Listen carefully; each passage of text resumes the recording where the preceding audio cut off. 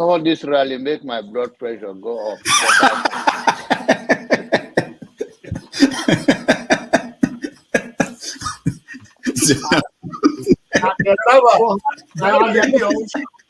And the people are asking a platform for him who are supporting him.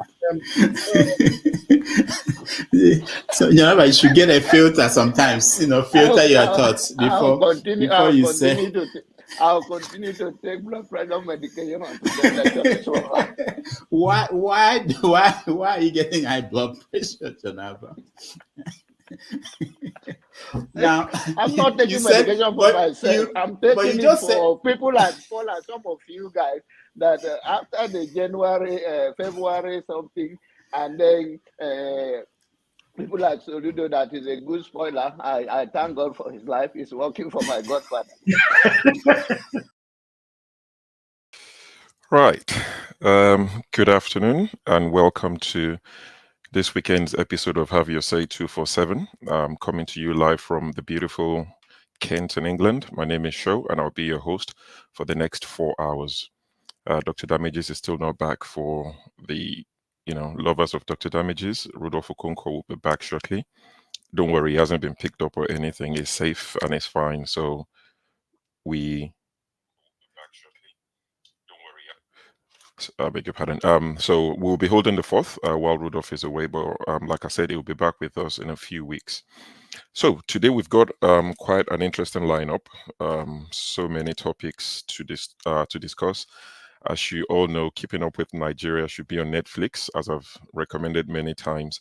But let me see if I can go through some of the topics that have been suggested by the team. So we'll be talking about the day 10 of the protest. I believe the protest comes to an end today. So today's the day 10. We'll be counting the gains and the losses. We'll be talking about Nigeria's poor performance at the Olympics, where Nigerians are winning medals, but Nigeria is not winning medals, if that makes sense to you. We have a few Nigerians, dual nationals, of course, who've won medals for their countries, but Nigeria haven't won any medal. And I believe the Olympic comes to an end today. I'm not too sure. We'll also be talking about the issue between NNPC and Dangote. So Mele Kyari said he would reveal the truth about what's happening in the oil sector at the appropriate time. So, you only want to ask, when is the appropriate time? He's been in charge for a while, and you would think the appropriate time was like 2 years ago, but he said he would reveal everything that's going on at the appropriate time. Another Tinubu top official, Wale Edun, the finance minister, said in an interview that Nigeria spends $600 million importing fuel a month. He said that because most of the fuel ends up in the neighboring countries, Tinubu had no option but to remove all subsidy. So the question that many Nigerians have asked is it because the government cannot afford to stop people stealing oil or getting it out of Nigeria to neighboring countries? Should the average Nigerian be paying the price for the ineptitude of the government? Because you want to think the ideal thing to do is to block the leakage and let the subsidy continue. But this, one of the major reasons is because neighboring countries are benefiting from it, so we have to make everyone suffer. Also, a news report says 430,000 Nigerians got the UK visa in the last 7 months. So we're getting more and more in the UK with the JAPA Nigerians. The JAPA syndrome is thriving. When will it bottom out? Well, with the recent events in the UK, if most of you have kept up with the news, you would see that, we have the UK Runu gang, where the, in quote, Patriots are now saying that, there are too many people coming in. It has to be regulated. There's been lots of riots in the UK. Some of the pictures, videos are quite disturbing. But in the last 7 months, we've had 430,000 Nigerians granted UK visa. Authorities in Abuja also discovered the body of a famous Abuja crossdresser called Area Mama. What does this say about Nigeria? This is the first time I heard of this person, and I know Bobrisky. I've heard of Bobrisky, but this Area Mama, I only found out, I think, yesterday or 2 days ago when he made the news that he was his life was ended and was dumped somewhere along the road. Also, we're going to be talking about The Patriot group, led by Emeka Anyaoku, the former Secretary General of the Commonwealth, they visited Aso Rock and they asked President Bola Tinubu to convene a National Constituent Assembly to draft a new People's Constitution for Nigeria and have them pass a bill that would provide for a referendum under which Nigerians would vote to approve the Constitution. Could this be a good outcome of the protest? Will the political class embrace it or wait until a serious crisis engulfs Nigeria and the UN will have to settle all of this for us? So these are some of the topics we're going to be discussing. I would share a few videos over the next 4 to 6 hours. I would share quite a few videos, but let me send out the link. I was going to have a monologue, but actually I wouldn't. I would just send out the link. I've not done this in a while, so please bear with me. Tokwe, I see you with this. I think that's the first super chat of the day, from a Remo sister to a, oh no, Uncle Alexander Gomez, you know, always on time. I'm sure looking like a billionaire. Amen to that. I need to work hard and smart to become a billionaire. That's the dream. Tokwe saying all ill Remo land. Sure, we're so Molare. You can call me, you know, Remo's finest. If you don't want to call me Show, I'll be happily, you know, I'll happily answer Remo's finest. You can call me that. Remo is home for me. Show, are we always interested in analyzing? Well, but why? The name of this channel is, or of this show is Have Your Say 247. Just to remind people, it's a talk shop. People have the opportunity when it's their turn to prefer solution. No one is against preferring solution. You know, we want you to prefer solutions in the comment section. To the panelists who would join, please prefer solutions. We're not stopping anybody, but at the same time, those who want to analyze, you know, some people are just analysts. They just want to analyze it. They want to, you know, flesh it out so that more people will understand the gravity of what we're dealing with. So for those who want to analyze, please feel free to analyze. And for those who want to prefer solutions, please, you're welcome. It's a talk shop. We embrace all sort of topics, all sort of angles. You know, there are many routes that lead to a market, so you can come in from any angle. Come and prefer solutions. A lot of people say, you know, they're fed up of discussing the same problems all the time. They've called us names and all of that. But I've always said it, I don't have the answer to Nigeria's problems. I'm not hiding behind one finger. If I have the answers to Nigeria's problems, I would run for office, or I will be advising one of these, you know, top politicians. There's a reason why I'm just here with my headphone and a laptop talking to you, because I don't have the answers. Rudolph has said it many times, and I echo what Rudolph said, that this platform is an opportunity for like-minded people to meet, exchange contact, which has happened many times. Exchange contact, go behind the scenes, discuss solutions, create a website. These things are not expensive these days. Create a website, start a movement. When you have something tangible for Rudolph, for us, bring it. We would interview you. We'll have you as a guest on a Saturday, on a Sunday. You can tell us the progress you've made, the impact you're making, the inroad.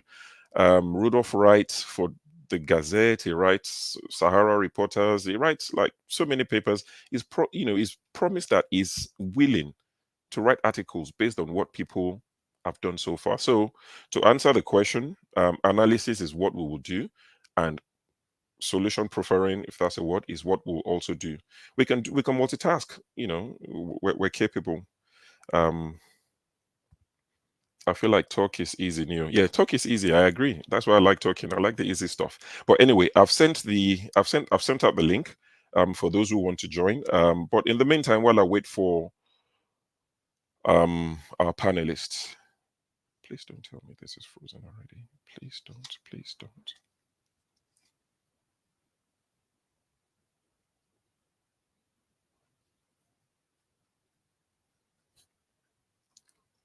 What's happened there?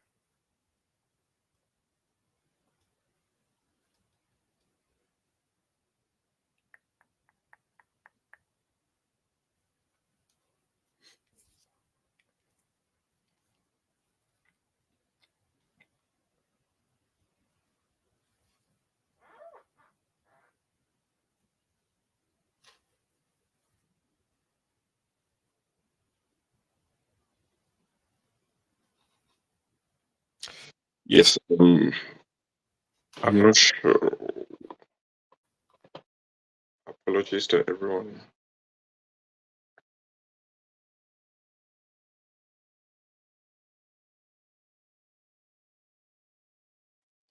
All right, I've got to reboot my computer. Something's happened. IT. Well, I'm sure you can all hear me now. I would carry on my phone and I would try and reboot the computer. So, as I was saying, I was about to play a video. Let me see if I can do that while I reboot the system.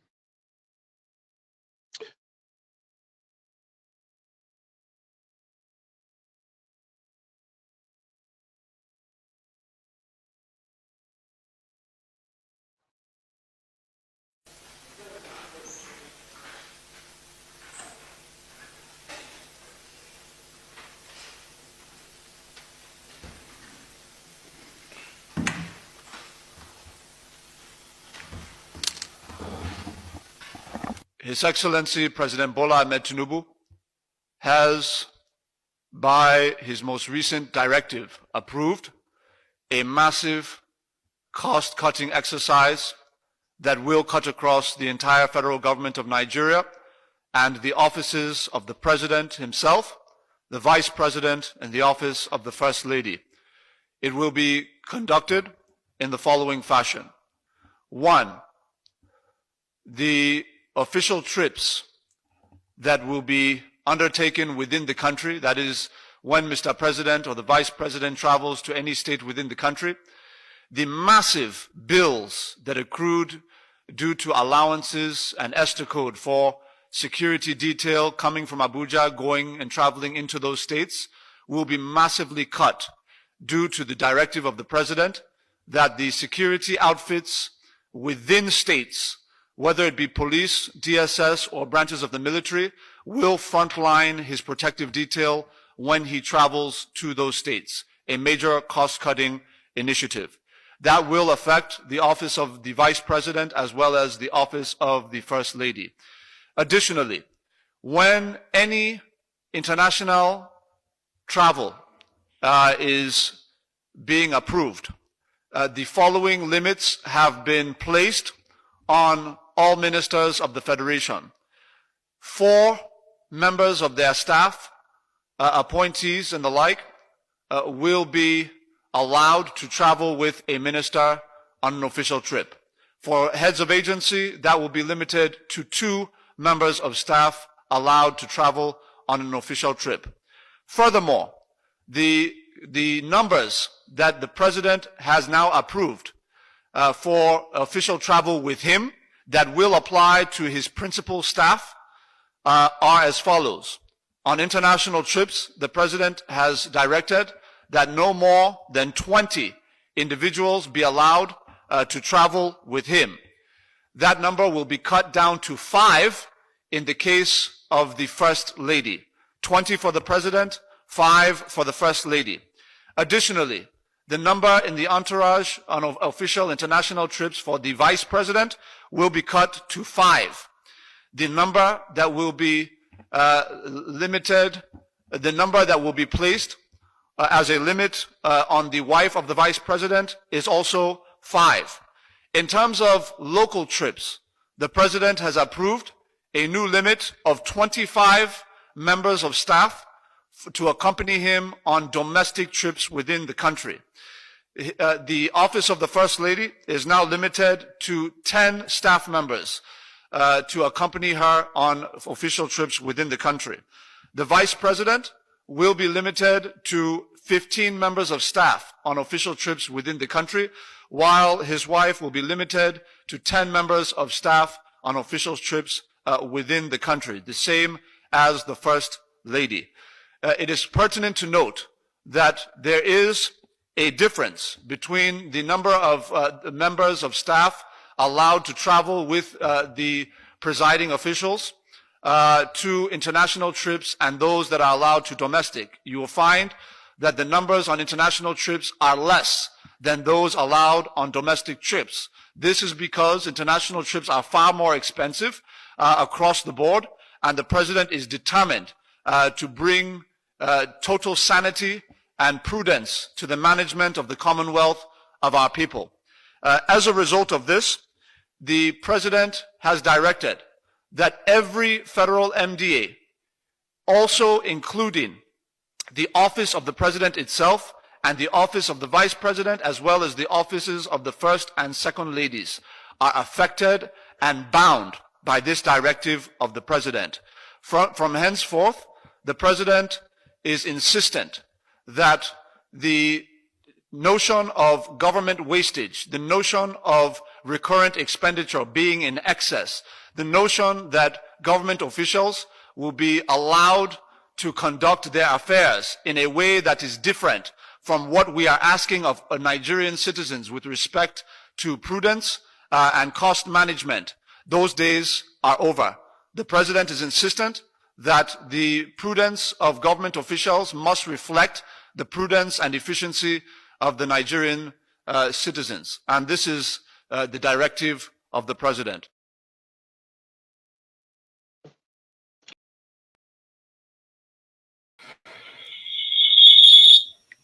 Right. Apologies once again. I had a bit of technical glitch. The laptop just decided to die on me. But we're back now, and hopefully stays on for the rest of the show. So that was in January. I played that because I wanted, Nigerians to see the sort of promises that have been made. You want to ask yourself, has this happened? These promises of, cut cost cutting, as it happened? Have Nigerians seen the changes made to their entourages when they travel? Because they made this promise in January, but it feels like nothing has changed in that regard. So whatever promise they make with regards to this protest, are Nigerians going to believe it wholeheartedly? Mr. James, I see you in the background. Just a moment, just to play a few videos from the last day of the protest. So if you protesters went to Adamawa State House or the office of the governor to protest, and this is what happened when they went there. Tell Mr. President Asiwaju Bola Tinubu, it is only the basics when we say we want. It is only the basics. What are the basics we are looking for? It is only the truth, education, security, and the rest. But why are they denying our rights? Why? Please forward this to the governor of Adamawa State, Governor Ahmadu Umaru Fintiri, that if democracy means the will of majority, this is our will. The fuel subsidy, all subsidy, it is our own, not IMF or whatsoever. We don't care about it. We care about why. It is only the basics where we say we want. Please forward it. But if they say they are not going to bring back, we will continue doing peaceful protests without any violence. As you can see, we hold it holds in Adamawa State from day 1 to day 10, and we will continue fighting. We will continue. You see, when you are oppressed, you have nothing to do but to come out and fight for your right. And this is why we are here. It is only the basics where we say we want. Please, Asiwaju Bola Tinubu, please, Mr. President, this is our demand. It is only the basics where we say we want, please. Then the people who are affected by those policies should have their voices and their concerns also heard. I know that no government, even military government, not to talk about a civilian government, will want to inflict pain on the people. But maybe it is their own understanding of how to help the society. But now that our people have spoken, it is time for government to listen to the concerns of the people.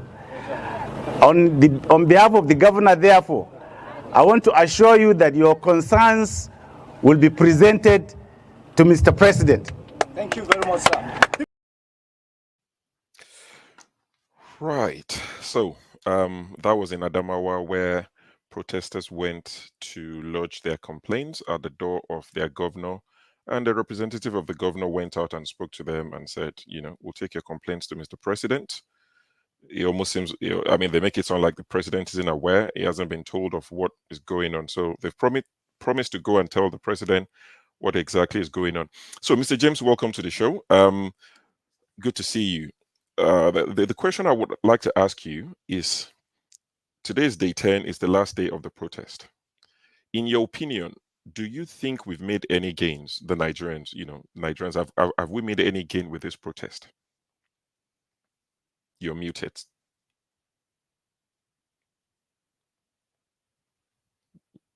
Oh, can't hear you. Try again. Still can hear you. So if you drop off and come back in, I've just sent the link. I'm not sure what's happened there. Right. So the question is, have Nigerians made gain with this protest? Do you think the government would yield? And also, to tie into this, maybe we might just do that while we're on this topic. They call themselves the Patriots, led by Anyaoku. They met with the president. Let me see if I can share. Oh, Mazi Prince is ready for 101B. I see you, Mazi Prince. Just one moment. One moment, please.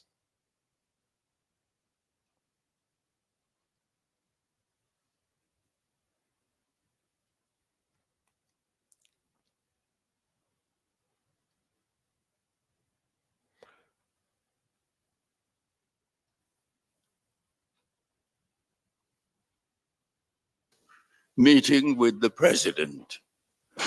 We, the Patriots, and I believe you know what the Patriots are. The Patriots are a non-partisan group of eminent Nigerians. Some call us leaders of thought, who are committed to the unity of our country and good governance of our country under a legitimate people's democratic constitution. So we came to convey this view that Nigeria needs a people's democratic constitution. Nigeria, we affirmed to Mr. President, is a pluralistic country. And you know that pluralistic countries exist all over the world. Those of them that addressed their pluralism by having true federal constitutions have survived. Example is India and Canada. But those pluralistic countries that failed to address their basic challenge of pluralism through federal constitution have ended up disintegrating. Examples of that are Yugoslavia and Czechoslovakia, and here in Africa, Sudan. These countries existed, in the case of Yugoslavia and Czechoslovakia, for about 100 years as one country, but they eventually disintegrated because they could not manage their pluralism through truly federal constitution. Have you ever used a surveillance camera that doesn't require electricity? Right, you get the drift. So they went to visit President Bola Tinubu, and there's a picture that they took. And when I looked at the picture, I thought to myself, they called themselves the Patriot. And I started to ask, do we have any young patriots in Nigeria, or are all the patriots in their 60s and above? Let me see if I can find that picture and show you to get an idea of what I'm talking about. Good to see you, Jagun. Thank you, my brother. I wanted to say good hello to you. I haven't seen you for a long time. I know. And it's great to see your presence there, my brother. Same here, my brother. Yes, so, take a look at this picture. These are the Patriots with the president. And I'm saying, you know, Shehu Soni, I'm saying Mike Ezekome, I'm saying what's the NSA guy? No Ribadu is probably the youngest of all. You know, you begin to wonder, so these are the Patriots, where the young Patriot, but those are the guys who went to meet with the president. So in light of all this that I've shared so far, Mr. James, let me come back to you. Have we made any gains with the protest? Still can't hear you. There's something definitely wrong with your mic. It's not been friendly to us today. And we could hear jargon, so it's definitely not anything to do with the setup. Can you hear my voice? End. Oh, okay, go on. Can you hear me? Yeah, yes. Okay. No, I'm not James. I'm Exero. Oh, Exero, yes, Exero, we can hear you. Mr. James, still cannot hear you. I'm not sure what exactly is going on. You want to reboot the computer, the phone, whatever device you're watching us from, please reboot. Maybe reboot it and what about me, so can you hear me? I can two hands in the air only for you. Oh, me G. I did your backyard. I did your backyard. Train I go enter. Now, so all right. We can hear Mr. James. So let's go to Mazi Prince. Mazi Prince. So the protest is coming to an end today. What do you think we've achieved, if anything at all?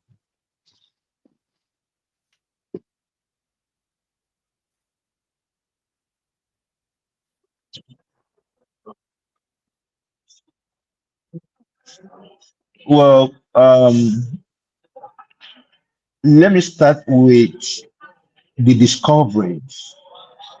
With the protests, the government, you know, it's very clear to everyone now that the government are always the ones who plan, the ones that disrupt protests. You know, it's very clear. And I'll give more kudos to those in the northern side. No matter what, those guys, I feel they are being liberated right now. You know, they've been subdued for a very long time, and that's what we get for subduing these guys, subduing their voices, suppressing them, and all that kind of a thing. Yeah, pretty much, I would say it's a success. You know, protest is not a success when things are being destroyed. No, but for the fact that the fear was created and the fact that a lot of discoveries are being made, it's a big success. Yeah. Okay. Thank you, Mazi Prince. Mr. James, let's try one more time. No. Okay. We still can hear you. We'll go to, I'm not sure who came in first. Xero. I'll just go that way. We'll be with you soon, Jago, anyway. So Xero. So the Patriots, they went to Aso Rock to speak to Mr. President. I'm not sure if you had my opening statement or my opening, monologue, where they made their demands known to the president, and he said they would, he said they would look into it. What they've asked for simply is, let's have a new constitution. What do you think that would achieve?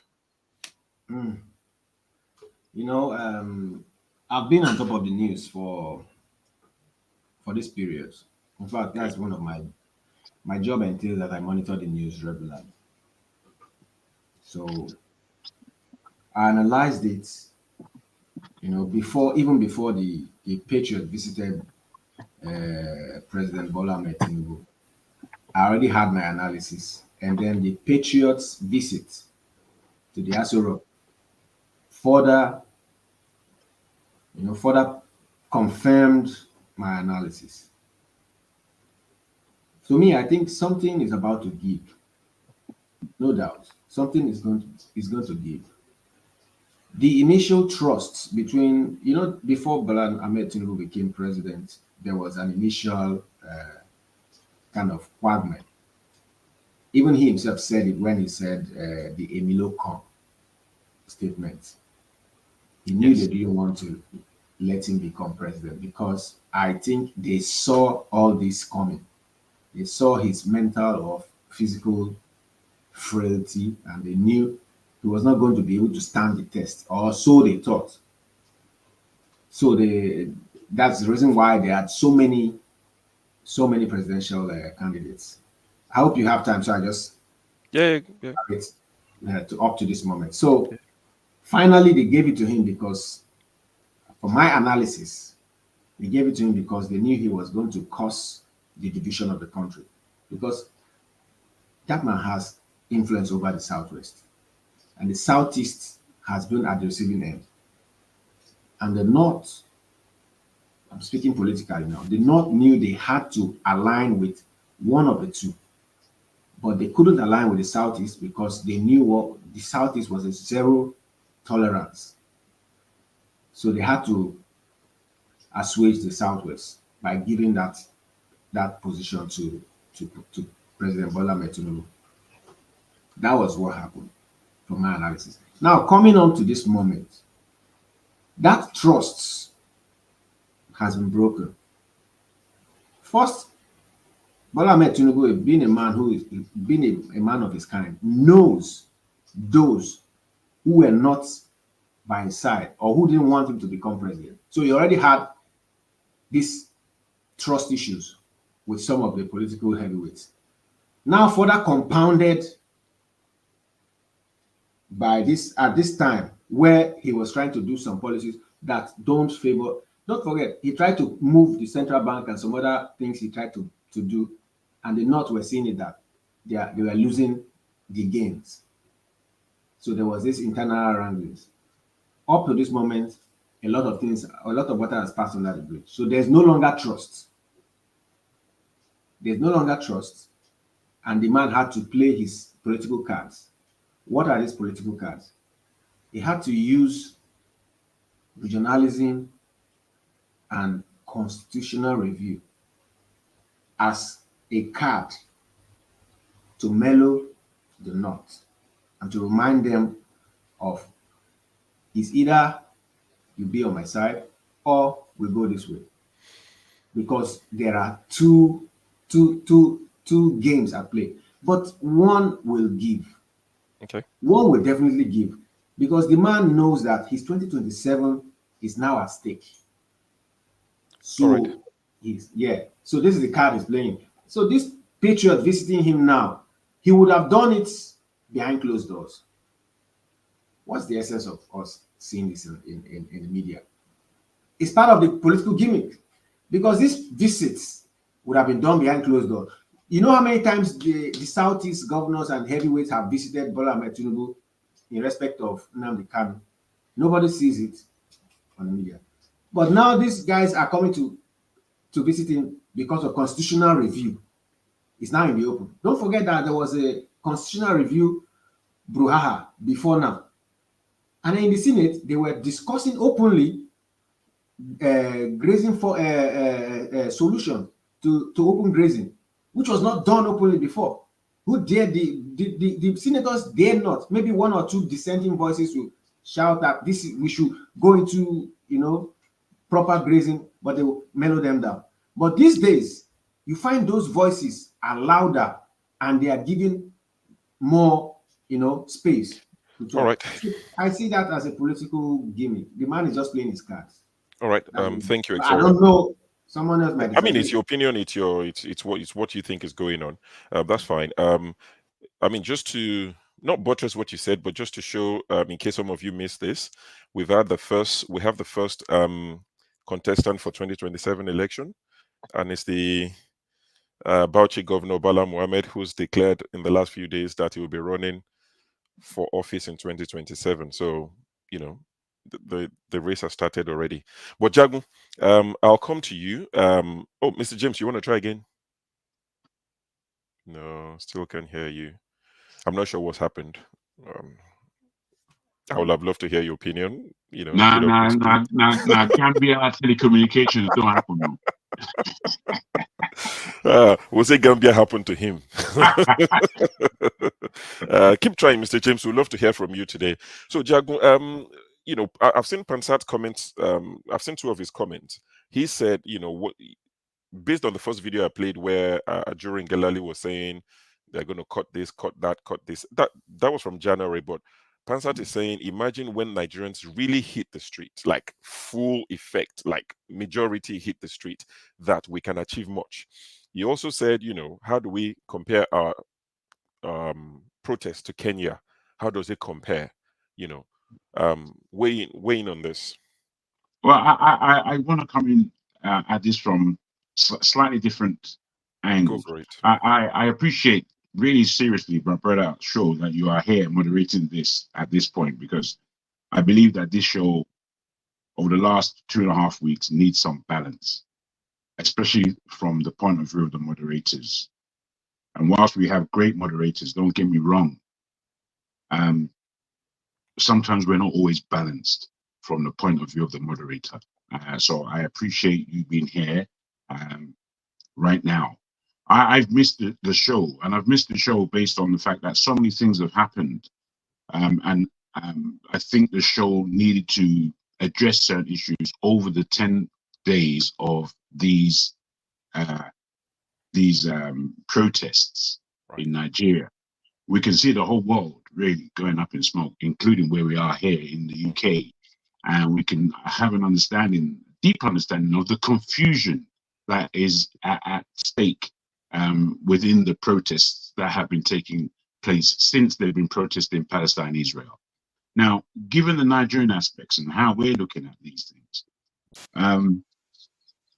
I really have to applaud Nigeria, firstly.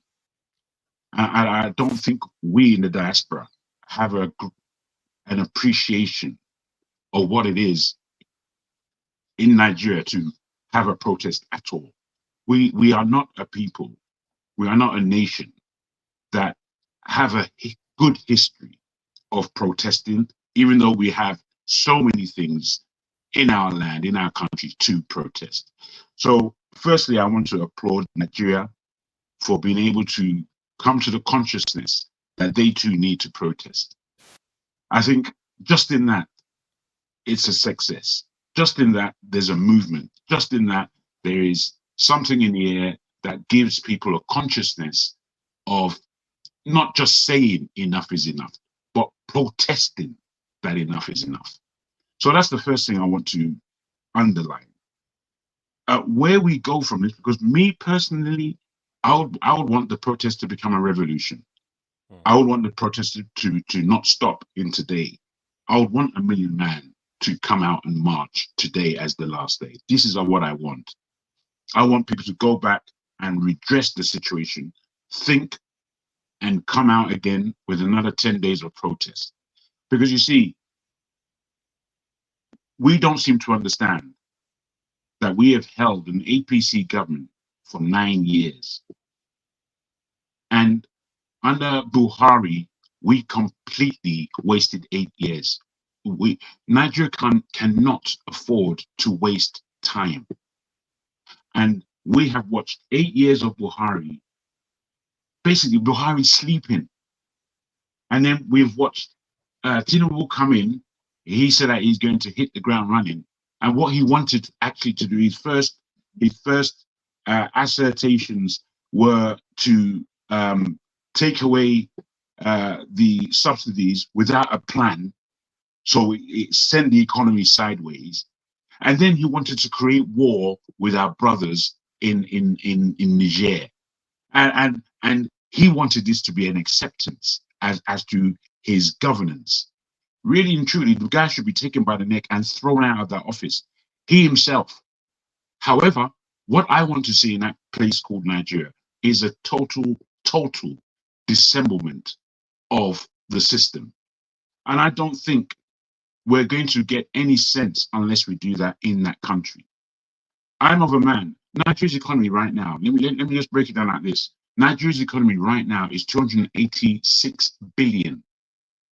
From what it was 10 years ago, 500 billion, which is still a pittance, because Nigeria shouldn't be trading any less than 8 to 12 trillion per annum. The country that Nigeria is, the wealth in the ground, the strength of the people, and even with the level of capacity to manage our affairs in Nigeria. So the way I really see, what needs to happen with the praises and the plaudits that I will give Nigeria standing up as it has, I think we need to see more. And I think we need to see more before there's any 2027 election. I really don't believe in any 2027 election based on the fact that we are propagating the status quo. If it's the status quo that we are propagating by 2027, I want to be here to declare with my own weak opinion that there should be no election 2027 if we're going to have the same rot and rubbish that we have today. Thank you very much. Thank you very much, Jago. Well articulated, and I'm sure a lot of people agree with your sentiment. I've got Righteous Man is always driving these days. Is it? Have you added Uber to the hustle? Because I can't bring you on. I can't bring you on while you're driving. There are certain rules that we have to abide by. When I say that you're packed, I'll bring you on. A few of the basic rules: driving, eating, argument, not even argument, abusive argument. Those are some of the basic ones. So that I remember from the top of my head. And you're wearing your sleeveless. You want to come and steal people's wives? This man. When you're ready, I'll bring you in. So many things are going against you. Mr. James, try again. Let's see. Sure. Ha. I've been watching these shows the times I've not joined. I've had Mr. James speak in fact, you were a special guest of electricity last week. I heard you. So what's changed? Honestly, it's not just me. Can anyone hear Mr. James? No. We'll keep trying. Kristen, I see you. Okay, Maga. Yeah. Welcome to the show. My brother, good to see you. Good to see you. Thank you too. for leading on the panel today again. It's always good to see you here. Always a pleasure. Good afternoon, everyone. So I think I'm meant to answer your question, right? Before you answer the question, let me see if I can find one of the videos as well. So this is in the north today.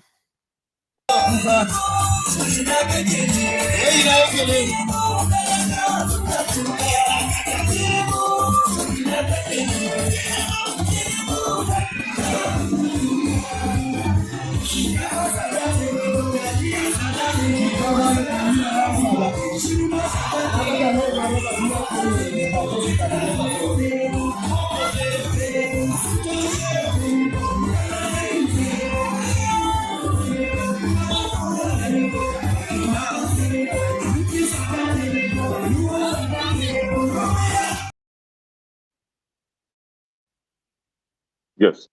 لبيك اللهم لبيك لبيك لا شريك لك لبيك إن الحمد والنعمة لك والملك لا شريك لك لبيك اللهم. So you have the protesters. Was that Buhari's head being stoned? No, that's Tinubu's picture. And you see the baby protesters in the north throwing stones. I believe from a family of Christians and Muslims, I believe that's one of the rites they perform when they go to Mecca, where they stone the devil. Shaitan, yes, Satan, yeah. So I'm not sure if that's what they're trying to, replicate, but, there you have it. So carry on. My take on those two videos that you just shared now is seeing the Muslim ladies or women coming out to protest against bad leadership. I think is a good development, very welcoming development. These things, years back, we don't see them from the north, but it's an indication that political awareness is going up there, and much of education as well. And maybe, largely, their effort to begin to question some of these, their clergymen, the imams, that always lie to them that it is an aram to, protest against government. But it wasn't an aram to protest against Goodluck Jonathan. So seeing these changes coming out, from the north It's a good development. It shows that Nigeria is moving to their permanent site, you know. But this is it. There was a protest in 2020. The North, the Southwest especially, came out and protested against Goodluck Jonathan. At the end of the day, I mean, the theme of the protest was end SARS, right? Yes. A lot of Nigerians, innocent citizens, were butchered on the street in Lagos. At the end of the day, nobody was apprehended. I mean, the culprits, the killers, none was arrested, none was charged, and nothing happened till today. Those lives wasted. And at the end of the day, what happens with the NSAS? They rebranded it, gave it a different name, and they're still operating with a different name and offices. Nothing was achieved in 2020. And today again, 2024, another protest.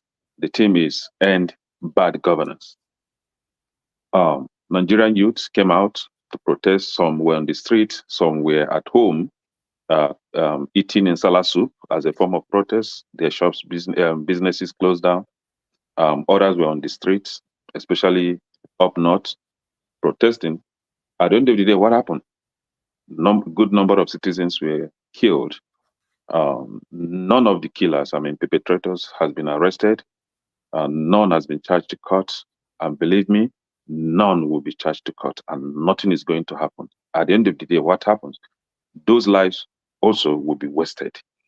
Their demands and the grievances have been, made known to the government. The question is, will the government act on them? No, because this protest, the government notified, the protesters gave a notification to the government. I mean, weeks before the protest commenced. If Nigerian government is a genuine government that cares for the people or for the citizens, they should have genuinely begin to address some of these grievances that will, at the end of the day, maybe deter the protesters from coming out, to protest. But what did they do at the end of the day? They pull out armored tankers, pull out military personnel on the street to combat against the protesters. And that shows that they are not ready to address any of these demands. They are not ready to address any of these grievances, and they will never be ready. They will never address any of this. At the end of the day, what happened? They fashion out their propaganda machine, machineries, tribal their bigots to come out and start to accuse an ethnic group being the cause of the failing of Nigerian government or the failure of Nigerian government. And some idiots from the Southwest are also demanding that the Igbos should leave Southwest or leave Lagos State. I don't know where the kind of water that these people drink. See, gone are the days when Igbos are scared of the possibilities in Nigeria. We are not directly descendant of after the war. What we have right now, we don't really care who your papa is. If you want us to stay in peace in Nigeria, we stay in peace. If you don't want us to stay in peace, we dabaru the country. Everybody find his papa house. So as far as that country is concerned, nobody has the right to ask another to leave until you maybe divide the country. But if the country is still as Nigeria, you don't have such right. In as much as they try to use the state might to clamp on some people. I mean, the Igbo people precisely. They have no such right. We are not scared of all these things. So for the protest has come and gone. Nothing. The demands are made. The grievances made. Government, they heard it. It goes through this air. It comes out from the other one, and it's gone. Nothing will change at the end of the day. So until the citizens, how they fashion out the militaries and all that with the armored tankers, on the citizens come out with equal and opposite reaction and might, nothing is going to happen. Do me, I do you. By a citizen, by whomever that by the citizen, That is the only way to bring solution to that place. When the protest started, what did they do? All of them flew out. They all left the country. After the protest, they're coming back. They'll be coming back one after the other. Nothing's going. Nigeria is dead and gone. If you really want to take over Nigeria, the citizens, if they want to take over Nigeria from these criminals, they must be ready to do them exactly or even more of what they do to the citizens. If you buy me, I buy you. That is the only way to take over this country. If you want to do peaceful protest, sometimes, like whenever I hear them saying peace, it sounds like imbeciles. What peaceful nonsense? What peaceful nonsense are you talking about? You are not you are not the first to start. When they start buying you buy them back. There's nothing. There's no. You don't beautify fight. There's no aesthetics in fighting. If you do me, I do you. That is it. All right. Thank you. Thank you, Kenny. Thank you for your submission. Mr. James, we'll come back to you again. Let's try before we go to Christian. I wish I had a magic wand to make this work. I'm really sorry. Hello. It Hello. just hasn't worked. Yeah, wait. I can hear you, Christian. Christian, Okay. before you weigh in, I just want to play a video of a famous. I think if there's anyone who's defended this president, I don't think anyone has done it as much. I don't want to say as good as much as Mr. Onokpasa, that Rufai Hussaini made famous, and he kept shouting, "Mr. Onokpasa, I just hear Mr. Onokpasa in my head like a million times. The man goes on every channel that would have him, and he just makes a fool of himself. He's a lawyer. He's an elderly guy, but honestly, when he speaks, you start to think his children. There's a level that you don't cross, but this man doesn't care. Now, to hear Mr. Onokpasa come out in the last 24, 48 hours to criticize or to start complaining, and I've told people who listen to this, let me play it before I tell you what I think of it. Members, you see, Mr. President, most of us supported you because we know your antecedents, what you had done in Lagos. But you see what you did in Lagos. You mobilized Lagosians to fix Lagos, which is to be expected. What is more natural than that? However, you cannot mobilize Lagosians to fix Nigeria. You will have to mobilize Nigerians to fix Nigeria. So you cannot form a core of a team, okay, that is basically a Lagosian-based team to fix Nigeria. It does not. It is mathematically incongruous. It's an incongruity. It is expected that you will mobilize a team of Lagosians to fix Lagos. But then, to that same extent, you will just have to mobilize a team of Nigerians to fix Nigeria. You say these Lagosians you brought with you to Abuja to help fix Nigeria. With respect, they are useless. Useless. Starting with that your chief of staff, Femi Gbajabiamila, the most useless amongst them. You will have to dismantle this team. With respect, my president, you will have to dismantle it and rebuild a true, genuine Nigerian core. It's not just a team in terms of appointment. There are these ministers. No. Your core team must no longer be a Lagosian team. It must be a Nigerian team. Otherwise, we will just continue like this. Most of them are just interested in making money. They don't love you. They're not interested in your welfare, your political welfare. They are not interested in Nigeria, in moving Nigeria forward. These guys have been parasiting you for decades. Let me even use our Delta Palace. They don't parasite you rich. Discard them. All right, that's Mr. Onokpasa. For those of you who've never seen him before, if you're interested, just Google his name or type his name onto YouTube and you'll see a few clips. I personally think Mr. Onokpasa wants his fair share. He's defended the president more than anyone, and I think he's been sidelined. A lot of people are complaining about Lagosians. Even the APC from Ondo, Ekiti, they feel sidelined. It feels like it's the open Where's my sellotape? Your sellotape Why is did you take it? Where's my sellotape? Let me mute CM. It's looking for a sellotape. Okay. A lot of people feel it's the Lagos State and Ogun State branch of APC running the show. But Christian, what have you got to add to this conversation in 5 minutes? Thank you for having me. Actually, I was following the protests, all this while. But one thing we must know about this protest is this protest against nothing. Okay, why do I say so? It's simply saying that we are hungry. Hungry. Why are you hungry? Why? Why are you hungry? If the protest is about hunger, then it won't achieve anything. And when they say bad governance, it is also not the right thing they're supposed to protest for.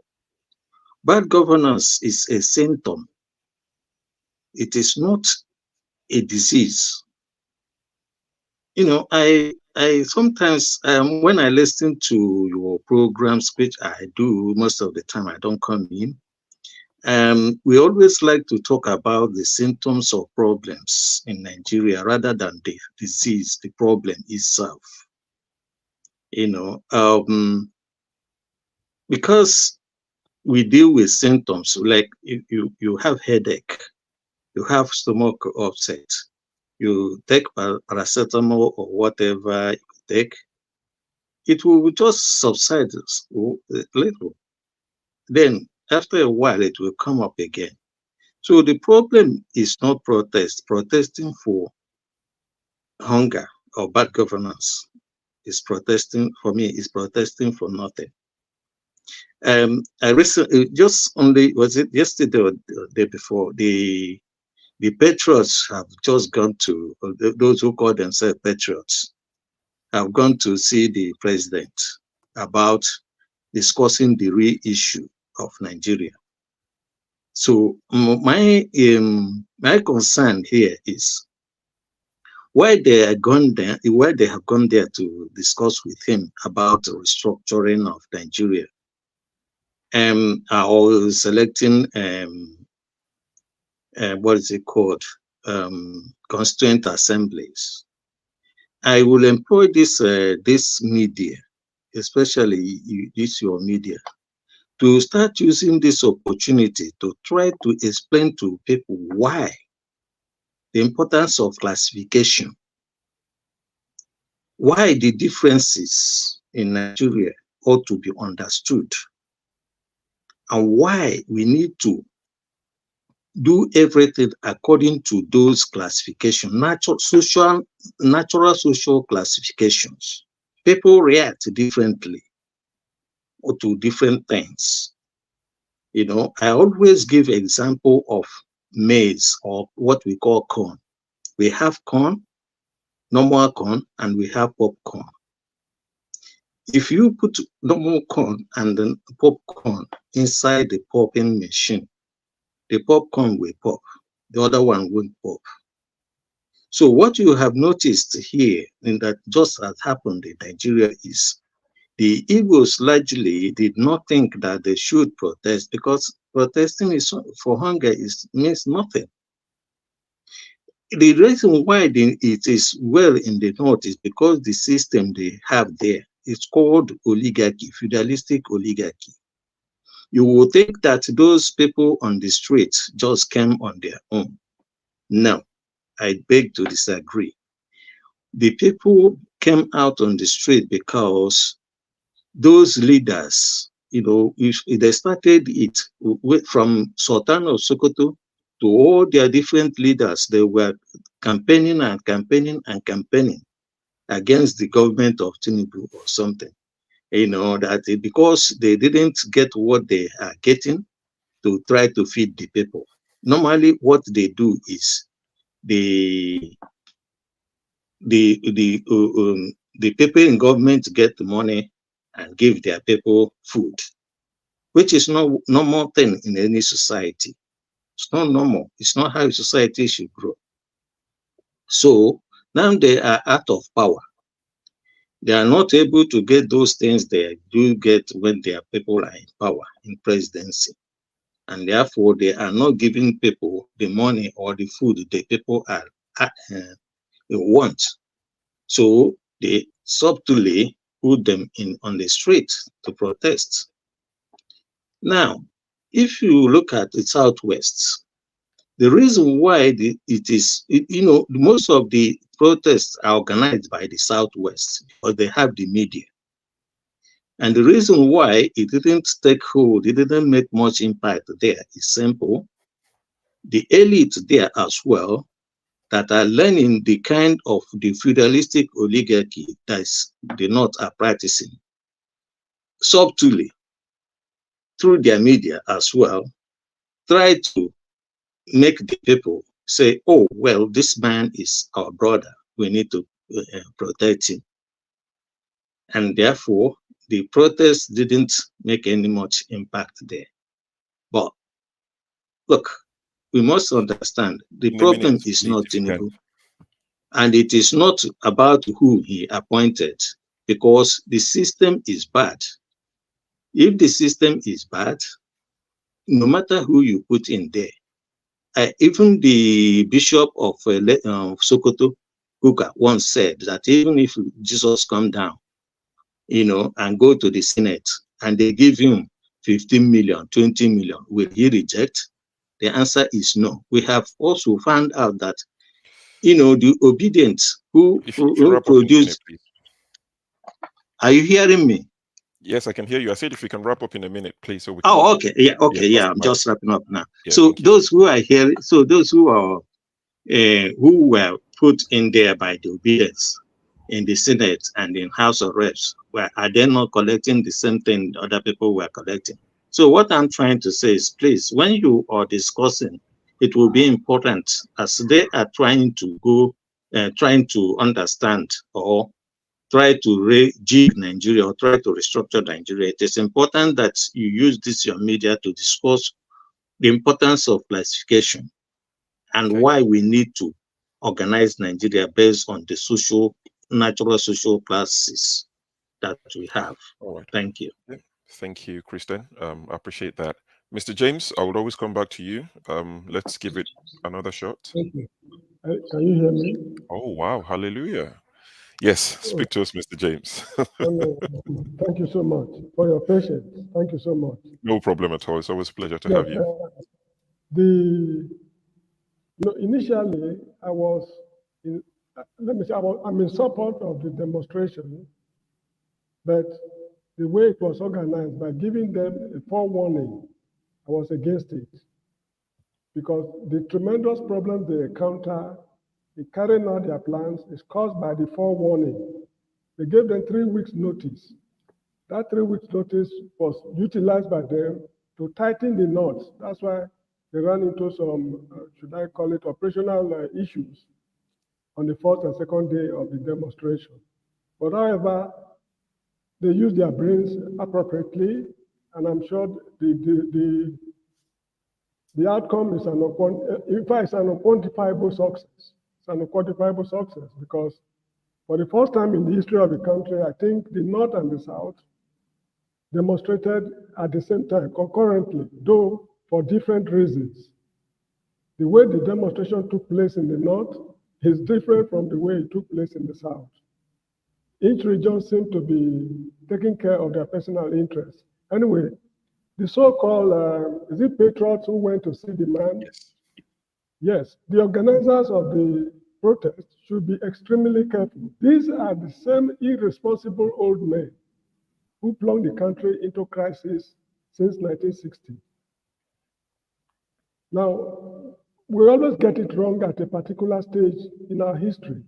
And that stage is when a constitution is to be drafted. I remember when Justice Udo Udoma, I think he was the one, who drafted the 1917, that constituted the Constituent Assembly, that drafted the 1979 Shagari Constitution. Then the next one was by Rotimi Williams. It is the same class of old men who plunged us into this crisis since 1960 that constitute that what's it called, a Constituent Assembly. Now, a new constitution is in the offing. These men have assembled themselves again to go and draft a new constitution. If this exercise we are going through right now will not be a futility, the youth should be extremely careful in order for them not to impose these old men's ideas on them. So this is how I'm looking at the whole show. So far, it's so good. And it will never be the same again, because for the first time, people like Akpabio and others have been called to order.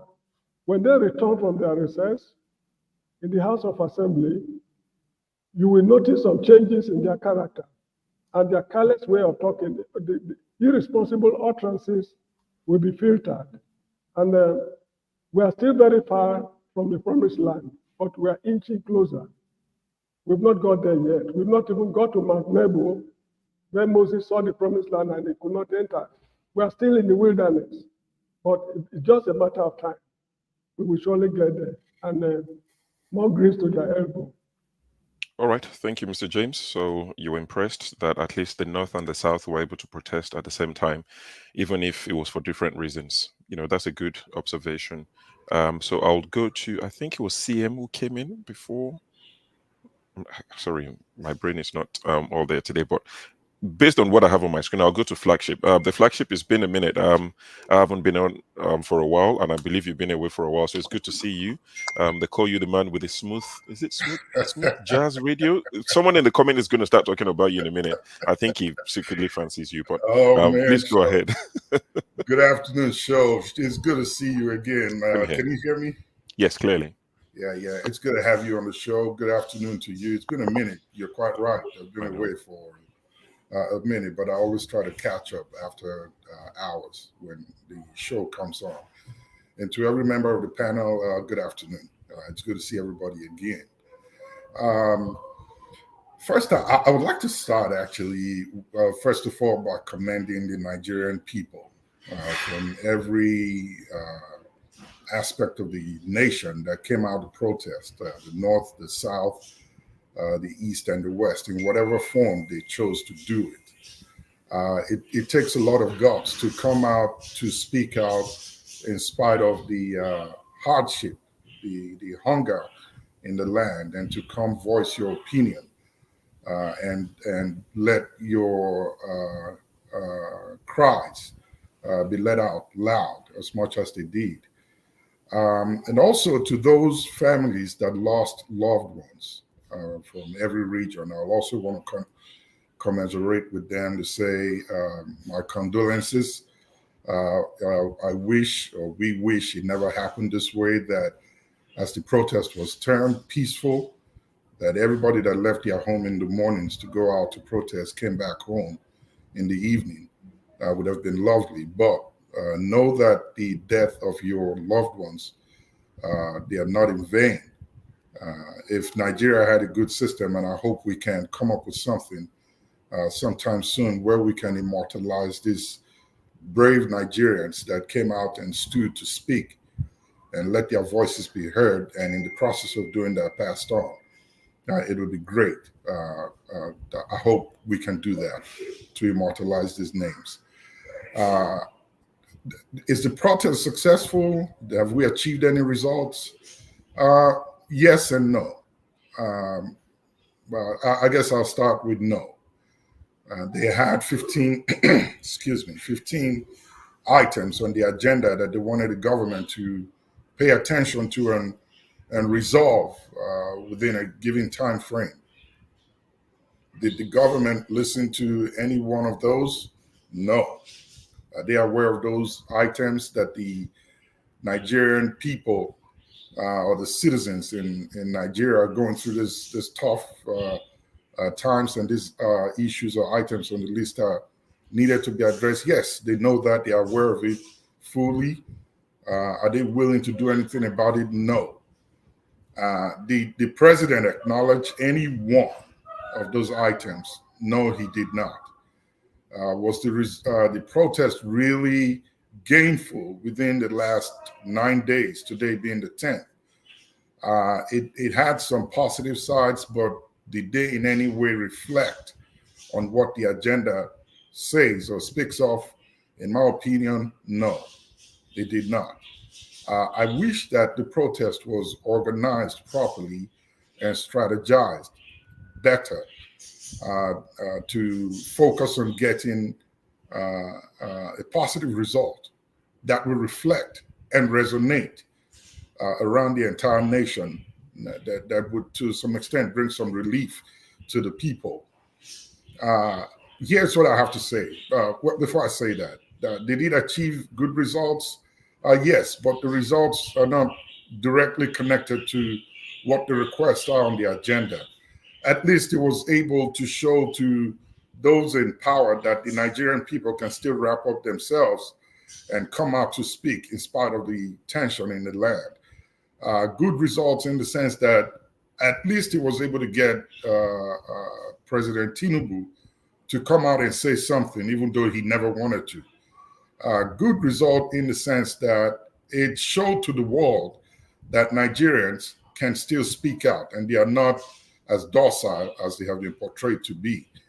My wish is that I desired that the protest should have come with at least a far more reduced list, maybe one or two, at the most 3 items that resonates with everybody in the nation, that we can all come out on and hold them to, that they would at least listen to. And if you ask me, the one thing that everybody seems to identify with in this hard time is the high cost of living.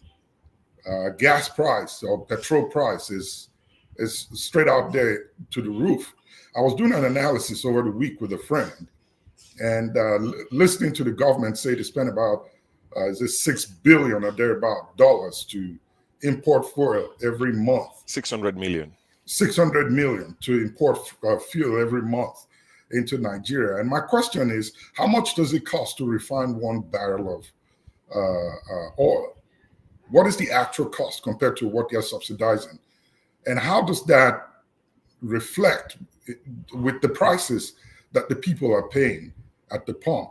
And I looked at the cost here in the US, and I almost sank in my seat where I was sitting. And the other part to it is this product that is going out of Nigeria to be refined. We have over 20 subsidiaries that come out of each barrel of petrol or petroleum product that they refine. Where do the others go to? There are 3 main ones that I think Nigerians depend on, which is petrol, diesel, and maybe kerosene. What happens to the rest? Who do they sell them to? Who buys them? Where is the money that is gotten from this? Why are we in debt if we have all these pluses that we could get from it? Now, here's what I'm going to say, and I'll end with this one. Maybe come up say more about this topic later. To the protesters and to the organizers, I understand there is a grouping, or a plan for a 1 million man match in all 36 states coming. Go back, re-strategize. Do not announce yourself. Look at what you achieved from this 10-day protest. See if it meant anything, if it in any way matches to what you really were desiring for the people of Nigeria.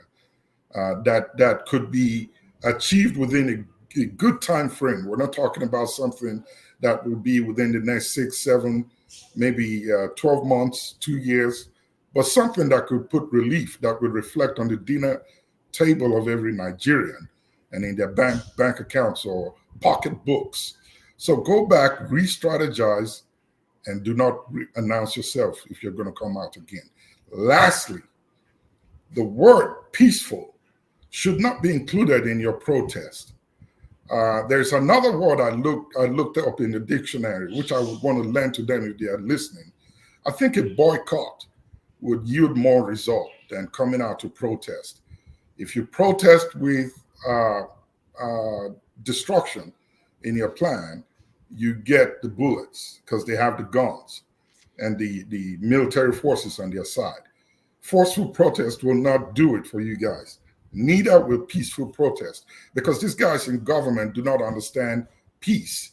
You know how they got there. They told us when they were campaigning, you grab it and take it. It's not given to you on a silver platter. And Kenneth Okonkwo sometime this week said something that this is not democracy. He called it, agberocracy. It's the government for the agberos by the agberos, and so it's not going to yield any result if you do peaceful protest. Consider a boycott. The NLC folks tried it, but they took a trip out to Sweden or somewhere, Switzerland, I believe, came back, and we ended up with 70,000 naira minimum wage, which is a big disgrace for a couple of days of blackout. Consider a boycott. Every Nigerian that works anywhere that involves the government, go back, put this in your strategy. A boycott will yield you more result and attention than any protest of any kind, peaceful or forceful. Right. Thank you. Thank you, Flagship. Jaggi, did you want to chip in something quickly before I go to CM? You're muted. Thank you for allowing me this. Much of what Flagship has just said, I agree with. But I want to put to the panel, and he himself, as whilst we're looking from the diaspora at what's going on in Nigeria, especially given the 15 or so sort of requests that the organizers had for the protest, I agree that it's convoluted, and really a lot of them amounted to nothing really in terms of moving forward. And I agree that it should have been streamlined to 3 to 4 demands that the people need, and it would have galvanized most probably a better protest and a better outcome. But I, as he and I have congratulated the Nigerian effort, the Nigerian people's effort, and indeed the condolences for over 200 people who have lost their lives over the last 10 days just because of this protest. Did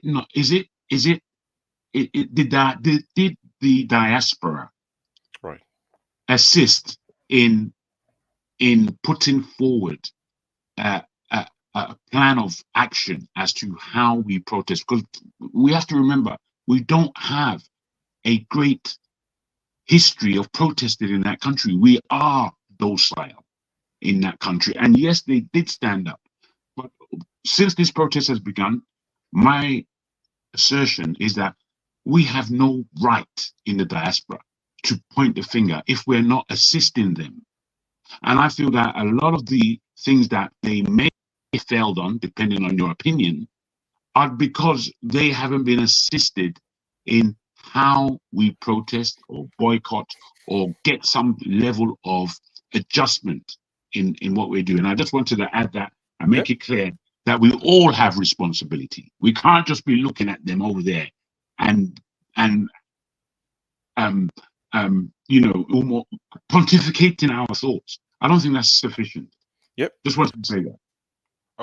I completely agree with you, Jagun. I agree with the sentiment that we all have a role to play, even if we're far away. There are things we can do to support people, help with the strategy, backstage, as they would call it. Before I go to CM, I just wanted to read out what Manuel Ferreira said a few minutes ago. Manuel Ferreira said, Alaba, that's Alaba, by the way, he said, the protest is not over. This is the calm before the storm. And Pansat has echoed that to say that was a dress rehearsal. So I'm guessing there are people who believe that, there's more to come. So if there's more to come, to chip in to add what Jagun just said now, is, we have a role to play when the diaspora, there are ways we can support. So let's do all we can to support the protests or whatever it is to salvage the soul of Nigeria. CM, you have the floor. You'll be the last to speak on this before we go to the Dangote NNPC World War. Okay. I don't know whether I'm coming at. Good afternoon, everybody. Yes, we can hear you. Okay, you can hear me. I believe it's about the protest that you're talking of. Okay, well, quite some takeaways from the protest from where I stand. It was good this protest happened. people may evaluate the outcome or the gains differently. But for me, it is altogether important it happened. I wish it will be periodic, maybe every month. Who knows? Depends. Because every country gets the leader they deserve at any point in time. So if you feel you don't, the leader you have is not what you deserve, you do something about it. First, my first takeaway from the protest, it reinforced what I already know or confirmed it, but I didn't know that Igbo hatred in Nigeria was this deep. I didn't know. I never knew. Though there are signs, but I didn't know it was this deep. Deep in the sense that up there in the north, people were waving Russian flag, the flag of another sovereign nation, and calling outrightly, openly, that military should come and take over. Openly, which is an assault on the Tinubu administration. Derisively, they were saying it. Nigerian army, if not that the 16-year-old boy that was shot, nothing like flooding there with troops or moving a whole battalion to go and do python dance. Nothing. Because they will tell you subversion is treason. They didn't do anything. Can you imagine if that flag was being waved in the southeast? Let's just for once, given our recent history, let's say in the southeast they were waving that flag during the protest and coming out. By now we would have been burying dead. In fact, so many of them shot would have been buried in mass grave. You won't even see the dead to bury. Morning, afternoon, night, house to house. This is exactly what should have happened. And they showed that the derisiveness, the wickedness of the Nigerian state was it. Look at what happened in North. Nothing. Nothing. I was waiting for, let me see the military. Even the protesters were even getting to them. Yet they were run. They were. Well, that is it. Now, the Russian flag that was being waved, I don't want people to wave it out. It is a symptom. It is a very clear statement that, you see, in life, what we tend to do is that if I can lord it over show, then I will say, yes, we have to agree. Do you know that in the north, let me just be a little bit historical. Sokoto is a Hausa state for those that did history. 7 Hausa states. Sokoto, called Gobiri, is a Hausa state. Katsina is a Hausa state. Daura is a Hausa state. Hadejia in Kano is a Hausa state. Rano is a Hausa state. Kano is a Hausa state. And Zaria is a Hausa. 7 of them. They call them the 7 Hausa states. These people, it's not by mistake. The nearness of Sokoto, Katsina, Jigawa, and all those things to Niger Republic. Niger Republic is made up about, I think, about 70% Hausa. These are their people. These are Hausa people. They've seen what is happening in Niger Republic because of the fact that a leader rose up from there, did a coup, took over, they expelled the France from their territory, and then Russia is helping them. They've seen, people say that either Niger or Burkina Faso is now the fastest growing economy. I don't know about that, but all I know is that that's why the 3 of them, Mali, Burkina Faso, Niger, left the ECOWAS, so that they cannot be encumbered by any power. So it's like somebody who came out of a divorce. You know, you feel free for that first week, 1 month. Oh, you are feeling on top of the world. So they've seen exactly what is happening in Niger, Burkina Faso, and Mali, and they feel that is where they belong. If only Nigerians will reason, but in our own, the way we reason, we say, leave them, this, we talk of a convoluted unity that doesn't exist. Why on earth will people be calling for military regime to come and topple what they call elected government? It is the North that put Tinubu there because of all the rigging. That's why when they are disturbing Tinubu to do something, Tinubu told them, I bought the seat. I bought the presidency. Now, since you bought the presidency, who did you pay the money to? It's not the southeast. It's to them the north. He spent a fortune, quite all right. That's what he want to recover with the petrol refinery in Malta. We know the deal. But why is it that this north now are turned against him? They want it both ways. You see, whatever anybody may say about it, the visit of the Patriots to Tinubu, I keep saying it, if Tinubu really want to help himself, they should start restructuring Nigeria based on Dr. Fakpo Hunda's formula from tomorrow, from today, not even tomorrow. The new constitution they are going to draft in Nigeria, new. The only thing that will make sense there to me is that the word referendum will be put there in clear terms, so that any area that doesn't want to belong to Nigeria, they are free to go. We can't continue suffering. Give Nigeria 5 years the way we are. Nigeria is even looking better now. People are looking up to Burkina Faso. Yes. People are looking up. Burkina Faso is picking up better than Nigeria. And we are so this is the reality of this protest. It revealed a lot. I've been reflecting. I don't know about other people. I've evaluated it and found out that forget about you are suppressing people. Nobody can go to the press. But what the protesters are saying and what they've seen is enough for any serious country to come around to get to the round table and then take their destiny into their own hands. Anybody who dismisses anything there is just wasting his time. The day of reckoning is fast approaching. In order not for us to shed blood or do it in a very primitive way, it is better that Russian flag they are waving, forget about it. Something underneath is really happening, but we may not know. So it is in the interest of Tinubu to act fast and restructure Nigeria based on regions. As simple as that, is very fast. It doesn't table it so that events will start to take its place. But if they feel that they want to keep it like this, everything will die down, Nigeria will explode in their face. But thank God, my Igbo people never participated, and look at what it led to. What if we had participated? Thank you very much. All right. Thank you, CM. We always like to have you here because you bring a different perspective. And in the comment section, there are people who totally oppose you, and there are people who absolutely agree with you.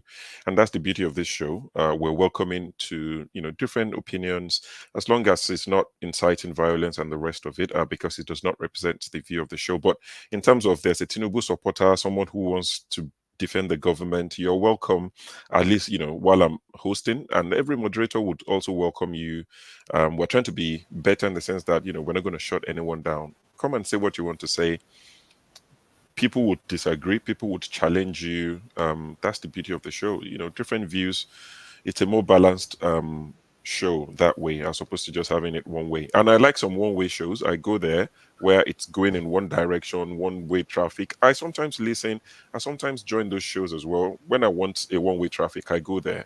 When I want something a bit more balanced, a bit of everything, one-stop shop, I come to Dr. Damages, where everybody's allowed to say whatever they want to say. Like I said, as long as it's not violent or inciting violence. Now, let's quickly move to the issue going on between NNPC and Dangote Refinery. So I'll read this again as received from my CEO, Dr. Rudolph himself.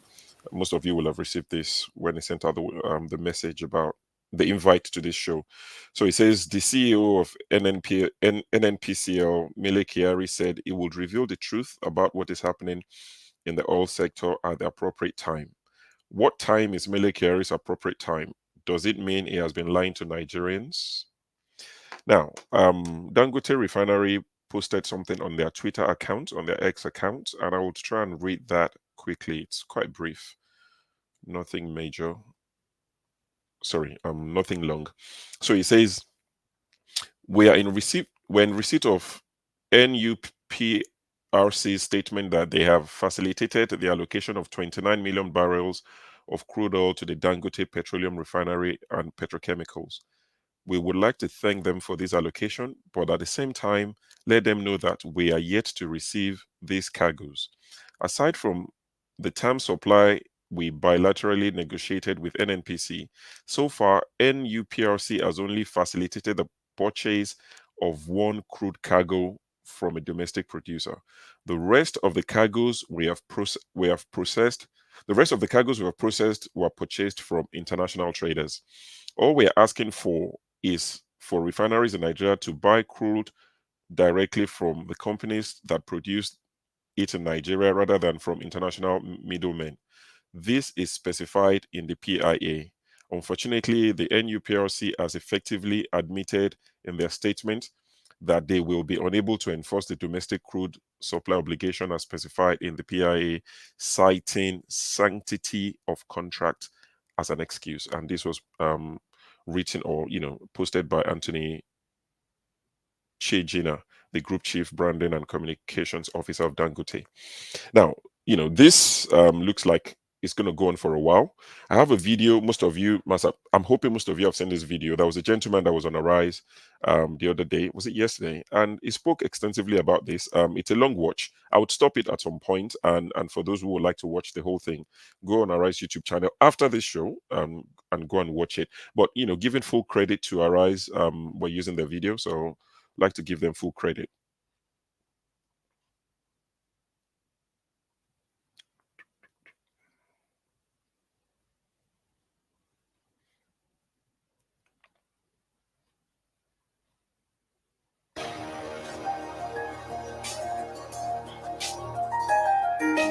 The Group Chief Executive Officer of NNPCL, Mele Kyari, yesterday at the interactive session organized by the Senate Committee probing sabotage in the oil and gas sector, chaired by Senate Leader Okwemi Badile, declared that the leadership of the NNPCL are neither thieves nor economic saboteurs.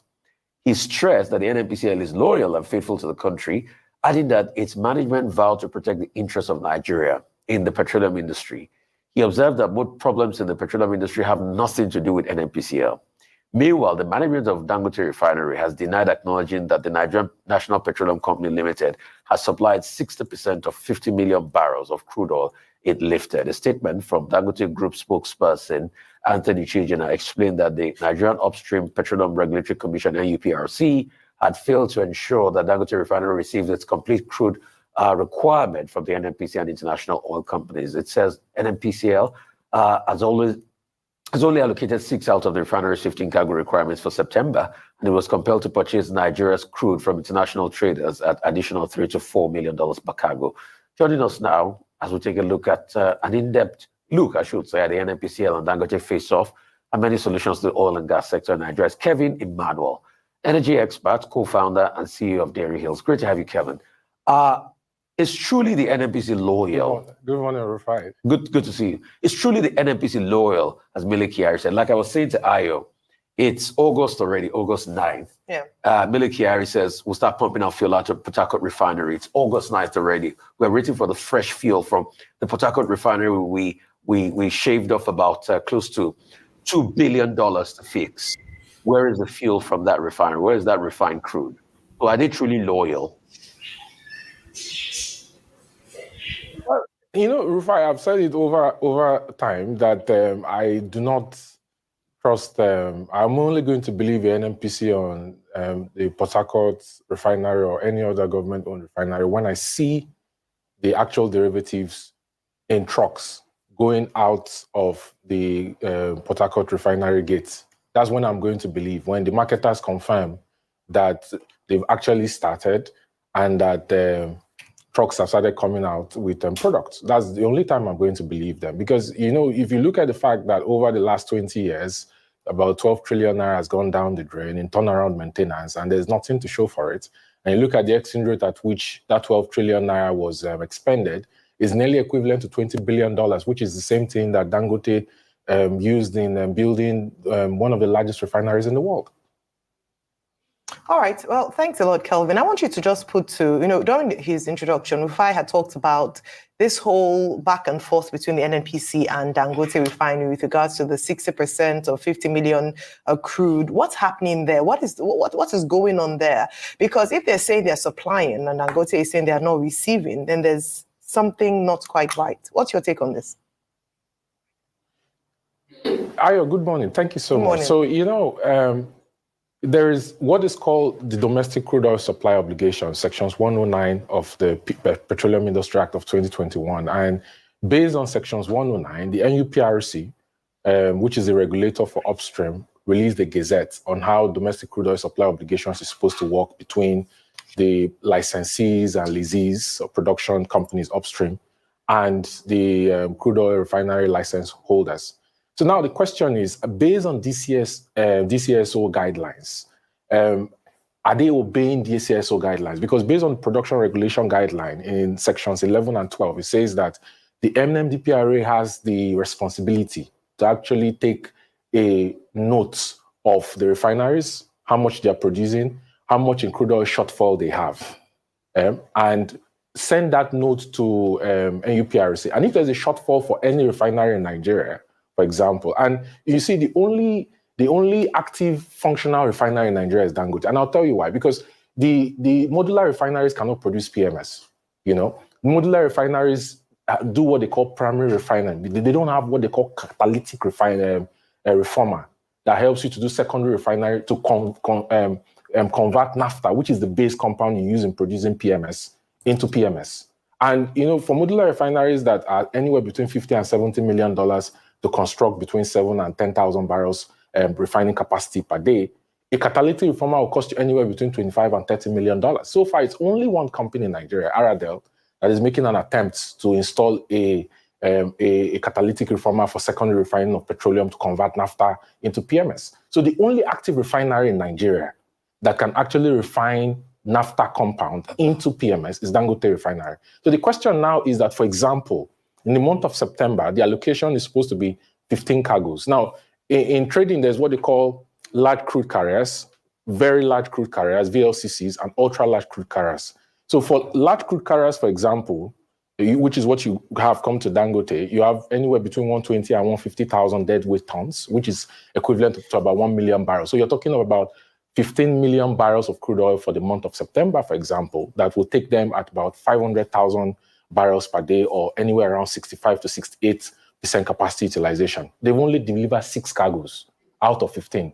So it means that they, based on DCSO, they owe Dangote Refinery 9 cargoes for production in September of 2024. And based on sections 11 and 12 of the production regulation guidelines under DCSO, it says that if there is a shortfall, NUPRC is supposed to put out what they call a request for quotes, RFQ, to the production lessees upstream to put up that shortfall unless the government is not going to give them export permits to take crude oil out of Nigeria. It's the law. So if Dangote is saying that, listen, the NUPRC is actually not enforcing domestic crude oil supply obligations, and the gazette it produced based on DCSO, it is completely within the law. It's not saying anything that's extraordinary. It's not asking for special favors. Okay, now, given this foundation that you've laid out so eloquently, there is news that NNPC intends to borrow another $2 billion, which would be oil-backed. Now, this, of course, is juxtaposed to the fact that domestic crude oil sales to local refineries will be done in Naira. How does it all balance in the end? Well, I am not a fan of reserve-based lending. $2 billion that the NNPC is looking at raising for 35,000 barrels per day in a wholesale agreement to go to an international trader who is a collector for the banks to a debt service reserve account offshore that is not subject to any oversight or appropriation in Nigeria, because reserve-based lending typically favors middlemen and it favors the creditors. And also because you've had a situation where there's a value trade mismatch when it comes to reserve-based lending. You could see that if you look at the history of NNPCL, between 2019 and 2024, it borrowed $12 billion through reserve-based lending, including the last $3.4 billion that was taken structured through Afrexim that it contributed about 40% of, And you also consider the fact that when it comes to reserve-based lending, there's typically what they call the secured overnight financing rate of 6%, which is the global standard for international USD loans. Then there is a country risk premium in addition. And you could see that for the last loan that was collected, the country risk premium was 5.85%, which brought the effective interest rate to 11.85%. Now, for this loan, Nigeria has a risk premium of anywhere between 4 and 5%. So it means that Nigeria is going to be paying anywhere between 10 and 11% on a USD loan, which is very high, double digits.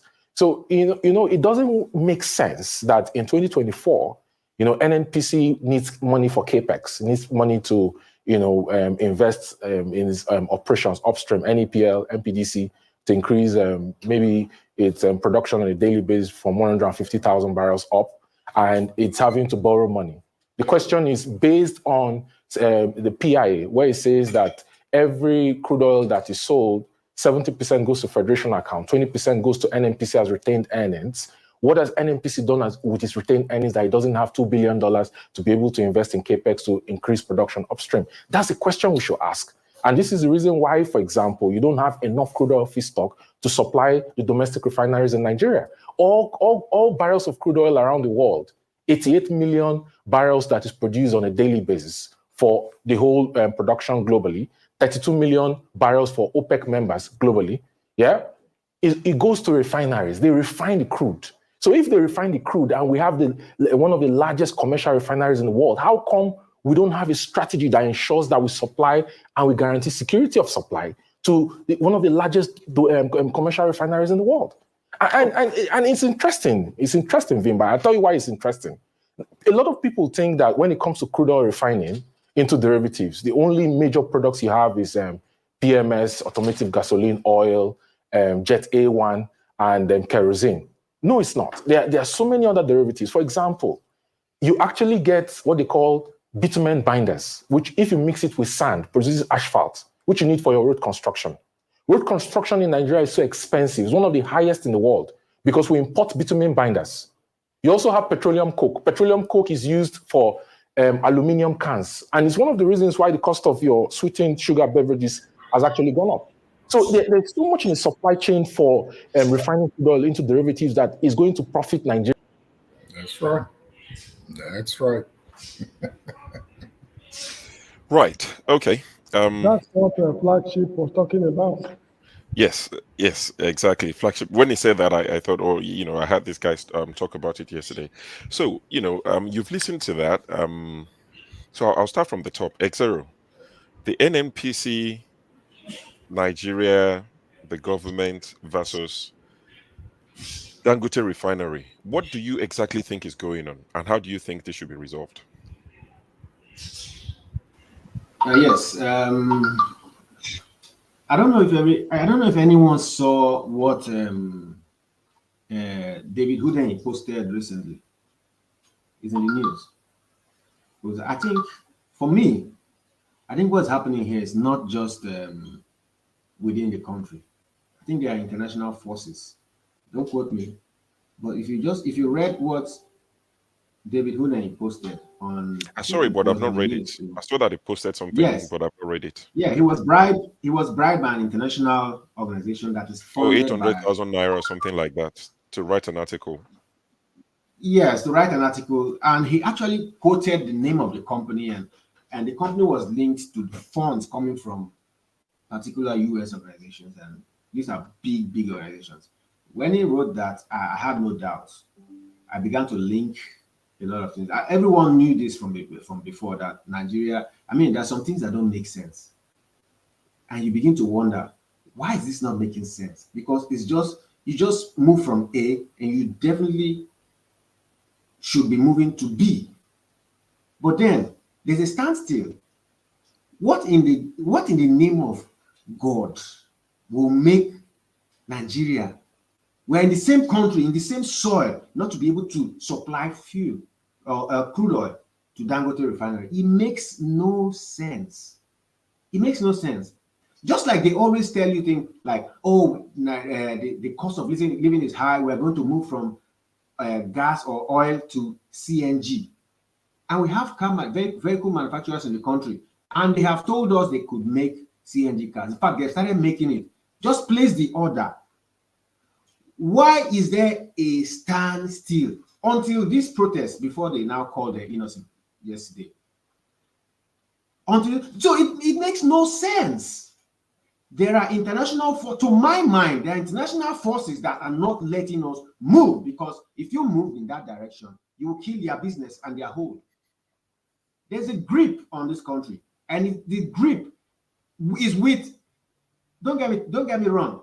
There are people in the country, of course, the heavyweights, that are conniving, who are deeply engrossed, but they're not doing it alone.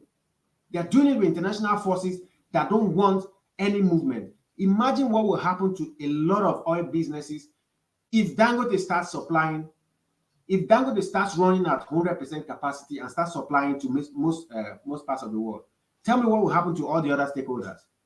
This is the same thing that they played on this guy, the airline guy, when he wanted to go into that. Look at how much that guy was able to bring down the cost. But it's the same factor. But I cannot explain it because I'm not in the field. But my analysis just brings me to this conclusion that there are international factors and we cannot see everything on that. The oil business is a mess. It's a mess. For the first, I don't understand why they will be telling us they want to repair one of the oil refineries. And they are going for the old moribund one. And people who know about the refineries tell us that's not the one they should be repairing because that one is outdated. And they took billions of borrowed money in dollars to want to resuscitate a dead one, while there is one that is more amenable to the current times, that it could use lesser money to operate, and it will give you better refined, better quality finished product. Nothing makes sense. Okay. If I were the president, if I was in charge, first and foremost, that man Mele Kyari should get out of that place. He has been. Okay. There's no reason why he should remain there because he's been there when the place was brought down, sold, and the percentage of our patrimony was further reduced from 20%, I think, to 5 or to 2%. I don't understand. I don't understand what is going on. Why in the first place was it sold? Okay. Why? Thank you, Xero. Jago, I've rearranged the screen, I think, based on how people came in. I just sort of rearranged it. But Jago, I'll come to you now. But before I come to you, I know you like to look at the foreign hand, the external influence on things. So I'll play this video, which Dangote granted an interview just as, I think, before they went live with production. I can hear something. And he did say something that you might like to add to your submission. I can hear myself. Okay, let me try and mute. Okay, let's try that again. Okay, that's better. So Aliko Dangote granted this interview a few months ago. Sand and marshes. It was just sand, that is a lot of sand actually. 65 million cubic meters of sand, 65 million tons. And now it's a refinery. It's a refinery working. Working refinery. Yes. 650,000 tons of capacity. 650,000 tons of capacity plus a petrochemical complex. And we've got a fertilizer complex nearby. Nearby, 3 million tons. How do you feel that you pulled this off? I feel great. I feel very proud as an African doing this. But people were questioning whether you could do it. We just saw the bill rising, the price tag rising. Nobody ever expected us to pull this through. A lot of people have given up, but we've been able to deliver. So you said it was going to be $14 billion? Yes. And now, at the beginning, but there are quite a lot. Now about 18.9, about 19 billion almost. 19 billion. Yes. And you had to become a construction company and we had to become construction. We are the engineering, the procurement and construction contractor.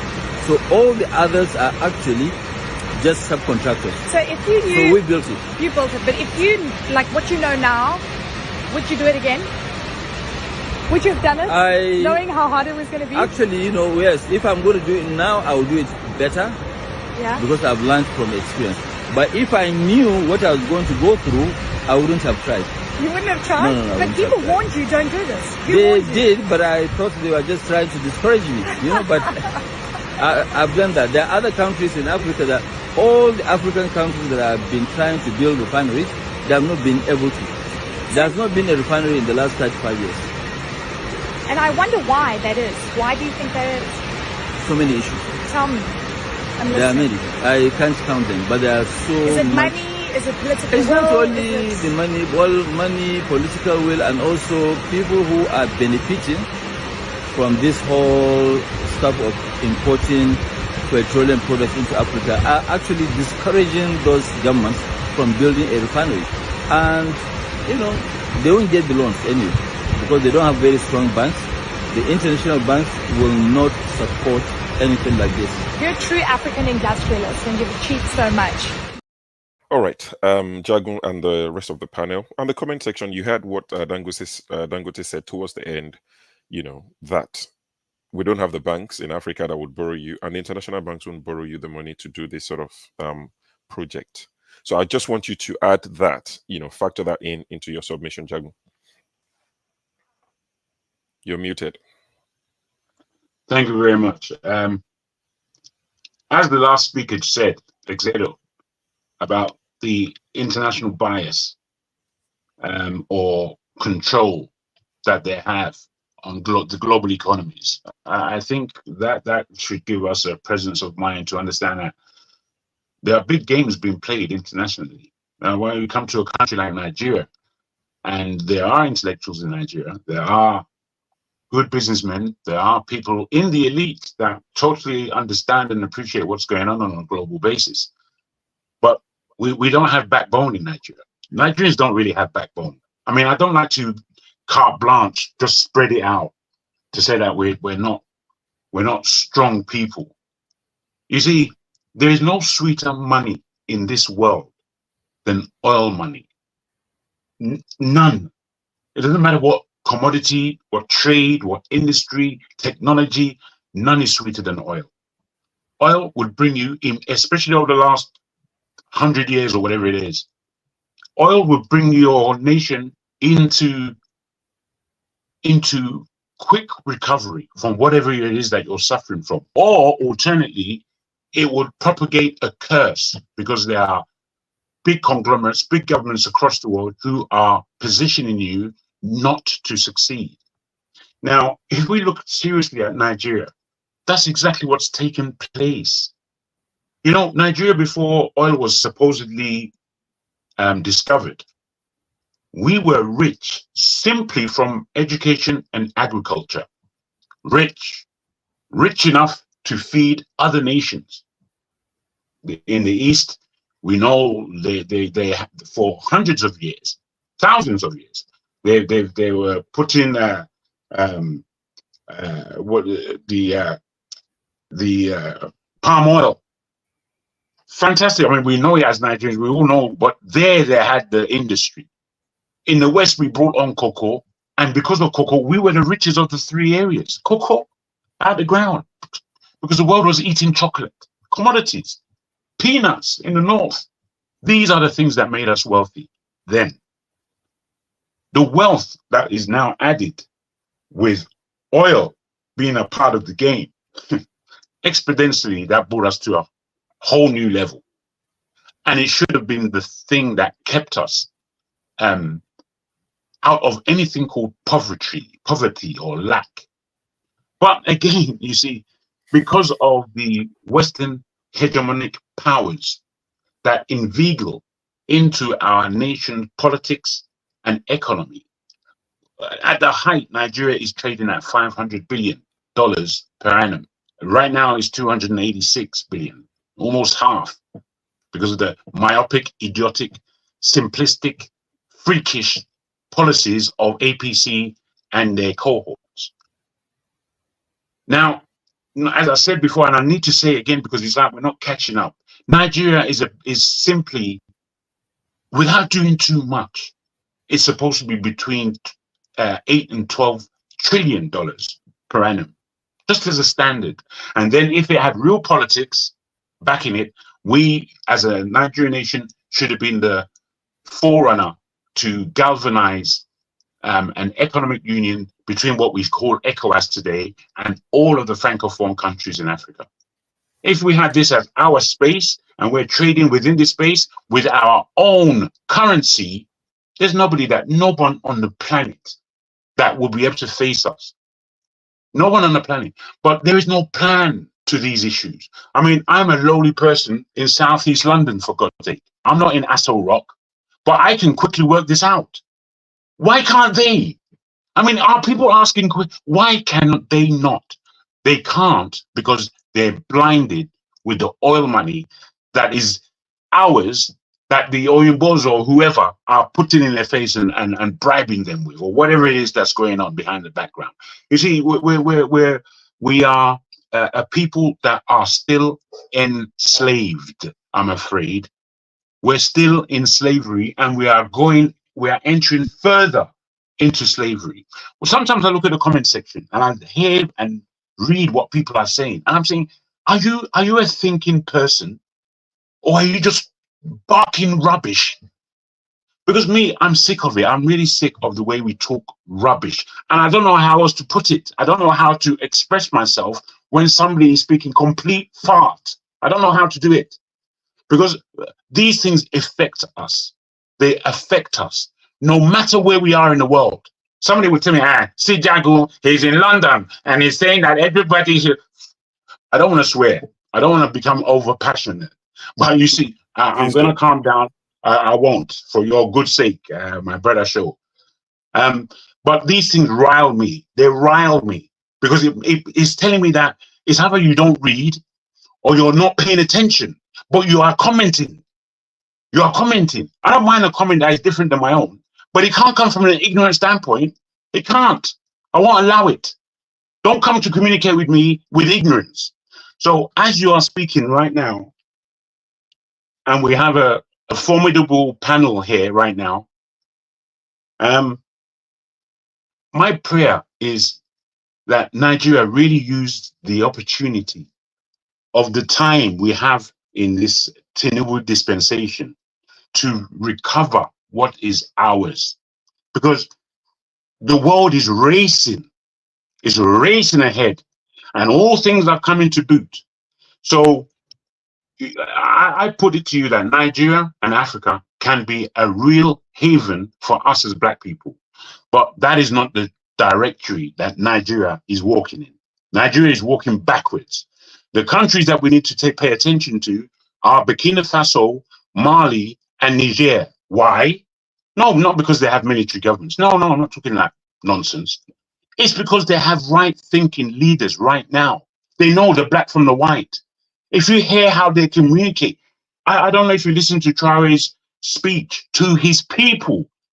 I've never heard anyone speak like that on the African plane to their people, where he's honestly explaining the history of the last 60 years, what's gone on, how we've been played, and how we're not going to take it anymore. That's how to communicate with your people, if you love them at all. The rest we should, I'm telling you, it's come to, I don't like violence. I don't have the girth for violence anymore. I used to love, but when I was young, I love a bit of punch up. I don't mind. I enjoy a bit of a punch up, but we know that as we get older, actually I've become more violently minded than I ever was, but I don't have the faculties. I don't have the girth for violence in my day-to-day. But my brother, there is no way that we can cross violence off the table, because what we're fighting for, truly, as you said it, my brother, is we're fighting for our soul right about now.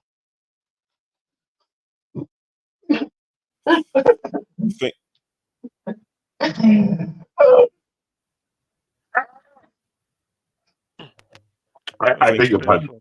Yeah, that's fine. So thank you. That was, passionate. There was a lot of fire in that. I appreciate your contribution as always. Mr. James, I'm hoping your mic is still on, but before I come to you, I'm trying to find something else that I can drop in there quickly. Let's find that. Okay, so is it Minister for Finance? He did speak.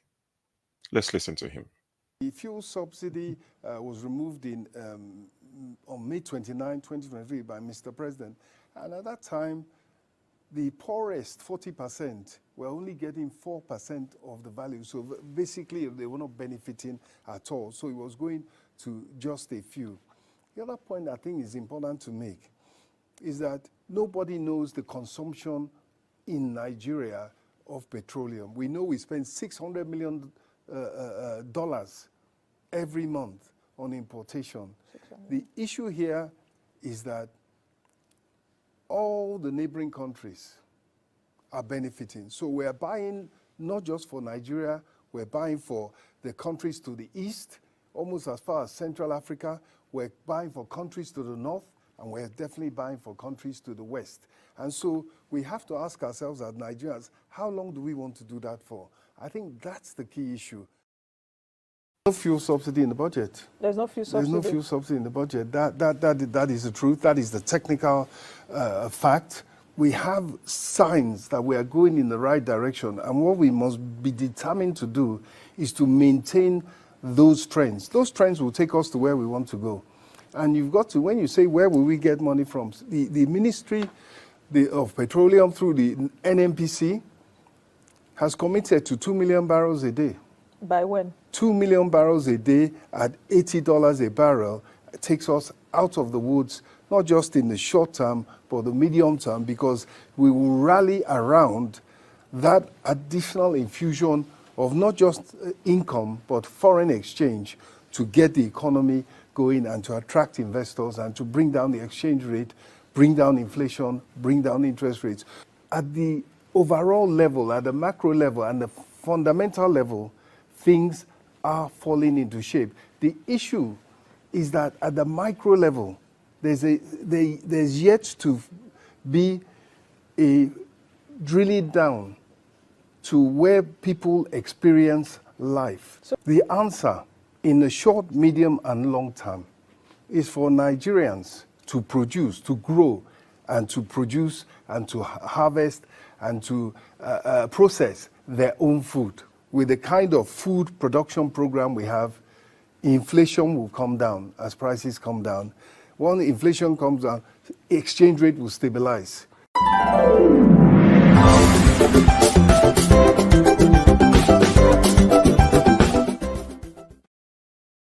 All right. Thanks to AIT for the video. So, Mr. James, you heard that. Let's start producing and harvesting. I'm sure you can hear me. Yes, we can hear you. Good. It's just empty talks. This is exactly how these guys have been mismanaging the country since God knows when. They give us fake promises. At the end of the day, let me be sarcastic, they rub our faces with shit and they get away with it. We are tired of this grammar. What we need in Nigeria right now is a new political dispensation that will wipe away these old brigades. Now he is talking about crude oil being, supplied to other African countries. Whose duty is it to police the borders? Is it my duty? Is it your? It looks like we've lost you, Mr. James. Your audio is gone and your video is frozen. We'll give it a second or two and we'll go to Kristen. Okay, Kristen, take it from where Mr. James stopped, if you don't mind. Oh, thank you for having me. They said those who understand what matters and what deals with it divide. Those are the ones that go the way that leads to life. First of all, we must understand that the war of Biafra, Biafran war, was a war of oil. So there are international commitments and local sabotage involved in the Nigerian oil sector. So the first one you have to understand, recently Obi said that he went to while he was campaigning, he went to different nations' capital and they asked him to agree on certain things, though he didn't tell us what. But what was he actually alluding to? So the reason why, Dangote and the NNPC will continue to have problem is because those who fought the war saw the oil as their booty. That's why you have all the generals have oil wells. Then the second thing is that what is the consequences of that? They sell it to the oil majors and then take money. And you cannot tell the oil majors who to sell to why they need it in their own countries. Nigeria do not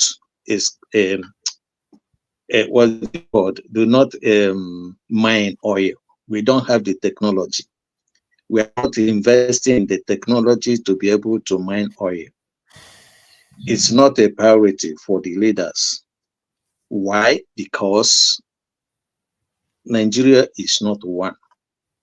And so they are trying, those who are in authority wants to exploit as much as they can before Nigeria eventually goes their way. So the issue for you are listening to the laws, and the man was saying that the NNPC and those regulators are not implementing. When has Nigeria started obeying the laws? That's the question. Constitution. We don't obey the Constitution. Constitution is supposed to be the grand norm. So if Nigeria doesn't obey the Constitution, how would they then obey the laws?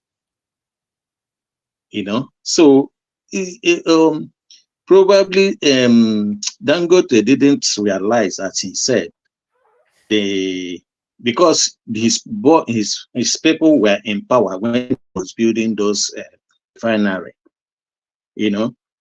So he didn't realize that there are, what may have been promised, that there will be oil flowing to his district, but he didn't realize how the oil sector works. Recently, we learned that the oil for the next 5 years have been sold to borrow money, and they have been selling the oil that will be mined to sell, to borrow money. So if these oil are mined, do you think that they will supply it to Dangote? Whereas those that actually have been paid for it 5 years or 10 years down the line, will not get their oil. So I don't know, how will it solve this problem? He should now start understanding why monopoly is not good. Because when he was, when he, had the monopoly for cement and all these things, so in this case now, those who are the big players in the oil sector are now trying to force him out of it, because they know that, if you are transferring technology, I mean, why would they want your refinery to work here when they can sell you the petroleum and get more money from you? So Africa is supposed to be a raw material continent rather than a producing or a manufacturing continent.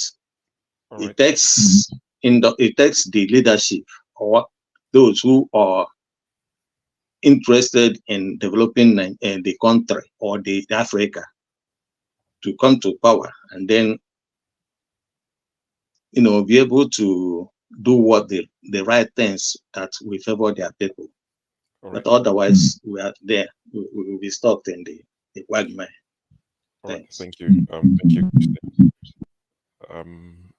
CM, I'm going to come to you in a second. I just want to play a bit more of the video, and I'll come to you so you can weigh in on this as well.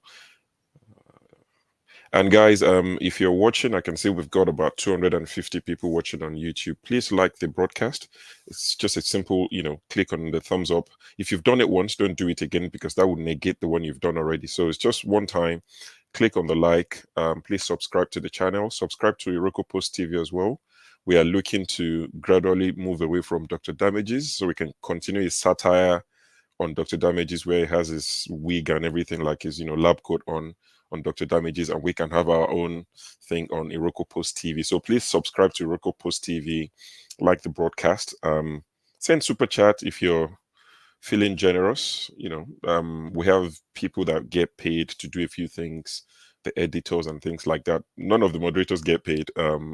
Just to let you know, I don't think Dr. Damages makes enough money to pay us, so it's a voluntary thing that we do. So if I solicit for money, it's not because I'm looking to get paid or get a raise. It's just that so that things can be paid for. There are people who work and cut the clips and go through different things. So please support the channel if you can. Thank you.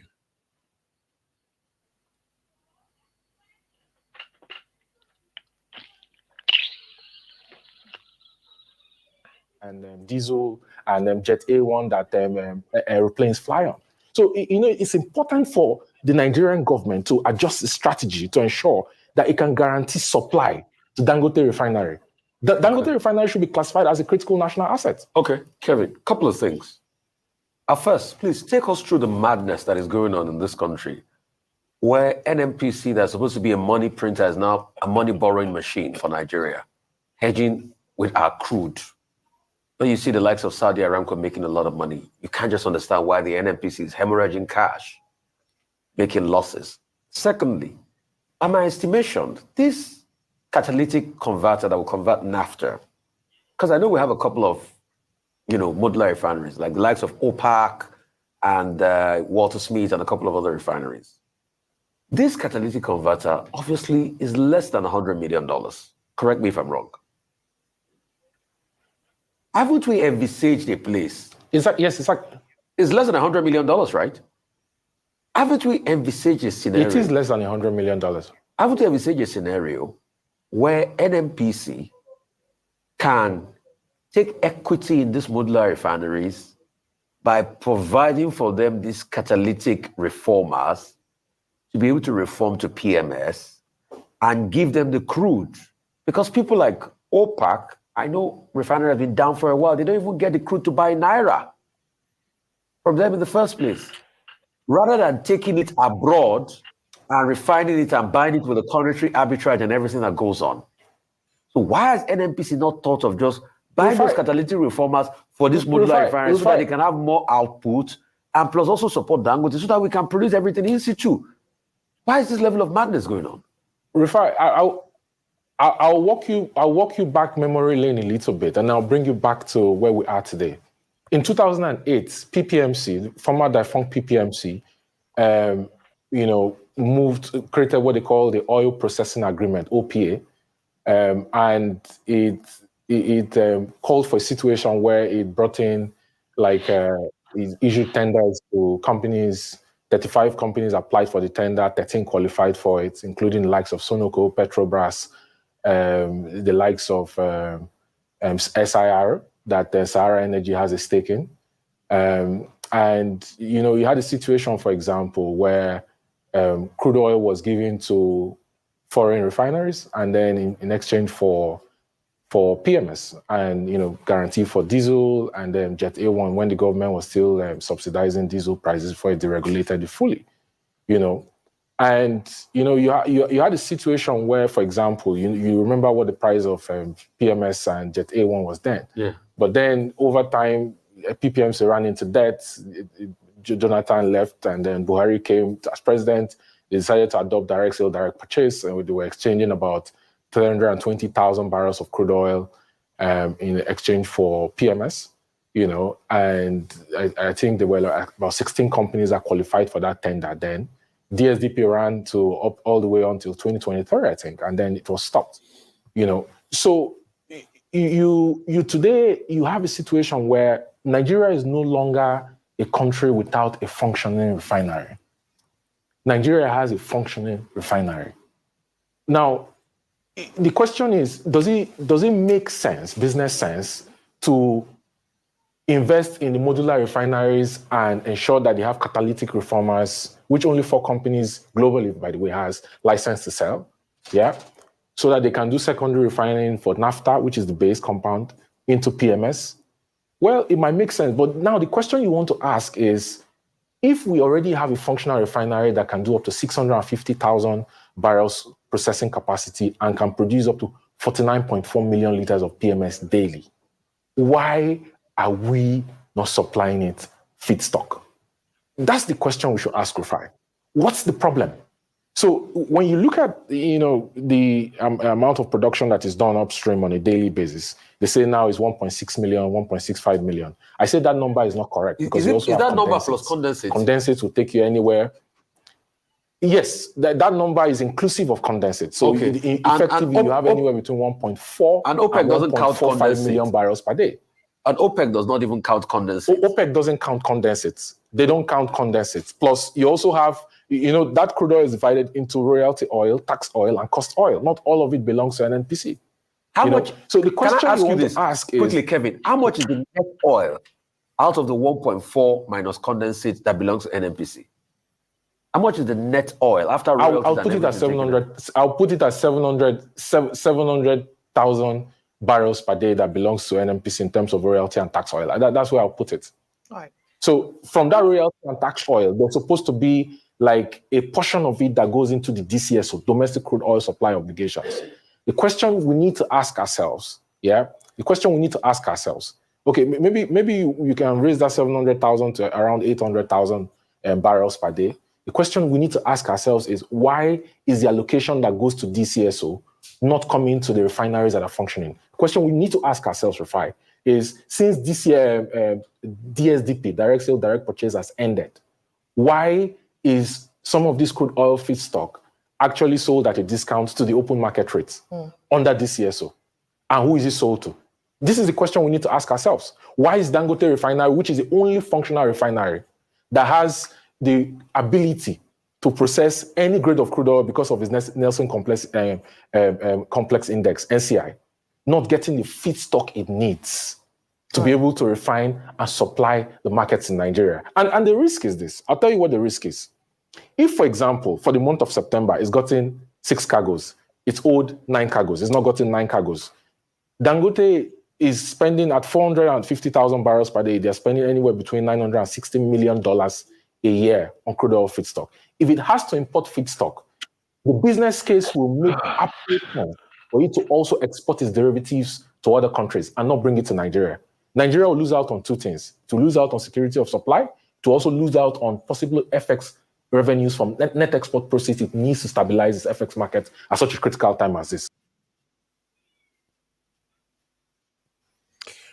Right. I just thought I would play that bit so that when CM is going to weigh in on this, you can factor that in.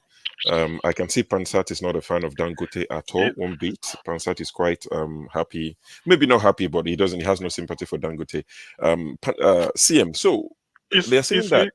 There's 1 second. They're saying Port Harcourt refinery is going to come on stream this year. They've been saying that for forever. Over the last 20 years, they've spent the same amount of money Dangote used to build this refinery to maintain our 4 refineries that hasn't produced a drop of oil in those 20 years. Now, if Port Harcourt comes on stream, would it get crude oil? Are you worried it will still be the same story? Anyway, sure, to be honest with you, it's only that if you are, or the rest of the panelists, if you people agree, you see this NNPC, crude oil, Dangote, all these things, we postpone this discussion. Okay. Let this Kyari, the one that promised, say it should be televised, that is ready to testify. Let him let the cat out of if really he's courageous. You see, if there is something called the more you hear, not the more you look, the more you hear, the more confused you become. Is this oil something? All these things they are talking is grammar. Look, we can never know what is going on in the Nigerian oil industry unless somebody highly placed will come out like this MD, or the one that promised to face a Senate, either Senate, I don't know what, it's just like to testify. Let them tell us what is happening. One thing we know is oil is being stolen. Whether I'm not speaking for Dangote, he didn't send me here, but I know Dangote, like any other person, before he set out to build a refinery, he must have in mind that when I finish building it, the crude oil is there.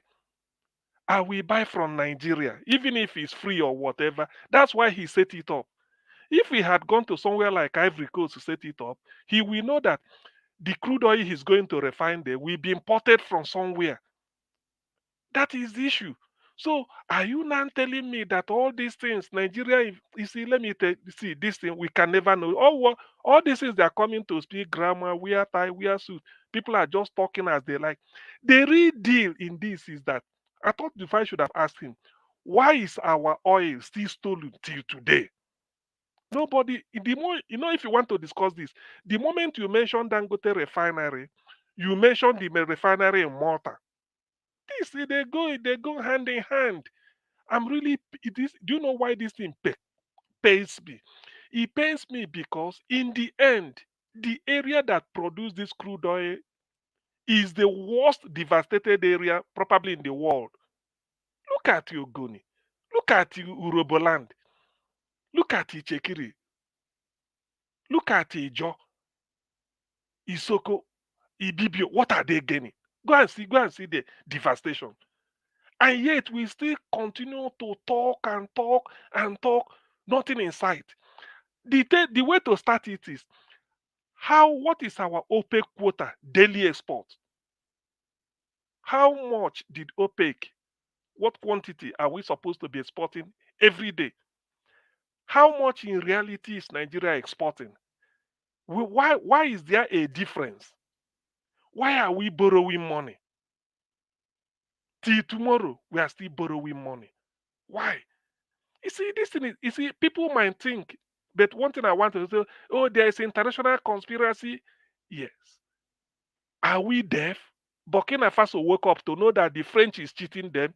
They said never again. Of course, the people in Burkina Faso would have said, well, as it is, let me join France. Or are you telling me that France did not want to bribe some leaders in Burkina Faso to keep quiet? But that is patriotism. They refused. The same thing with Mali. Now look at Niger Republic. What really in Nigeria? When they are saying this thing, to be honest, it churns my stomach. I feel so much ashamed. What are you telling the people in the people in the south in the Niger Delta when they hear this story about their crude oil? No account. People, what we know is that nobody knows how much is produced and how much we sell out. Nobody can tell you. What quantity is stolen, they will never tell you. Or they will be telling you a different type of organic chemistry. Your catalytic, enzyme reaction. All these things are just look, we know this from secondary school. You catalyze this, you can get we know you get bitumen. There are a lot of things you get. What are you telling us this? That is not what you want to know is that Nigeria is a member of OPEC, right? Yes. What quantity are we supposed to be exporting every day? Given to us by OPEC. Because if you go beyond, OPEC will punish you. This is it. How much of it are we exporting? It's a simple question. Who accounts for that? Why is Dangote crying? Why is the man in NNPC saying that he will like to testify and they should be televised? I think there are a lot, or maybe when the man finished talking, we might get one or two things. Because no wonder oil business is so oily, to be honest with you. I'm so ashamed. And Nigeria is borrowing money. And we are talking of how we refine this crude oil. We do it this way. The one that goes out, the one that offshore, onshore. What is the meaning of all this? Our crude oil is being stolen. That is sure. Being stolen by the people who feel that it is their own. And everybody is keeping quiet. I wish we have people like in Burkina Faso or Mali or to take control. Because this is unbecoming. Dangote is regretting it.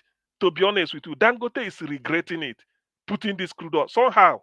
Because you can't build a refinery. He's not building the refinery with intention to import.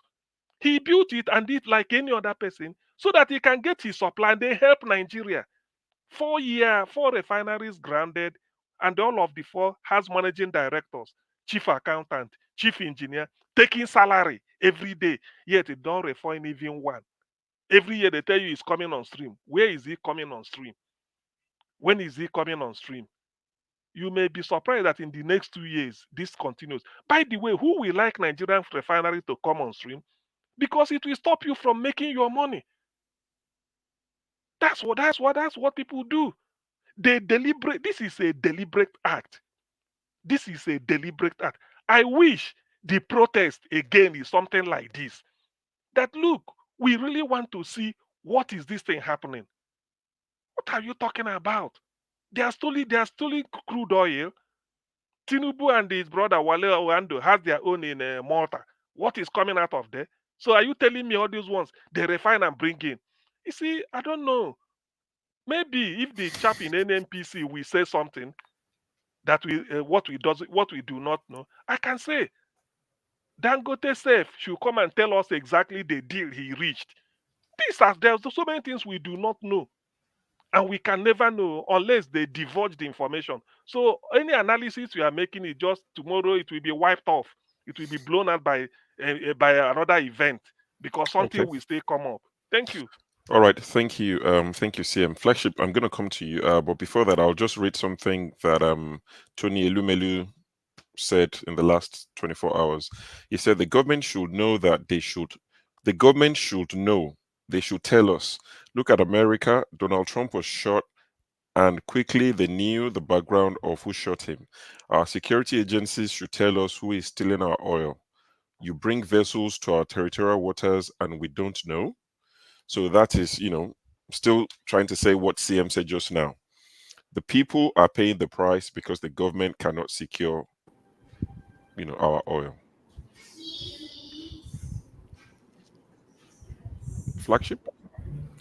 Yeah, sure. It's pathetic to say the least when you think about this whole thing.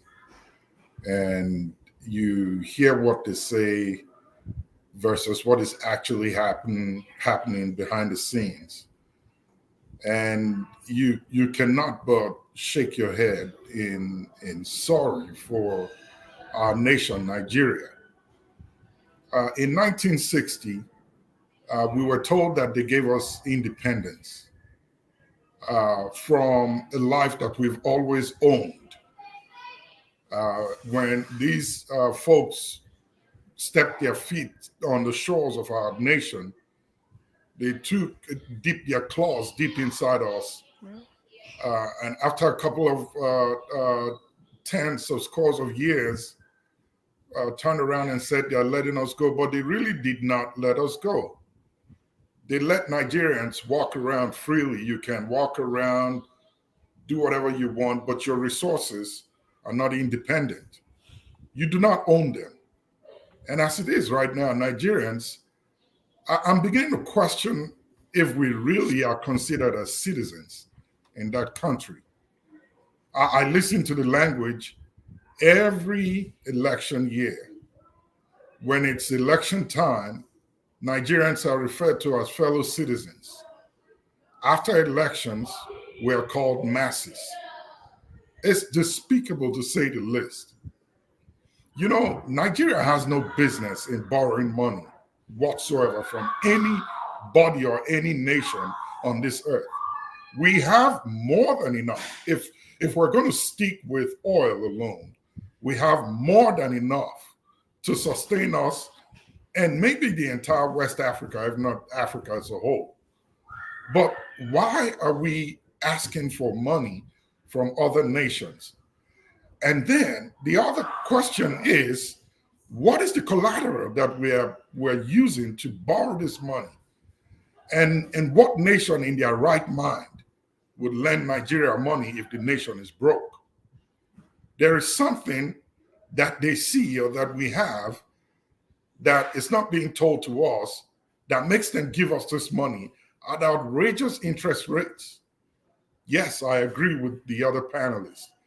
The oil in Nigeria is being stolen on a daily basis. From my own personal estimate, I think that Nigeria is being ran with only 20% of the oil revenue that the nation is getting. Where is the other 80%? Who is pocketing those? Why would Nigeria subsidize oil, pay for it to go to Malta or wherever it is that they refine it, and then bring it back and sell it to the rest of Africa, including Nigeria? And last year, when subsidy was removed, why did the other African nations not feel the pinch like Nigeria felt it on day one when that announcement was made. Thirdly, all the derivatives that we get from crude, where is it going to? Who is in charge of that? Who are these guys that pocket the revenue that we get from these derivatives? Why are we importing them when we need to construct our roads? Why do we buy plastic materials from China? Why do we import medicinal products when we can get the same from our crude? Why do we depend so much on fertilizer coming from other places and our farmers pay so much for them when we have it underneath our feet? So here it is. If Nigeria, with this much underneath our soil, is borrowing money, and Dangote now is coming out to cry out and exposing much of what is happening behind the curtains to us, and now we are seeing it that, oh, wow, so this is what is going on. It tells me one thing, that Dangote was lied to when he decided to embark on this project. And that's why he said when his friends advised him, he thought they were trying to discourage him. They lied to Dangote. And here's my premise. I have a friend who's a geologist, and I asked him a question. Is there a way you can tell the quantity of oil below any soil at any given region or geographical location? And he said, yes, they have the technology that can measure and tell you how much you have. So could Nigeria have borrowed money using the vast majority of what it's got? And they've already been apportioned. I think one of the panelists said something in relation to that Dangote now coming into the picture, there is no allocation for him in the quantity that Nigeria has. And now he's crying foul. You told me I'm going to get it. And here am I, the refinery is ready to go, and I don't have this product to get things running. And Dangote putting that refinery there, I don't beg to, but I stand to differ that it's not in the interest of Nigeria in any way. He's a businessman. He's doing that for himself and his friends. How much of the help has Dangote given to Nigerians with his sugar, cement, and flour and the rest of them? Don't quote me on this one. I heard that the same cement we pay, what, 7,000-8,000 per bag for in Nigeria from Dangote is being sold in Cameroon for far much less. It's being produced in Nigeria. Why are we paying more for it than the Cameroonians and every other African nation that are profiting from Dangote? If he does that, why do I think that this refinery that he has set up is in the best interest of Nigeria? I'm yet to see that happen. And I know it's not. That's why this fuss between himself and NPC and the Nigerian government. So I say this, that we are yet to see the real picture. We're waiting for the CEO of NNPC to come out and speak. And I hope that when he comes to speak, he will tell us where the revenue for all the derivatives from this crude that we export is going to, and who manages them or who's in charge of them. Nigeria has what the oil community refer to as sweet crude, whatever that means. If I will explain it in my layman terms, is that the crude Nigeria has better quality, easy to refine. The derivatives you get from it, you can't match any other from any other part of the world with it. That's why it's highly sought after. So why are we not benefiting from this? I'm waiting to hear from him. Let him come back and testify, and let him tell us where the revenue that we're getting from this crude is going to. Why we cannot account, like the gentleman on that clip was saying, why we cannot account for the 30% that should be coming to us, and who is manning it. Why would Nigeria need to go borrow $2 billion and more to sustain itself and the distribution of these products? There's so much more that is yet to be heard. So I say this to everybody: grab your glass of wine, sit back, and let's watch and see how the secrets behind closed doors will be exposed. Thank you. All right. Thank you, Flagship. So, Mr. James, this might be a topic that you might be interested in speaking on. I'm just thinking, I might be totally wrong now, completely wrong, but I'm thinking, in a very simplistic way, that is it possible that when Dangote was setting this up, his deals, his agreements was with the CPC wing of APC, and they are now out of office, and it's now got to deal with the ACN wing of APC. Could that be the case? Well, whatever the case is, that is their cup of tea. Look, this business they call 419. If, let's say, Mr. A wants to swindle B, first of all, Mr. A will write a letter to B that I've got XYZ in social account. They work out the modalities to swindle an imaginary person. And in the process, Mr. A will succeed in swindling Mr. B. And Mr. B cannot come out to explain actually what happened in details, because fundamentally, his intention was fraudulent, to swindle another person. Because of trying to swindle another person, he got swindled.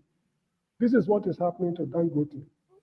What the agreement they reached behind the scene is likely to be despicable, that they are finding it impossible to divulge it to members of the public. So whatever happens to him is his cup of tea. That refinery is not Nigerian refinery. When I was a little boy, Warri refinery was functioning. The ones at Port Harcourt were also functioning. I think there are two there. The one in Kaduna built by the military. I think that's the youngest refinery built by the military. They were functioning. Why is it that they are refusing to repair these refineries and everybody's talking about Dangote, Dangote, Dangote? We know who this man is in our midst. So whatever happens to him, is it not Jeffrey Archer who wrote a book, I think, Honor Among Thieves, or there's something like that? There's no honor among thieves. When a thief steals from a thief, they know how to resolve their problems behind the scene. So that should not bother us at all. As I was saying before I went offline, they are talking about we supplying crude oil to neighboring countries illegally. Is it my duty to police the border? That is the duty of government. It's not your duty. It's not my duty. They are paid to serve the people of Nigeria. So if they cannot secure the borders, that is their cup of tea. And whenever any journalist uncover syndicates of smuggling syndicate, that journalist do not know peace in this country. And not only that, the government deliberately refused to come to their rescue whenever they are being harassed by those in government, whenever they expose smuggling syndicates in the country.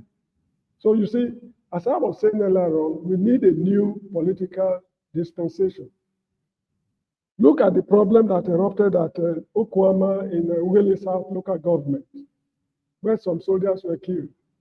What happened? Up to now, nothing has been said. No commission of inquiry. Because if you open a kind of, if you set up a commission of inquiry, it's a Pandora's box you are opening. And what will come out of your phone, you cannot handle it. And this is just like the quarrel between Dangote and his, business, cliques in government. Now, as for this man they call Kyari, Mr. Shaw, I would like you to enlighten me. Is it related to the policeman in Hush Puppy's case? I'm not sure. I'm not sure if they're related. Is it related to a Secretary General that died during Buhari's time, one Emeka Anyaoku or so? I don't think so. I can check. This is a case of 3 Kyaris. Yes. Terrorizing the country. If they happen to be from one family, there's need for Nigerians to be extremely careful of that family. Emeka Kyari of Hush Puppy, the Secretary General or so, I don't know what his rank is, in Buhari's time, and this very one.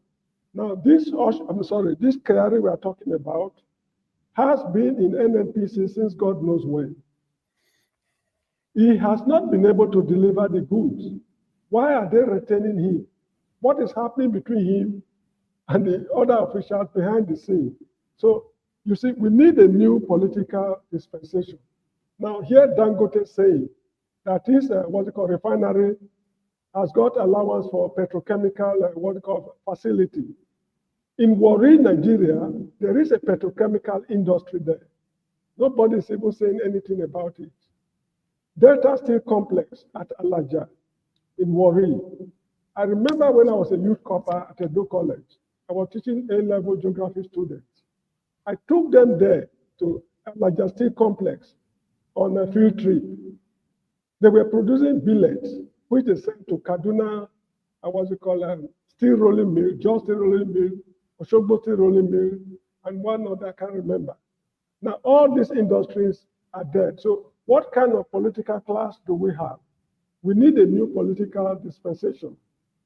We should congratulate these boys who have taken over the streets, because if they are able to sustain their momentum the way they are planning it, there will surely be revolutionary changes in Nigeria. I've said it on this platform and many others. There will never be a change in Nigeria without a revolution. Absolutely no change. 2027 is another scam in the waiting. I think a governor has already indicated his interest to run for office in 2027.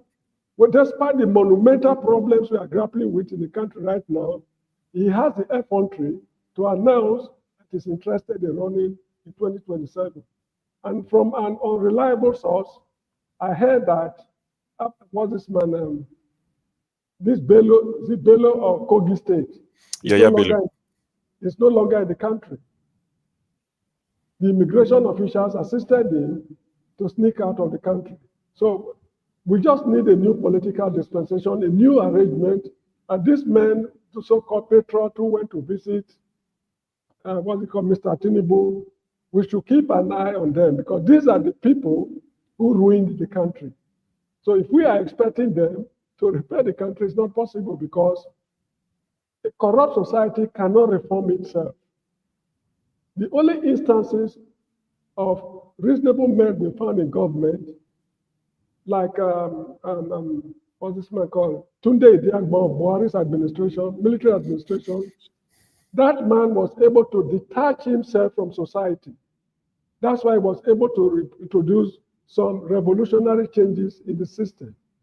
As long as this political class are part of the system, it is impossible for them to effect any change.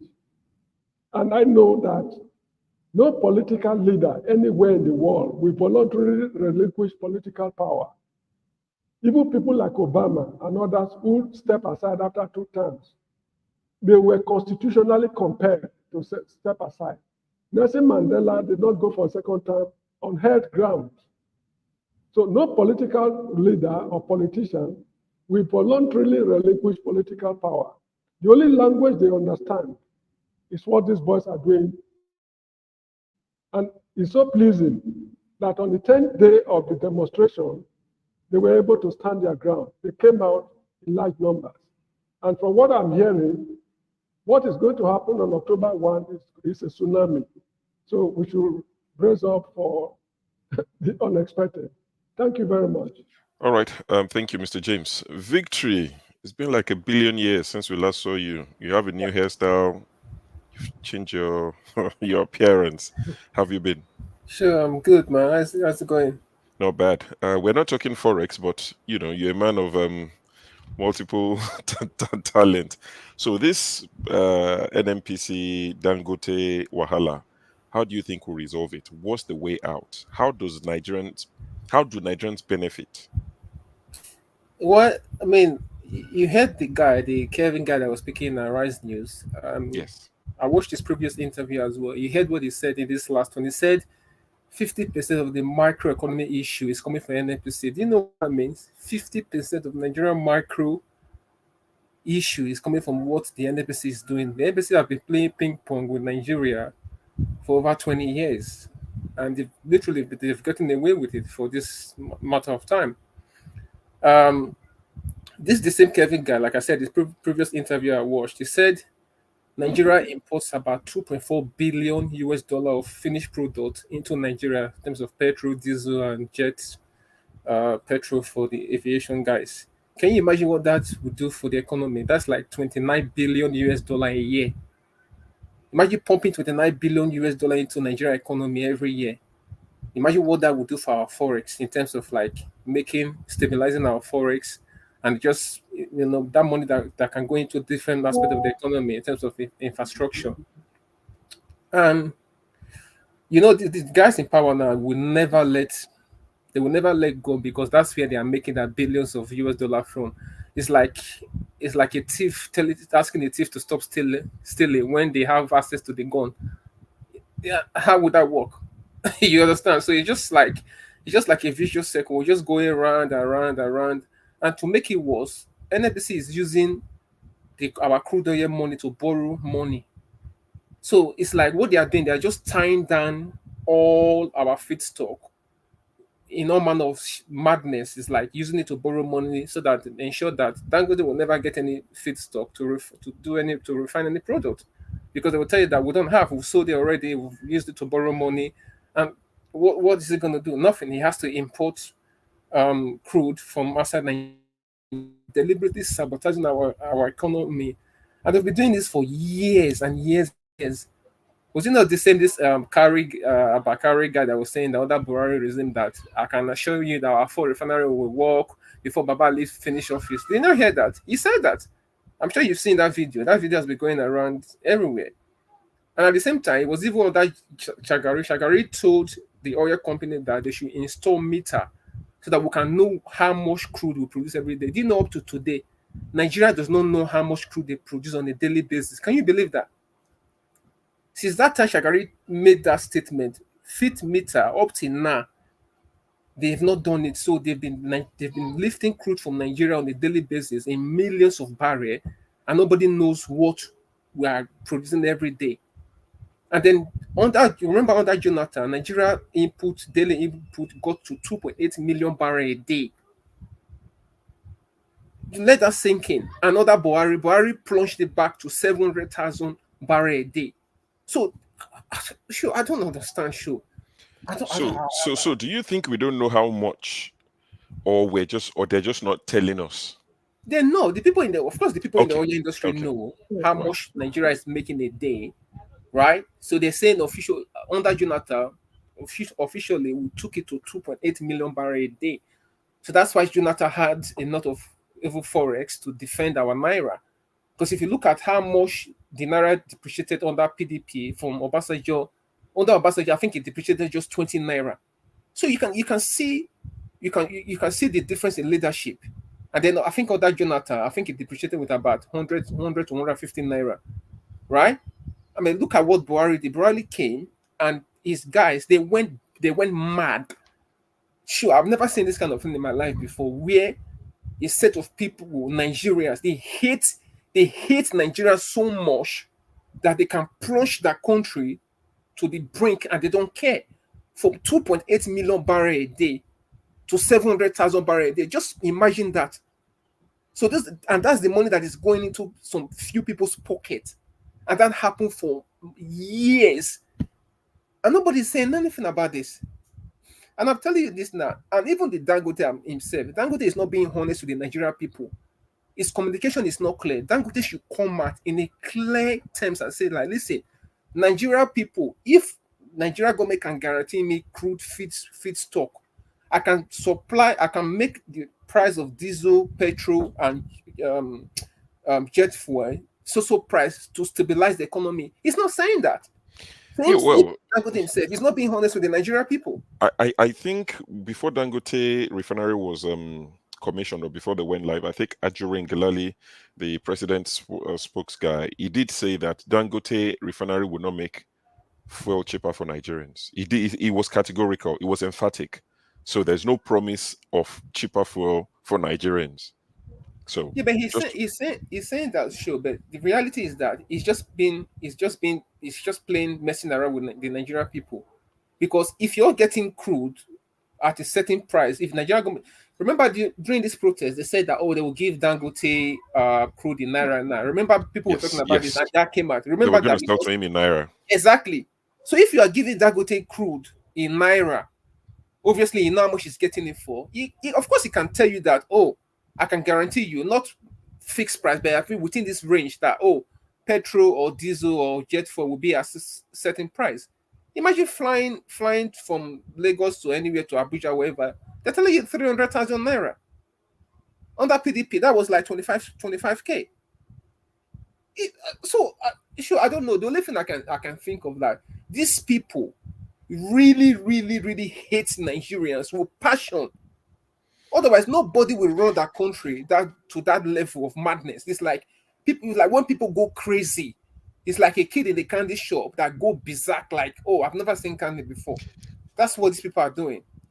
Honestly, it would be nice to hear what the supporters and defenders of APC would have to say on these issues. Like I said, I would like it to, to have like a balanced outlook, in the sense that we've said what we've said so far.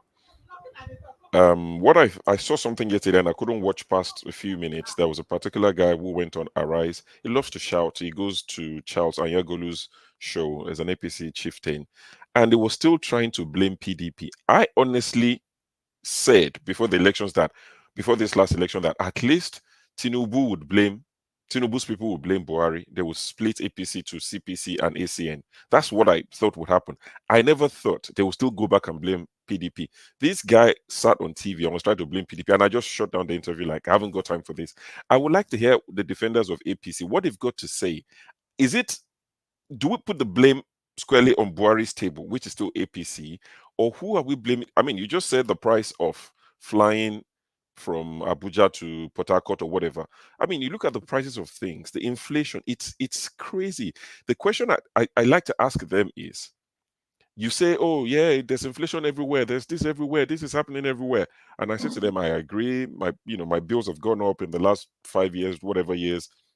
Even plantain that I can eat from January to December, when I came to this country, was 6 for a pound, 6, 7 for a pound. Now it's 3 for 2 pounds. Okay, but I can afford it. It doesn't change much for me. So I ask my people who defend the government, and whatever you say, they have an answer. What do you say to the guy in Nigeria that is going to be paid 70,000? Let's forget 30,000. Because they like the 70,000, because to them, Mr. James, I'll come to you in a second, because to them, it's easy, convenient to say, it's not 70K, we've more than doubled your salary. But what 30,000 would get you the day minimum wage was increased to 30,000, 200,000 won't get it today. So this your 70,000 you talk about is nonsense. So can you please explain to our people in Nigeria, help them manage their 70K? How should they spend it? Transport to work 5 days a week, paying rent. We're not talking about somebody that, Fayoshe said, had 17 children. I'm talking about somebody who has a child. Sorry, sure. Let me just line on this, because I'm gonna just shoot off quickly. Okay. I think the people in power now, they will never stop what they are doing, because they've taken, like, Nigerians are living in fear, because you can't blame them, because at the end of the day, the history has shown that if you come out and do anything, they will kill you, they will shoot you and all that. So Nigerians are living in fear, and I think it's understandable for we to be empathetic towards people that are there. And I think the bone of Nigeria's problem is that we don't feel sorry for ourselves. So Nigerians are not empathetic people. We don't feel, as long as we are sorted, me and my family is sorted, we don't care. And that's the society we've lived in. And it's like that is not the norm, because there's no way you like have like $1 million in your account, and you drive past the street and you see people that are hungry, they've not eaten, and you don't feel anything, because we build a society where everyone is for themselves. We are so mean, so cold-hearted. That's why the people in power, they will continue doing this until the Nigeria people comes out and say, listen, enough is enough. And if they have any sense now, they should know that we're getting to that time, because the 2023 election was the straw that broke the camel's back. People will not take that anymore. People see news from their social media, and they're looking at their life that, hang on, how come things are so bad for me? I can't eat, my children can't go to school. So at a point, people will say enough is enough. And if they have any clue, they would seriously rein back on their excesses now and look for a way forward for that country. That's what I have to say. All right. Thank you, Victory. Thank you. Mr. James, yes, you wanted to say something. Yeah, I slightly disagree with the gentleman.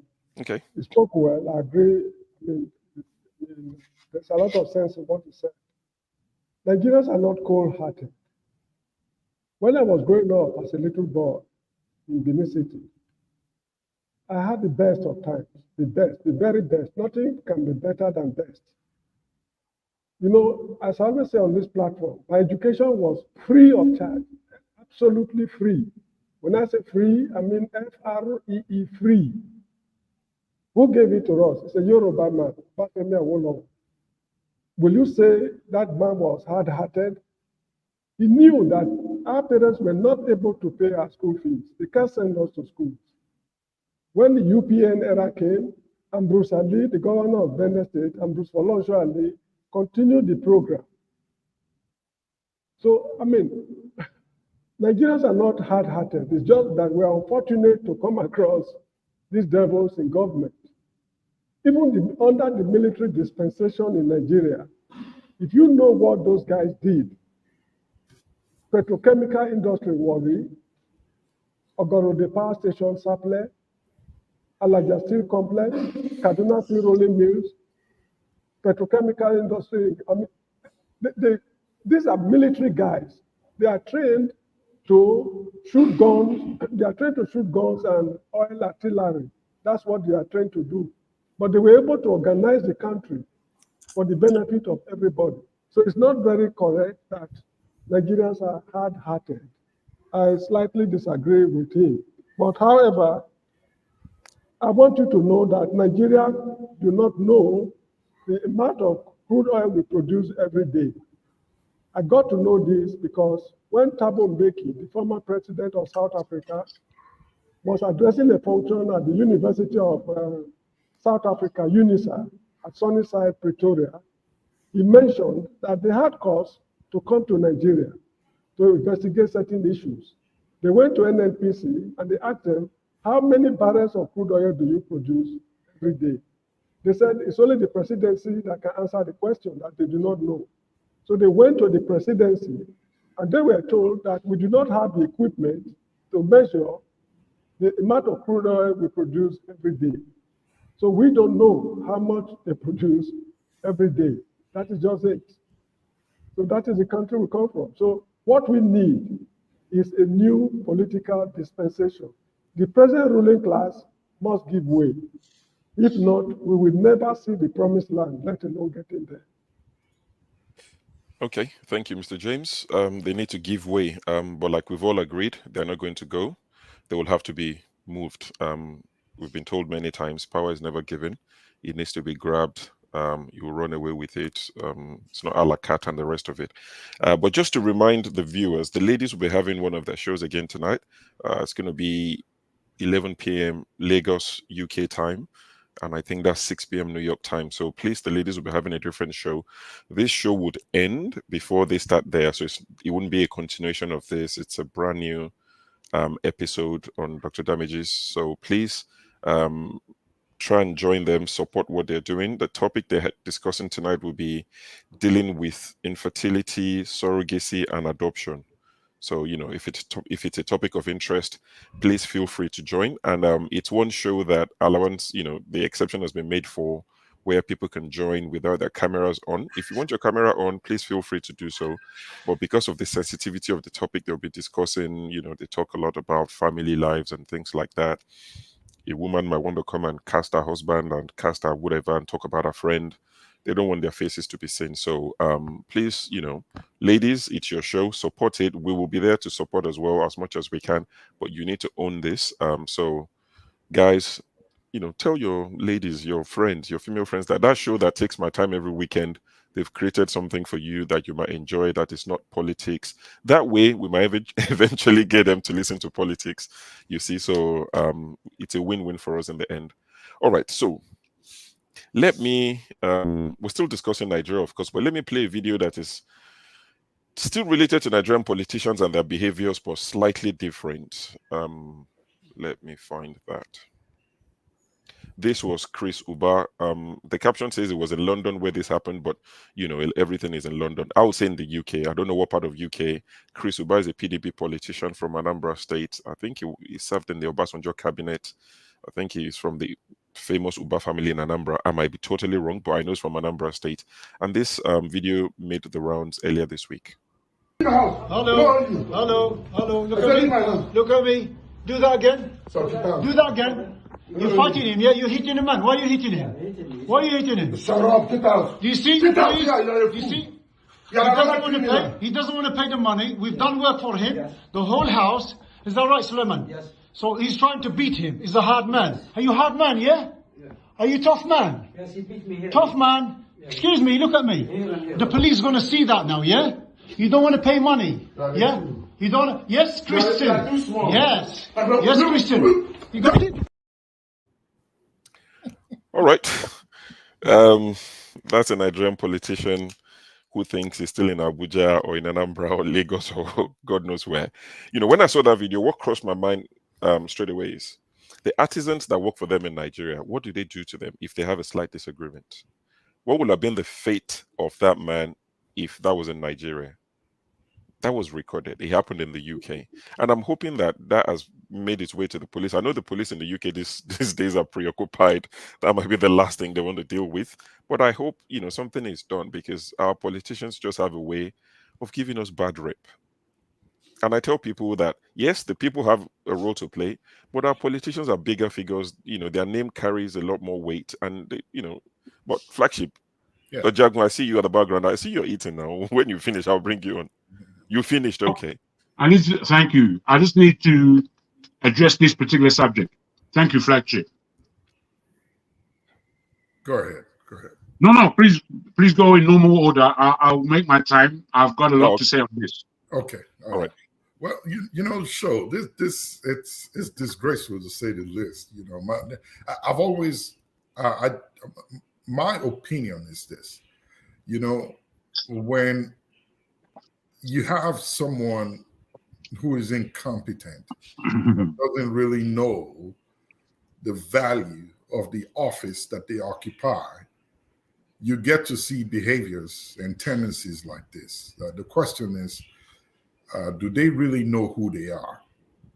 And that they are figures that are looked at with so much high expectations wherever they show up. It doesn't matter where. In Nigeria, abroad somewhere, do they really know what they carry, what they represent, and who they represent? That as individuals, or as a politician rather, they are no longer an individual. So whatever behavior attributes that they exhibit outside is being interpreted as Nigeria and not themselves as an individual. You know, you asked a very strong question that if this could happen abroad, what would be the case for their own local staff back home? It's hard for me to imagine. It's really hard for me to imagine what they go through. It's tough to hear that some of these staff of these politicians that you hear command millions and billions in their account still pay their staff minimum wage.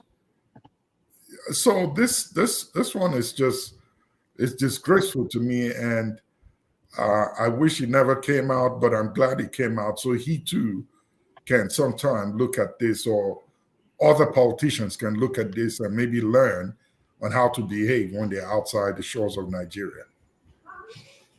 Thank you. Thank you, Flagship. Mr. James, what do you say to our brothers? Yes, it's laughable because it reminds me of those years I spent in the city of Johannesburg, in a neighborhood called Hillbrook. Such a thing can never happen in South Africa, not even in one's dream. It can never happen. Because if a man should work for you and you are refusing to pay him, what he'll do is very simple. They hire a gunman after you, and that's the end of the show. No more. And nothing will happen, absolutely nothing, for one reason. There's numerous murder cases in South Africa. They have more cemeteries than any other country in Africa, South Africa. The biggest cemetery is a place called, it's called Avalon Cemetery in Soweto. Every week, they bury a minimum of about 600 to 700 people at Avalon Cemetery in Johannesburg alone. And what is the cause of death? There are only two major causes of death: HIV/AIDS and bullet wounds. The South African will not take this nonsense. They will send him to hell and they just forget all about him. You get the point? Yes. So that is how it is. In Nigeria, worse things happen. There are cases I would not like to mention here for certain important reasons of well-to-do men maltreating their workers. So such is life. But one thing again we should know is that if people get the government they deserve. You see the white man who was talking to him, or the light complexion man, was talking about the police. It means that the police seem to be up to the mark in the UK. So it's up to us to make or man Nigeria. That is just how I see it. Because what the boys are doing right now in Nigeria is a foundation for a better Nigeria to come. I might not live to see that Nigeria. This reminds me of French Revolution of, I think, 1789, if I'm not mistaken.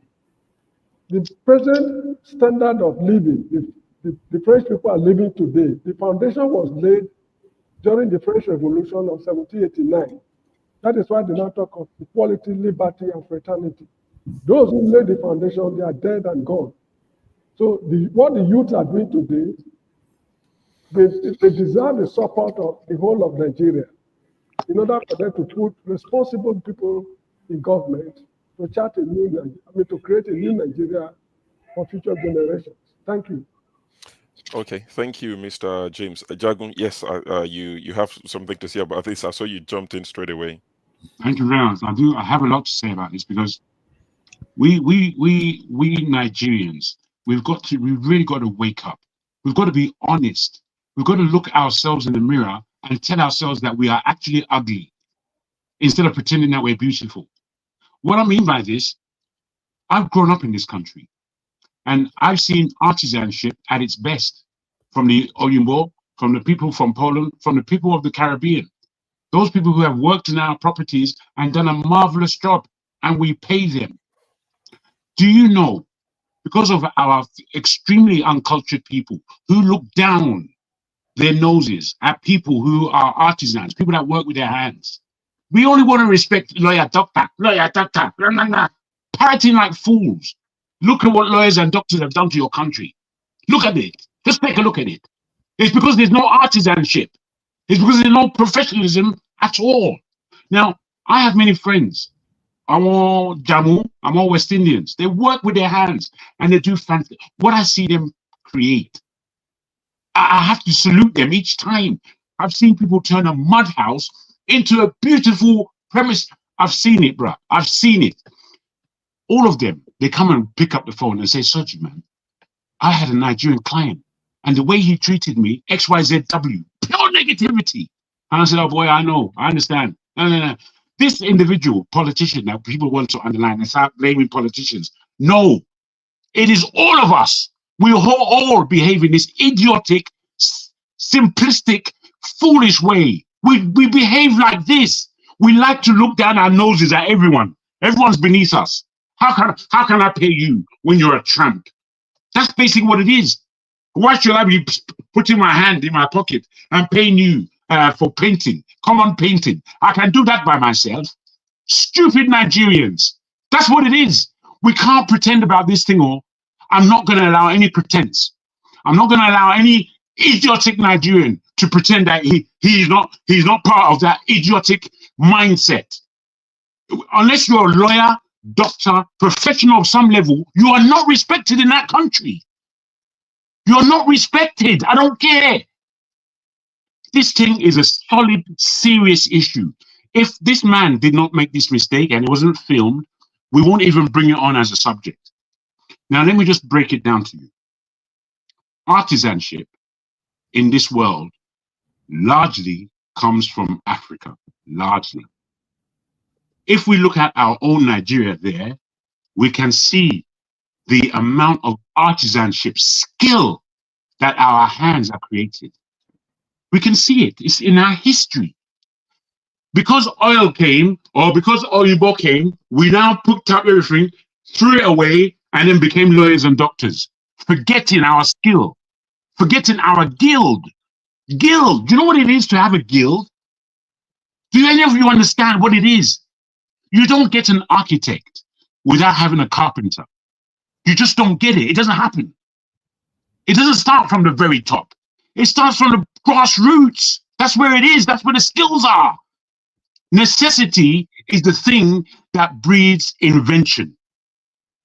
And it is those who, with skills of mind and hand, that can operate things. Have you seen bushcraft? I forgot my brother's name from our Igbo brother he speaks a lot about bushcraft. And anytime he speaks that language, I'm on his side 100%, because there is such a thing. There is such a thing. Me, I have always worked in the media and in professional spaces. But in my off time though, I built houses, I've built premises. Soji Adamo, with my hands, with my brothers there. We've put houses together. And I've seen it from its beginnings where I think, boy, how are we going to actually do this? How are we going to erect a house? Till the end, when the thing is actually erected, I think, my God, what a wonderful work. What a wonderful work. I really don't know what is wrong with our people, but we are suffering. I'm not talking about the politicians, or don't start pointing the finger at politicians without pointing it at your ugly self. This is a matter of our so-called elite, so-called professional classes, and so-called educated classes. They don't want to get their hands dirty. I can't do that job. See, talking fart. I'm sorry. I'm incensed with us all. I'm not happy with us at all. So I'll just leave it there and have people take that on board. That is my aspect on this issue. Thank you. All right, Jagun, thank you very much. You spoke passionately about that, and I couldn't agree anymore. I'll tell you a personal story experience. I've been grilling barbecue. I've watched thousands of hours on grilling, smoking.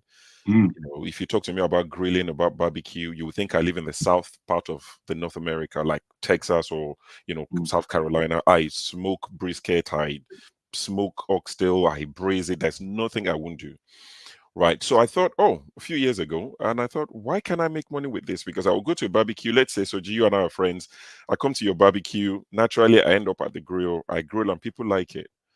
And your friends now start telling me, Soji, can you tell Show to come grill for me? So I used to do it, but I thought, I don't know you. I know Soji, who are you? So I started charging people. So I made a business out of it years ago. And because I'm very Nigerian, the minute I open my mouth, you can tell I'm Nigerian. And most of my clientele were Nigerians. And I would, get recommended to people. They'll come to barbecue, they like it. And they would come and say, have you got a card? I don't have a card. There's Instagram. That was the only reason why I used Instagram for the business.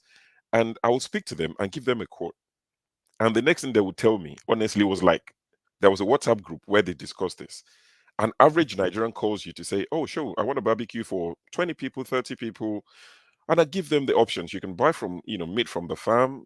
Your best barbecue starts based on the type of meat you buy. If you go to the frozen meat, it's going to be nonsense. But buy from the farm. You buy it yourself. I send you the links of the farms I shop at. And they start telling me, you want to collect 1,000, 2,000. How much is a kilo of jollof? How much is a kilo of jollof? There you go. Jollof? What do you mean how much is a kilo? Go and buy your jollof and assorted meat and go and eat it in peace. I have not asked to talk to you. You came to me. I'm giving you a fair price. So when they say that nonsense, I will now send them Google links of where you have people, like Oyinbo people who do barbecue. And they will have cooked it in their house. They're coming to serve at your barbecue. I come and grill. The experience, I grill from the scratch. I don't steam the meat and just char it. No, I cook from the beginning while your friends are there.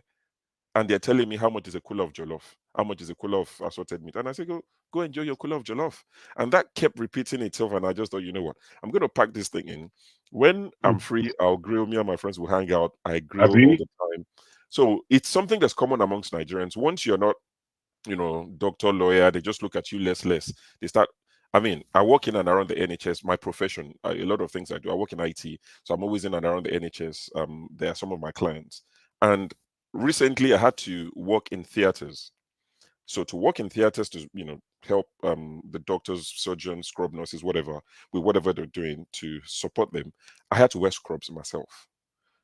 The way people respect you in the lifts once you're wearing scrub, and I'm thinking, okay. So because I'm wearing scrubs now, the same me that will wear my shirt and smart shokoto and go about, that people just push you around in the lift. Now I'm wearing scrubs. You see most of the cleaners are Africans at the hospital, and they greet you differently. They treat you, and I'm thinking, so because I'm wearing a scrub, all of a sudden is elevated. But just to agree with most of what you're saying, CM, how do you treat your artisans in the UK? Well, to be honest with you, I told send messages back home that anybody coming to the UK should try and learn one artisan handwork, that you make money more than you can ever think, as long as you know the job, that they make more money than us. Over here, if you see a house owned by a builder, hey, if you get into the house, to be honest with you, you'll be saying, CM, yeah, tell them, please tell them. Exactly. So if you see the house they live in, hey, I have one as a friend, but he doesn't know all the time. I always like to come over. Those days, when you look at the house, the way they build it, he tell you this house, or it wasn't like this, but I changed it. How much? At no cost. They know when to go to B&Q and buy one thing during sales. They know when to go to so many things. And if you see the way, they will just design it that and after that, you may not live there more than a year, two, you sell it, make money, and move to another place. So the thing about it is that in Nigeria, anybody who likes fraud would not like to be an artisan.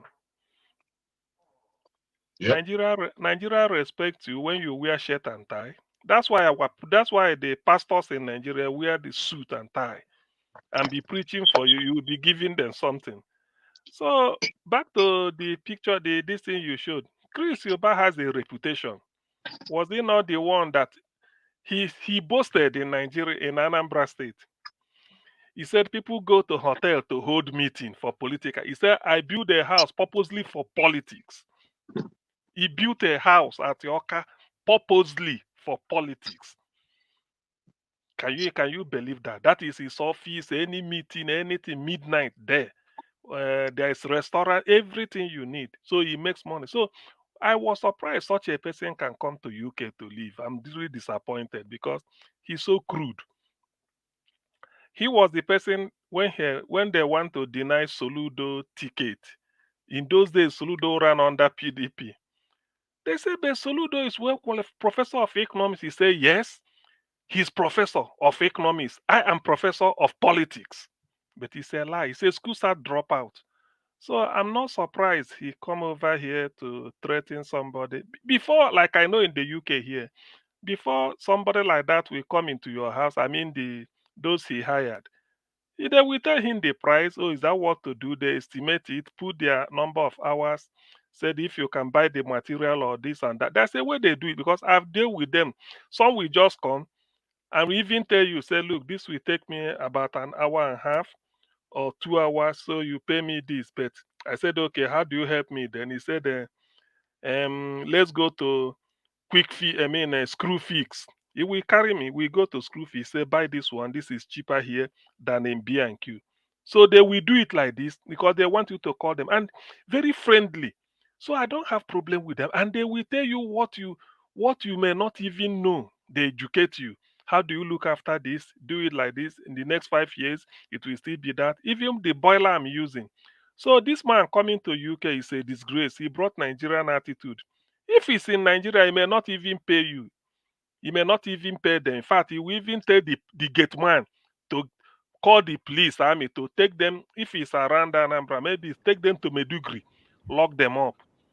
So your people may be looking for you. You won't know where. That is how it works. So I'm really surprised. Only that, money opens all doors. Maybe he has got money to buy house in UK and live. Otherwise, in terms of mentality, he deserves to live in Nigeria all his life because he can't fit into developed world. This is a disgrace telling people to do. And if the police will come now, he will think that it is Nigerian police. What is he gonna say? He will look for a lawyer. In the end, he'll be making noise. I saw the video, but it's a disgrace. I don't like talking about that, to be honest with you. It's a shame. Don't know what he's doing in the UK. Should remain in Nigeria, maybe in Abuja with mansion, or Enugu or Lagos, anywhere he likes. Build his mansion, live there with the type of that attitude. You live that, and if you check what they did for him, if you check the materials they used, if you get to where they are selling it, you will find out that after they've removed because they charge you maybe per hour or whatever, you find out that they are more or less telling you the truth. They are not deceived. There's nothing like cowboy trap in most cases. So, but Chris Obabian, who he is, he want to show off, get out. He won't pay him. If he's in Nigeria, that guy is finished. Those people, he will just go and lock them up. Might even said they came to steal in his house, or somebody sent them to come and assassinate him. Anyway, that guy is just, I don't want to discuss him. Chris Obabian. All right. Thank you, CM. Pansat, I see your messages. So the first one you sent is about is it Dr. Doro or something who? So I have the video. It was one of the videos I was going to add to. You've seen I've played a lot of videos. It was one of the videos I was going to add to the broadcast, and I would add it and play it. So do not worry, because I see you've been trying to do your usual things in the comment section. I've seen most of them. I've just decided to ignore them. So that man spoke in Hausa, except you, Pansat, is happy to translate what is said. It's almost pointless me playing it. It was about a particular doctor, a northern guy, who said he alleged that Tinubu has 17 refineries or something like that, and he awarded a 15 trillion naira contract to himself. I'm guessing that's the expressway, whatever way that they've called that project, Lagos to Calabar. So I would play the video. It's in Hausa. I think Kenneth speaks a bit of Hausa. Our brother from the north is not here, so I'm not sure who is going to translate what he said. Oh, Paul and James. Maybe Paul now. I think Paul. Paul, you speak Hausa. I think Paul speaks out. Oh, is it? No, I can only count 1 to 10. We did that one. Have you count to 10 now? Okay, sorry. I try to see that I still remember how to count 1 to 10. I mean, Pansat, once I find someone who is able to translate for us, genuinely I'll play it. I have the video. So when I host, I look for videos. I do a bit of work. I don't just turn up and be scampering for videos. I do a bit of work behind it. You can see I've played videos that are relevant to the topic. So don't worry, Pansat. I've got you. You want to bash Tinubu, I will help you bash him. Don't worry. So, righteous man, you finished driving. Welcome back. It's good to see you. You look very. In fact, after this, send me your account number. Let me. What do you have in the kitchen? Yeah. What is it? Let me buy data for you this weekend. I want to buy you data. So drop your account number in the private section. Sorry. Okay. Sorry. Thank you. No problem. You've seen the topics so far. So your artisans, I mean, you're a contractor, you're a building contractor. How do you treat the people who work for you? Is it like Chris Uba, or do you treat them any better? Usually, our people are not professional in that regard. Most of my workers are from Togo and Ghana. Nigerians they're interested in making money, but they will not be ready to learn well and become a professional in that aspect. So most of my workers are from Togo, Ghana, Benin Republic, when they handle your POP, when they handle your wall screening, when they handle the block setting and painting, honestly, you would think you are in Europe or USA. So it's sometimes just casual work. I use the Northerners to dig foundation. For other things, I use these Togolese and Benin Republic, and they are very fantastic. I treat them well. In fact, I can tell you that somehow they earn more than us when it comes to comparing what, because it's on contract basis, you know, those who does casual work or daily wages, they are Nigerians, you know. Maybe when we want to cast decking, you bring the mala them, you know, pay them a daily payment of approximately 10,000 naira or thereabouts, you know, and they do it. But when it comes to other works, to make your building look fantastic and admirable, you use foreigners. That's what we do. And not only me, most engineers, most building engineers in Lagos. Even when you go to East now, people that are building houses in the East, they come to Lagos here to pick Togolese and Ghanaians and Togolese, Benenians to get their work done well. So you have to treat human being with dignity and respect, irrespective of who you are. My experience having lived in the Western world, I would be the least person that will maltreat anybody because the person is working for me. Peradventure, you can't tell where you are going to meet that person again tomorrow. So I think it's an inferiority complex of a black man to think because you are wearing ties, you are better than another person. I mean, for me, it's stupidity. I don't do it, and I don't encourage anybody to do it. I have one of my elder brother that the wife is a medical doctor in the US. In fact, this woman will come back home. He wants all of us to worship her, you know, thinking that we in Nigeria, we don't know anything. So it's just in the blood of the man of color, you know. Well, it's quite unfortunate. Chris Uba, I happened to run into a man. He lived in London. He schooled in London. He had the same elementary and secondary school with Chris Mba in Onitsha.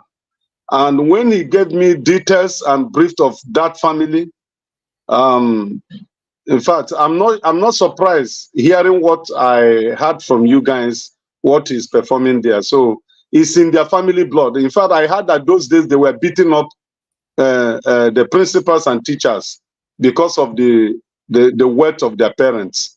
So it's just what it is. Okay. Thank you for the data. No problem at all, sir. Maybe, I don't know if you want to put your account number or telephone number, whichever one you prefer. Do you want to touch on the Dangote refinery before I go to Paul, just in a minute or two? Yeah, sure. You see, the truth is this. I come to realization that truth in the eye of the man of color is bitter and it's difficult to accept. Last time when we were discussing about this Dangote refinery, I told you people that Dangote business is for himself and his gang, his group. It's not benefiting a common Nigerian. And my good friend and my brother AY nearly persecuted me. You see what is happening? The same Dangote that raised alarm is withdrawing from what he said. The same Dangote now is defending NNPC. The same Dangote, my brother, I beg, Nigeria is the more you look, the less you see. Let's just forget about these guys, I beg, and pray that God help us individually on the basis of, you know, we are human beings. But talking about Nigerian elites, I mean, killing yourself before them, I mean, because of them, fighting because of them based on tribe and religion, man, you are going to mess yourself up at the end of the day. So, all right. Your message is loud. Yeah, that is all I have. So Nadia Wahala, you're not interested. All right, thank you, No, righteous no, man. no.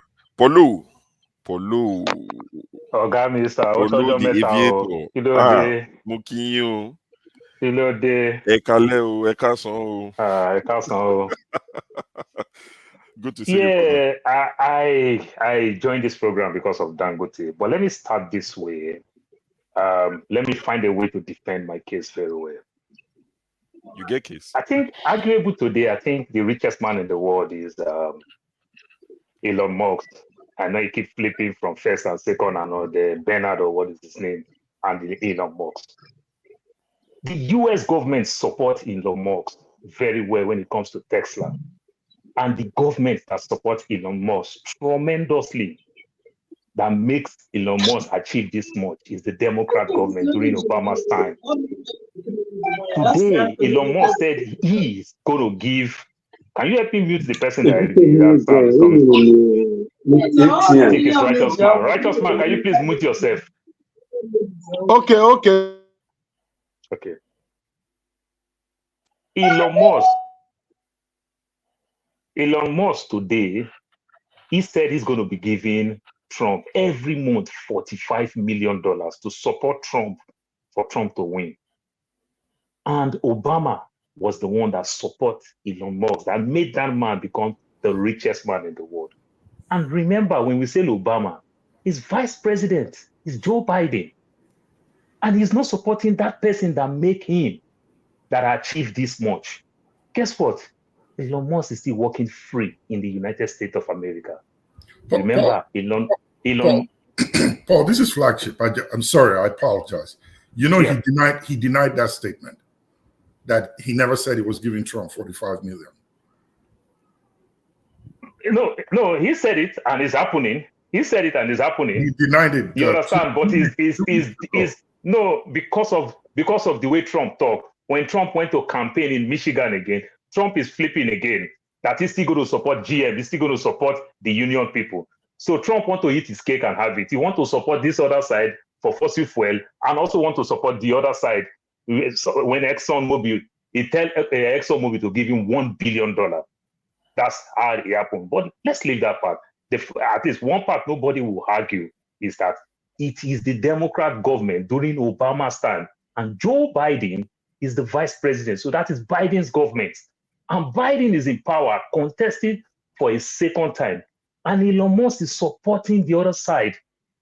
And Elon Musk is working free. Nothing happened to him. Do you know why? Because he's an employer of labor.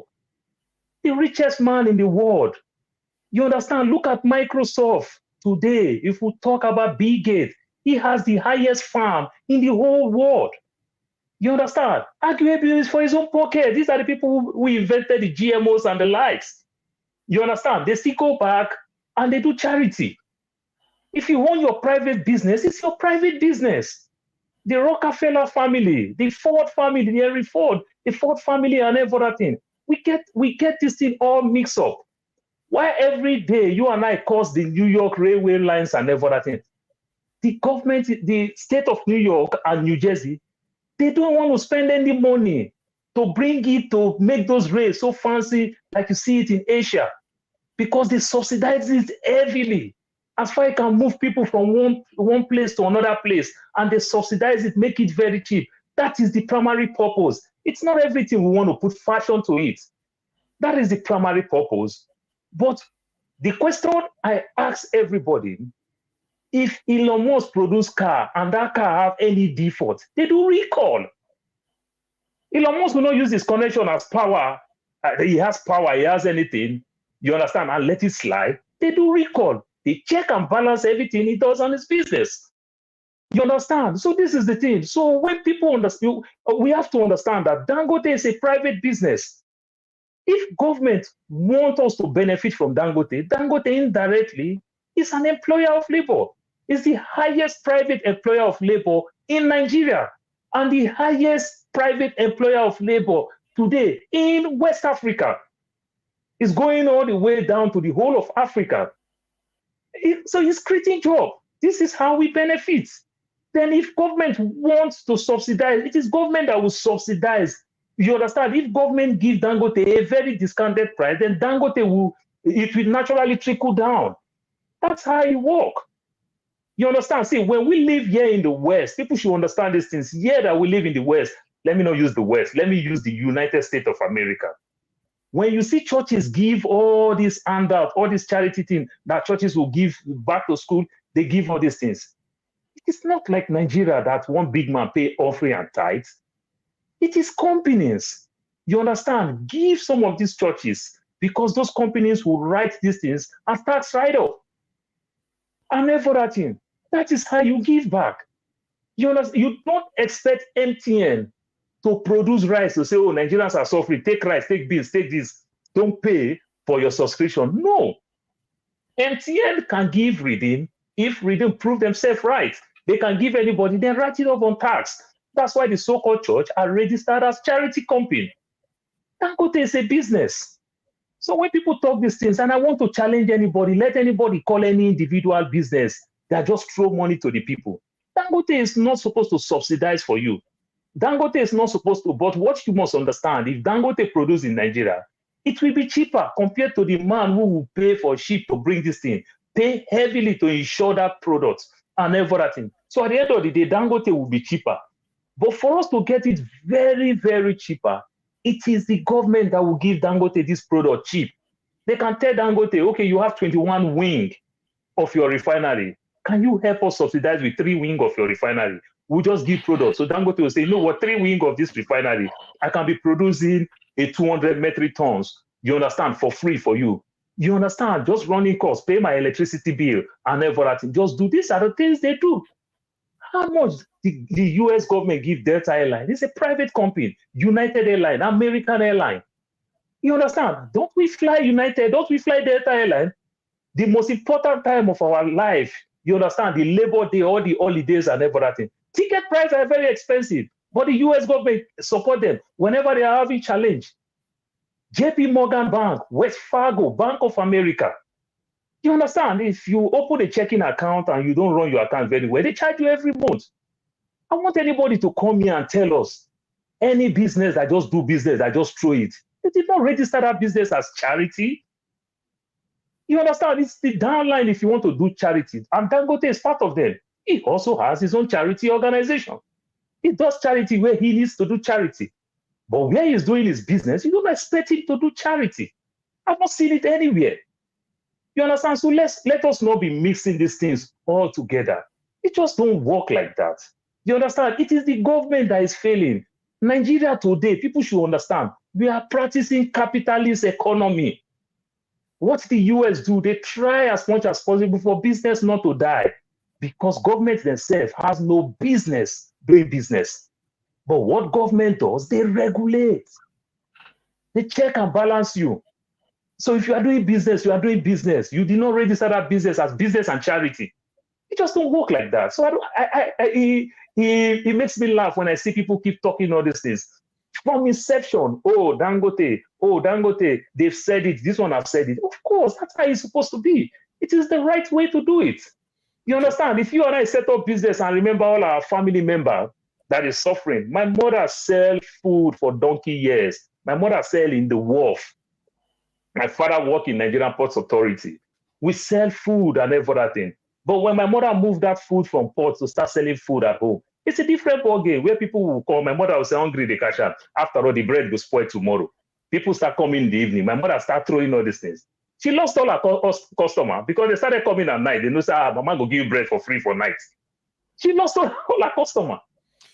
You understand? Because they started seeing that she give person and say, don't pay money.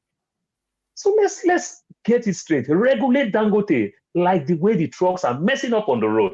If any truck messed up, if you have any accidents, you understand, let him pay the highest price of penalty. We'll see it all over.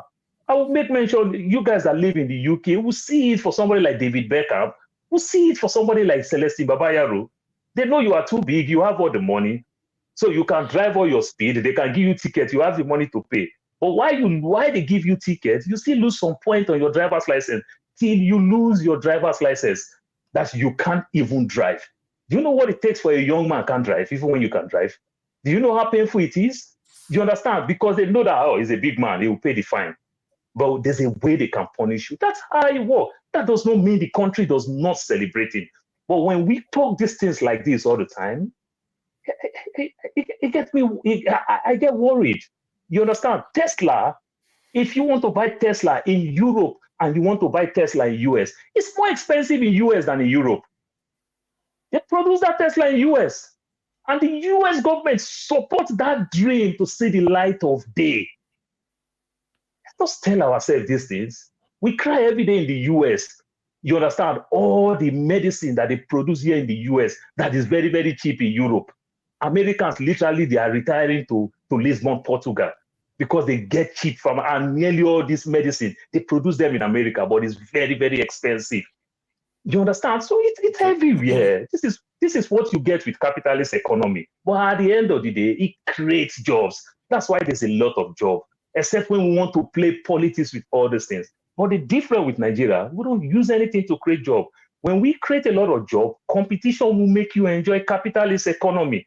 But if you don't create a lot of jobs, monopoly will eat up everything. Then the purpose of being a capitalist will be defeated. But it's not that person. All right. I am still here for anybody to educate me on this, because I live and I learn. I can see that that's a topic you are, really passionate about. Some people agree, some people disagree. Like I keep saying, it's the beauty of the show. Righteous man, what are you showing us? No carry us go where we don't know. Sorry, there was a comment that I highlighted a while ago, and I lost that comment. As everyone's spoken about the abuse and all of that. All right. Pantata, I'll come to that video in a second, but so I highlighted a comment where someone said, we would fix Nigeria the minute we fix our judiciary.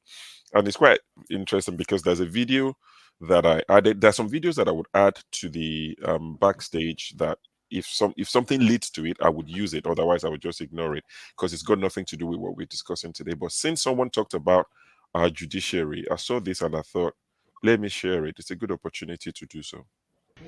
I am in the premises of Magistrate Court 2, Oka, Anambra State.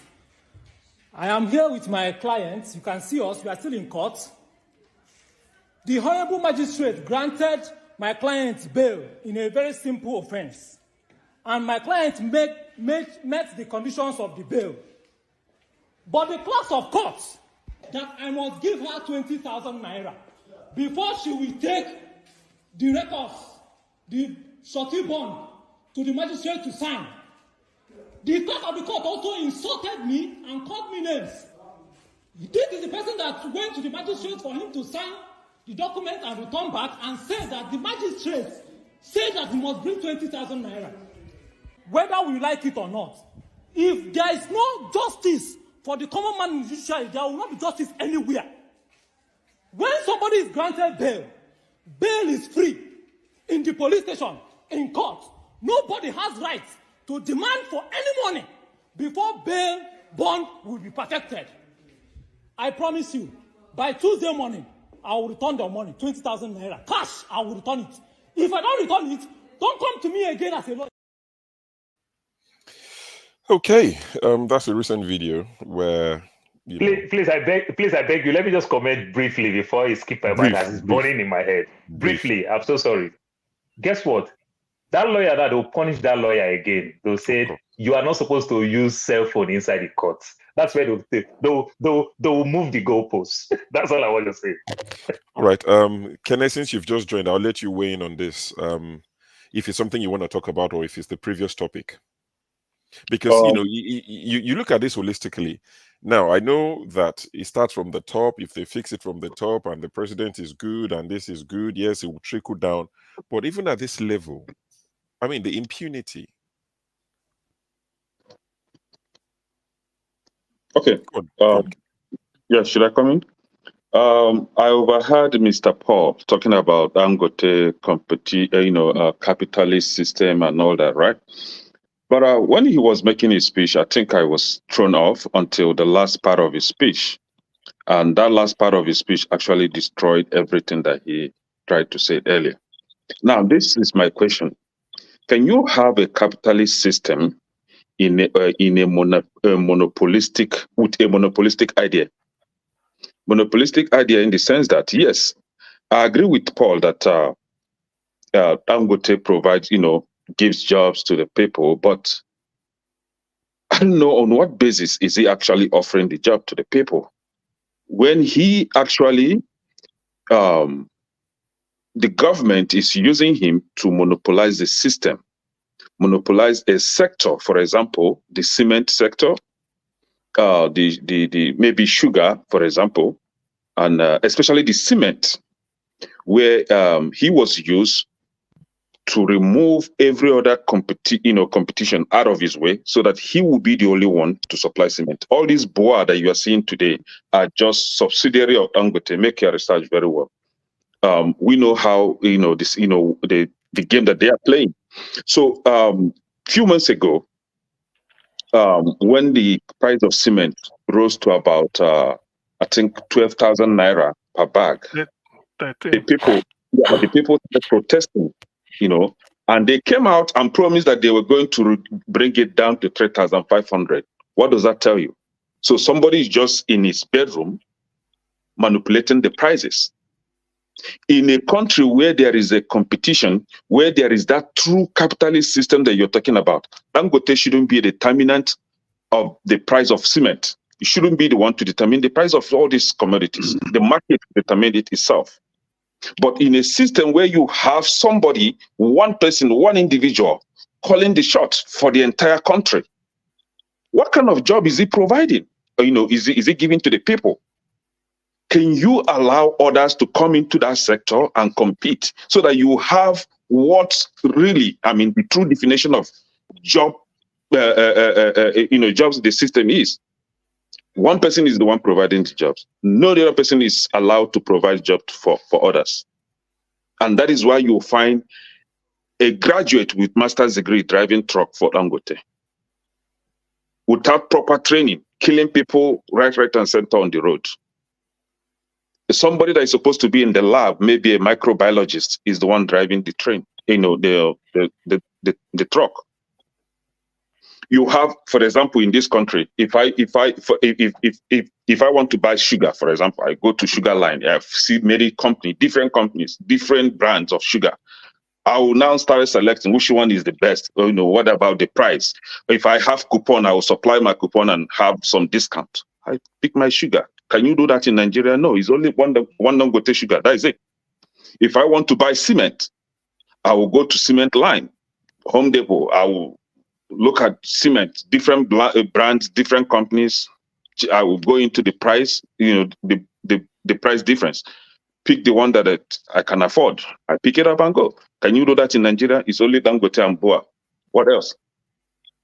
They determine the price for you.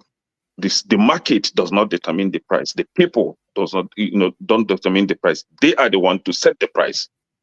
So that is what we are talking about. Nobody is against Dangote establishing his business. Nobody is against Dangote making money in Nigeria or building refinery. But let there be competition. Let other people be allowed to come into that system. If Dangote is allowed to be the only supplier of oil, fuel in that country, we are in a big mess. We'll be in a big mess. If the government want to rebuild NNPC, let them go ahead and do that. If they don't want to do that, let there be other people that will be given the license to refine crude oil so that there will be competition in the system. If you allow one person to be the sole supplier of fuel in that country, we'll be in a bigger mess. Mark this thing that I'm telling you today. So nobody's against him doing his business, but what we are calling is for the market to be open for other people to come in. There are people that own money, that has money more than Dangote in that country, that want to go into that system, field, but they will not be given the chance because they don't have, maybe they don't have anybody in Aso Rock that will, pave the way for them. But that was what Dangote did. Dangote has been using the federal government to get everything that he wants in that country. And now today, like CM was saying, last time the same Dangote came out and was crying for Nigerians to come to his aid. Nigerians actually came to his aid. Today, the same person has eloped with the with his tormentors, and now he's now defending them. What kind of system are we actually practicing in Nigeria? You see, Nigeria, we don't have capitalist system in Nigeria. I don't even know if we have monopoly. There is no structure at all. There is no direction. We are just everywhere. Sure, just 1 minute. Just underline the evil of monopoly. You know, in Nigeria, I think Righteous Man is still with us. He can confirm this. You know, in Nigeria, people will say, "Oh boy, nah, happy weekend. Make we take one bottle of beer." In Nigeria, there are so many beers. You have Star, you have Harp, you have Hero. Maybe if you're in the East, Hero. If you're in the West, you can. I mean, even in Rock, there are many of them. So what if it's only 2 people that are producing beer we drink in Nigeria, only 1 person? Don't you think? You see, monopoly, we know the evil of monopoly is not good. We all know it. But why they practice it in Nigeria, and that is, they may think that they are helping. You are not helping. Because if you are practicing monopoly, only 1 person will, 1 or 2 people will be supplying it because they have a link to you. You are even punishing the people, and you are punishing the economy. Because those people, yes, now it's simple. But if you throw it open, just like beer, you know, in Nigeria you can establish, and there's no monopoly in producing lager beer because there are many of them. If you go to Cross River State, you may see the one they don't drink in Oyo State. If you go to Gun State, you see the one they do not even drink in River State. So you see anywhere you are, there is beer. So that makes it, the competition is there. But if you say the beer you drink in Nigeria can only be Star Lager beer, or maybe Star and Harp, it means the company producing it can hold you to ransom, increase price at anything, pay the workers whatever they like. If you're a chemical engineer, if they sack you there, you'll be crying. But if you are brew, you know how to brew beer, and then the 1 person sacks you, or you change job. It's like bank. You move from one bank to the other. If you open an account here, they mess you up. You close the account, you go to another place. But if it's only First Bank we have, whether you like it or not, they may tell you every day, instead of paying you interest, they will be removing money from your account. What do you do? Because you have UBA. Anyway, that is the thing. Let me not waste time. So we know that this thing is not good. But CM, real quick, what does Dangote really have monopoly over? Because when you talk about cement now, so you can go up, you can go there and look. The former chairman of First Bank, Oba Otudeko, he owns Standard Flour Mill. That man produce. Ishaka Rabiu of Bua produce. Flour Mill of Nigerian PLC, Boha Cement, is older than Dangote. In fact, is the one that is still supplying Julius Berger. They still produce. No. As you make mention of this drink, so I'm just giving you numbers. Maybe you don't know. You understand? So I'm telling you. I just want. Let me. There is no. Just because it's the name of the company, they produce multiple things. Tell us why Dangote was taking Ibeto cement to court repeatedly during Obasanjo's regime. Hold on. Let's not deviate. Let's do it one another. So we talk cement now. I just told you that Standard Flour Mill, owned by Oba Otudeko, the former chairman of First Bank. You understand? Produce. Bohan Smith, owned by Flour Mill, Golden Penny, Nigerian PLC. You understand? Owned by American and Greek. You understand? Produce Smith. And it has stand the test of time. Older than Dangote. Produce Smith. Righteous man, please hold on. Righteous man, please hold on. What you are saying is not correct. I'm here, and this is my field. Let me land with my lie so that you share me with my lie. You are giving a false information. That's what I tried to correct you. Can you let me land with my lies so that you share me with my lies? It's as simple as that.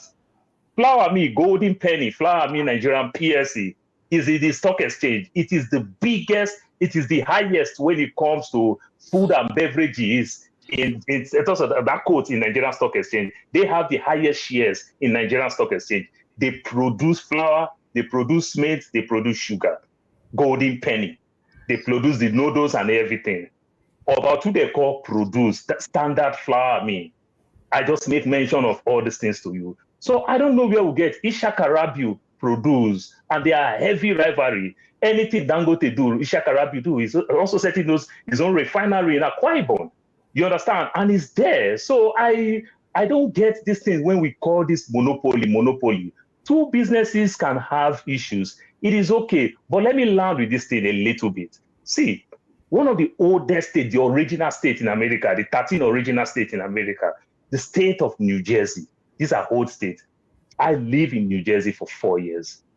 Guess what? In New Jersey, they don't even have Walmart. I happen to be the biggest grocery store in the world. You understand? They don't have a lot of Walmart. They chase them. They don't want. They give them stiffer condition because they want to grow what they call mama and papa business. Small business. They want them to strive.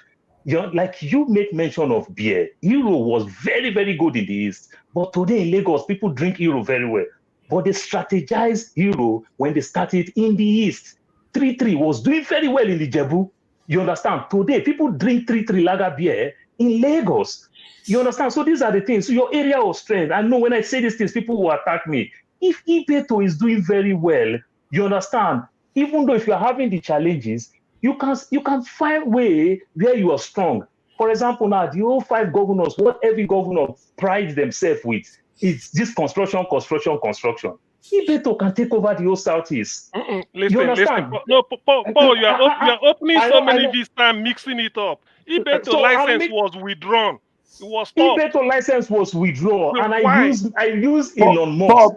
Paul, I want to respond to you, Paul. Is it Dangote that issue license?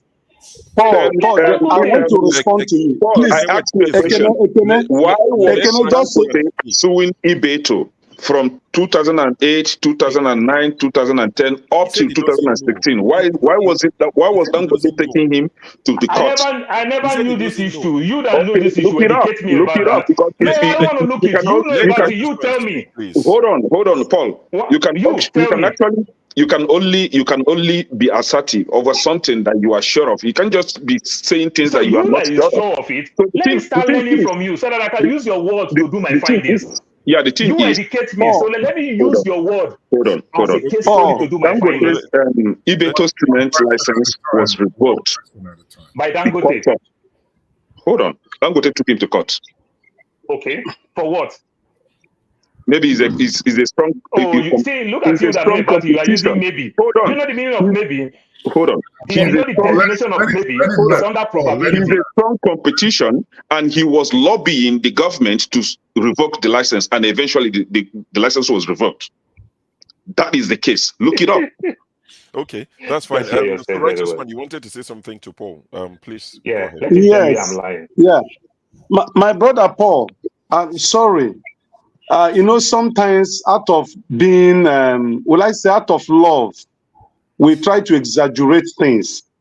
Okay. This is my field.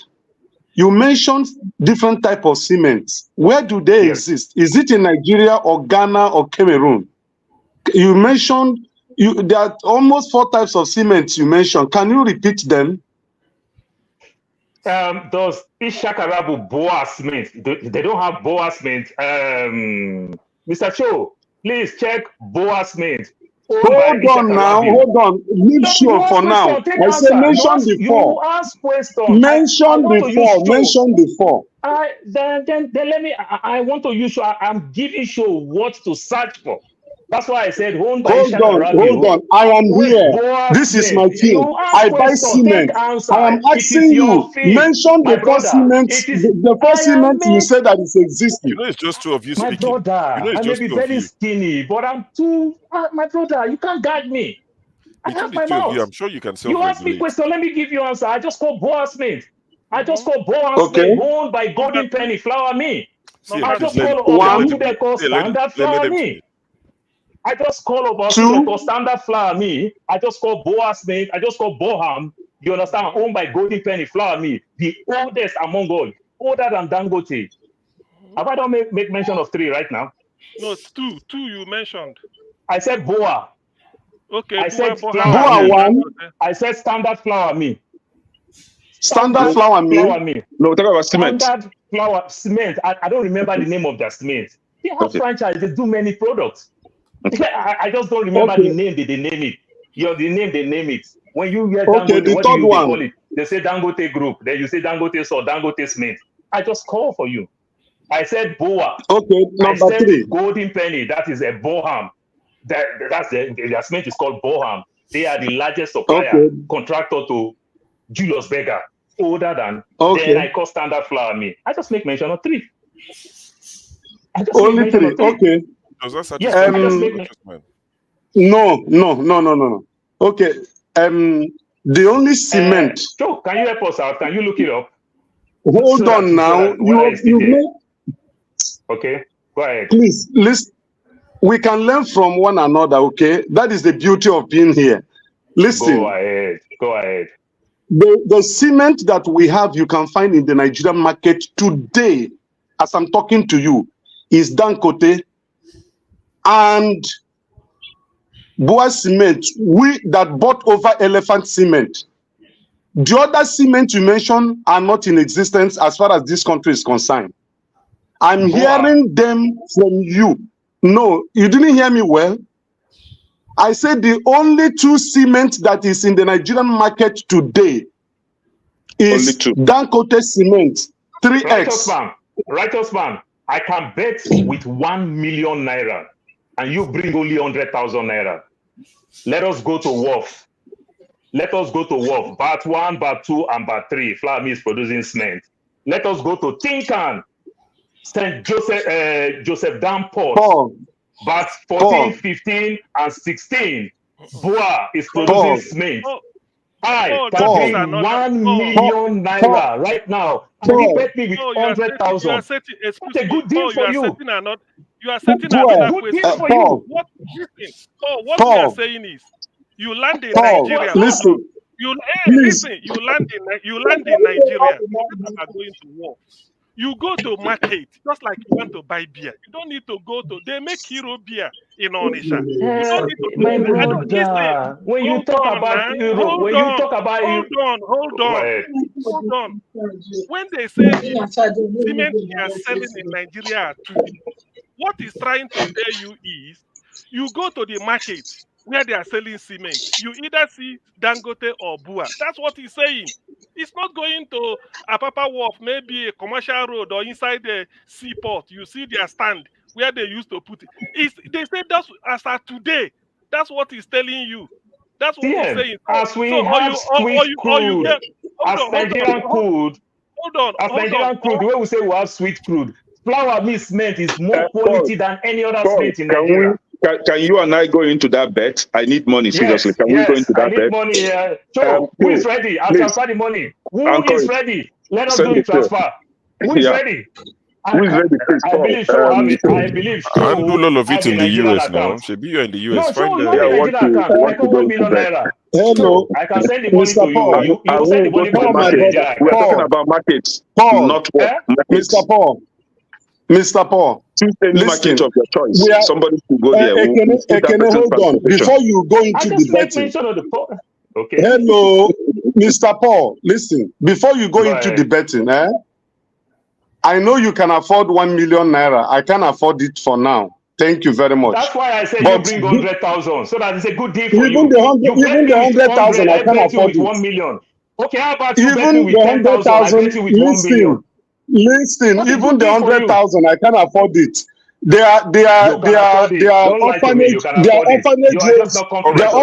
homes in Nigeria. You can transfer that money to. It's not the bet with me in the platform. What I'm telling you, you wouldn't let another person talk, Mr. Paul. Listen to me. It's a false information. I am in the field. I buy cement on weekly basis. I go. Listen to me. There is no standard cement. There is no standard cement, Mr. Paul. You are giving a false information. What we have in the market in Nigeria is Boa Cement and and Dangote cement. There is no standard cement anywhere. Somebody also I don't know whether they produce and sell it to a particular company. It's not in the open market. It's Flammy. Let's go into this bet. Somebody hold on for a second. Let him. They should, man. What is your problem? Okay. Right. So this bet can happen in the US. We are both in the US. Kene and No, sure. It can happen in the US. Sure. I strongly believe. I strongly believe you have a Nigerian account. Please. Yes, I have a Nigerian account. By the way, we don't support gambling on this channel. I want to trust you. We don't support I put gambling. 1 million in your account. Well, I want to trust you with that. Gentlemen, here's a suggestion from me. If you really want to do this bad thing. And it will be a Edo market, Edo building material market, so that it will be neutral. Let's put not Onitsha, not Delta. Sure, with your permission. Yes. If you're going to allow this bet to go on, please. I think it would be fair to say, let that money go to Dr. Damage's account since he's providing this platform. Oh yeah, I still don't care. I'm still on for it. No, I'm interested. Very on for it. What's the stake? I'm on for it. He says 1 million. Me. Yes. 100,000, yes. right? Yes. Yes. Okay, let's do it. Yes, I'm on for it. Okay. That's fine. Sure. Well, you know, you're going to go to Edo market, building market, and make video for us. It's not about the Edo market. Leave these things that you are talking about. So now you live in the US, I do. You understand? Yes, Flagship live in the US. We have so many stores, but you and I know that when we go to Walmart, what we get in Walmart compared to other stores, Walmart may be very, very cheaper. Ngozi is in Enugu. Ngozi is in Enugu. You can go to building material in Enugu. Masca is in Abuja. You can go to building material in Abuja. Dangote have the most highest quality cement. It's not everybody that drink pig milk Holland in Nigeria. Some people drink pig milk Nigeria. It's just the same thing. Sure. No, it's not true. Listen, Mr. Paul. The Dangote cement is not the highest quality cement in Nigeria. The highest quality cement in Nigeria is Elephant. I didn't say Dangote. I said Dangote may be the cheapest. That's why you see it everywhere. That's what I'm saying. It's not the cheapest. Dangote is the costless cement in Nigeria. Dangote is the costless. It's not the cheapest. And I didn't say it's the cheapest. I say may. I didn't say it's the costliest. All right. Guys, let's do it one at a time. Please, let us do it one at a time. Talking over each other doesn't help. Paul, let me make you understand this. Can I please excuse me? Just to know where we are because of this betting. The bet is that Kene is saying, and the righteous man, that it's only 2 cement that are 2 brand, Dangote and Bua. Paul is saying that there are more than that in Nigerian market today. He's saying that there are 4. So let us know what we are debating so that nobody will change it in future. Because I'm a witness. And because I'm a witness, there's something. So there are 4 cement. I say 2. So that's fine. So whoever wins, whoever loses, the money goes to Dr. Damage's show. You pay it to the Nigerian accounts. No. The show is not correct. It should go to the orphanage home. The money should go to the orphanage home, not Dr. Damage's account. Righteous man, you have set defeat before you even start the fight. It's not right. It's not. It doesn't need to go to orphanage home. Righteous man, and win my money. Do whatever you want to do with the money. It is you and me. Just bet me. If you win my money, do whatever you want to do with the money. You can use the money to chase my wife. It's okay. Okay, Paul, it's all right. God forbid. It's okay. God forbid. Okay. All right. Mr. Paul, hold on. I want to ask for clearance sake. Are you saying there are 4 cement brand in Nigeria? That's what she said. So Paul, what? Okay, I will transfer the money. I will transfer the money now to the account that will be displayed. The 100,000, I will transfer it now. I'm shocked. Do you want to do more? Because I'm still in the line now. You guys no, I want to transfer the 100,000. You said there are 4 brands of cement in the Nigerian market today. I am going to transfer the 100,000. Display the account now. Joe, are you up for it? Yes. Let's do it. Send me your account. Okay. Send me your account. So Paul is saying there are 4. And you are saying righteous man is saying there's Yeah. only two. Yes, sir. Okay. Yeah. Yeah. So let's also, I'm a witness. Pastor, I'm one a second. witness. Pastor, I'll come to you. Let's also agree. The money goes to Dr. Damage's show. Yes. No. I never agreed to that one. No, I will said, know show what me. to do with the money. Do whatever Let the you money do. enter first. Let the money enter Let the first. money enter first. Let the money enter first before we decide who gets it. We'll decide on this platform. We'll decide. You don't decide. Why are you deciding when I'm the one that started it? I say I want to bet you. Is it that we don't know the meaning of bet? So the winner I takes say the I want money. to bet you with my 1 million to your 100,000. So the winner You don't takes know the the meaning money. of bet. If you win my Let money, us do not whatever spoil you this want to do pledge. with the money. Let us not But spoil you this cannot tell me pledge, what I will do when I win your betting. money. You don't tell me that. It's betting. Let's agree on the betting first. Money is not a Yes. problem. Let's agree on the betting first. Let's go May ahead. I speak, please? Okay. May I speak, please? No, the betting is between me and Paul. The betting is between me and Paul.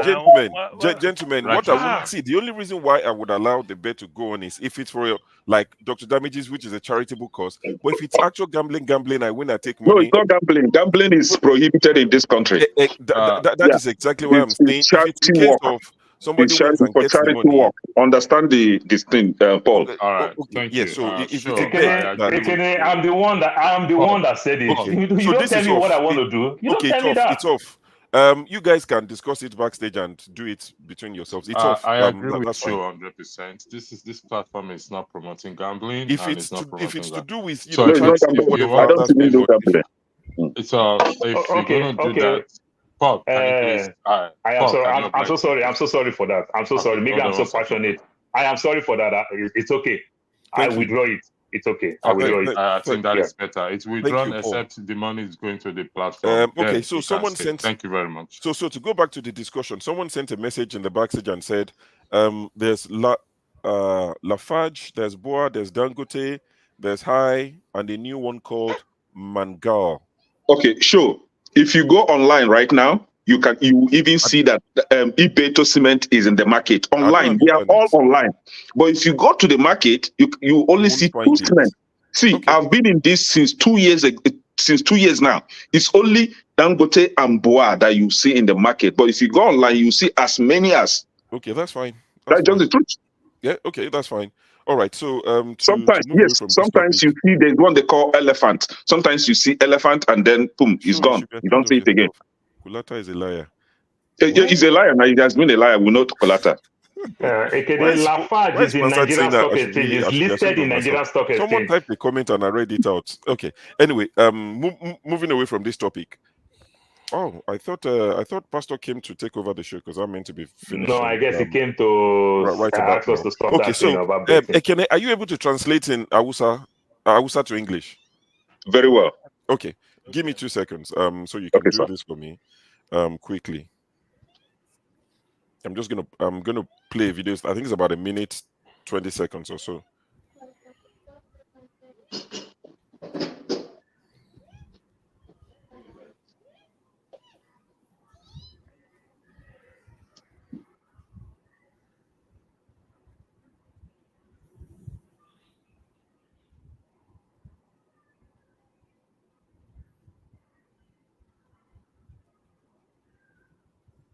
An bi procurement law ne don akwai procurement law wanda yake ministry za a yi procurement law a yi publishing a jarida kamfanin duka su yi apply kamfanin da ya wuni kuma za a sake a buga shi a jarida sannan kuma aika National Assembly an aika musu ba aika musu ba ya aka yi suka yi passing wannan contract din mu ba mu sani ba 15 trillion fa an dauka an bar saboda interest na mutum daya kawai sannan mutanen da suke so a saukar da mai ba zai sauka ba saboda shi shugaban kasa shi ne dama mai wando kuma ya saya ajib kuma suna da rijiya 17 na mai a Niger Delta wanda ni na sani an saye su kuma yana da refinery wanda Wale Tinubu yake sannan kuma akwai Kule Tinubu Jino su ne suke ronin wannan refinery a mota ba ma a Najeriya ba mota refinery inda ma sun an ba da shi a yanzu amma sun saya nasu ne to yanzu ka dauka crude oil daga nan za su je su tace ce a sha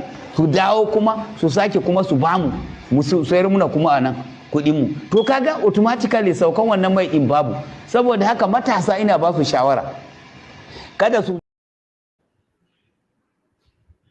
Okay.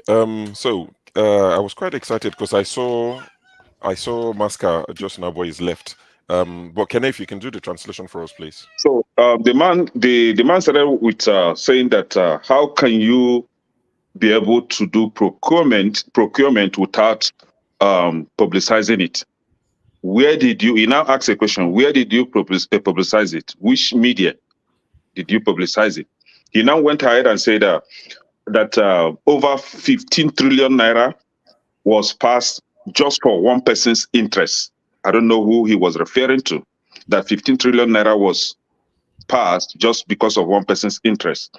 Then he now said again that oil price will never come down. I mean, the price of fuel in the market, local market, will never, go down. Instead, it will keep going up. He now said that there are 17 oil wells in Niger Delta who are responsible, who are benefiting from these 17 oil wells. Who are those people? What are their names? He now said that there is one Wale Tinubu and Kule Tinubu, that what they do is they refine oil in a car, not even in a refinery. He said in a car, right? Then he said that these people will export crude oil using Nigerians exporting crude oil being funded by Nigerian government, and then import the refined oil, product now, and then sold it back to Nigeria. So this is the calamity that we are seeing in this country. So I think it was very short, and it's been long. I left Hausa land 20 years ago, but I captured it vividly, correctly. All right, thank you. Thank you, Kenny. Good to know that you speak fluent Hausa. It's the beauty of one Nigeria, isn't it? the 15 trillion, I guess, is this coastal. I'm guessing it's the coastal highway. Coastal highway from Lagos to, I think, is it Port Harcourt? I just coast from Lagos to, is it Calabar? Yeah, that's what he's saying, because that thing was passed. It wasn't there was no tender. We all know that. It was given to Chaguri. So where is the money now? Because so that is what the man is saying. That is the video I watched. I think, I don't know. There's one young man was translating. That one was subtitled in English.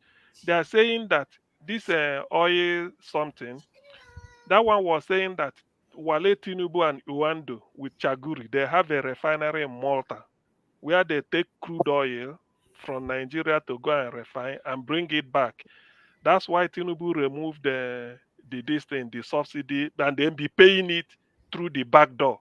Everything goes to him. That is what what is trending, But this one, maybe this is the way the man said it. I've read that before. That is it. Okay. Thank you for that. Okay. I'm just going to play a video quickly. Just one moment.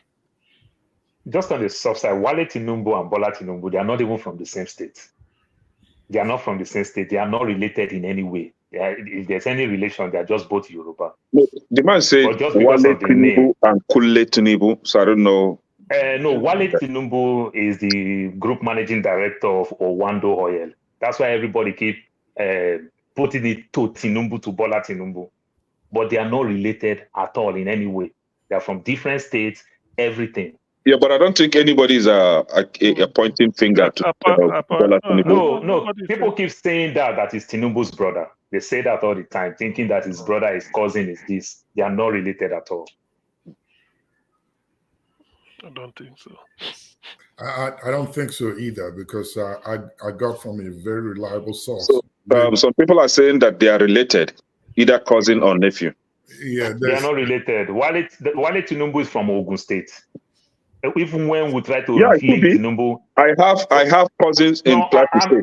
I'm just telling you, even though when he did his mother 80th birthday or something, Wale Tinubu, when he did his mother 80th birthday and never that thing, even though to Abibab, the so-called Tinubu mother in Lagos, they are not related. Wale Tinubu is from Ogun State. Tinubu, even though we would dig research more further, we said they discovered that he's from Osun State. Hold on now.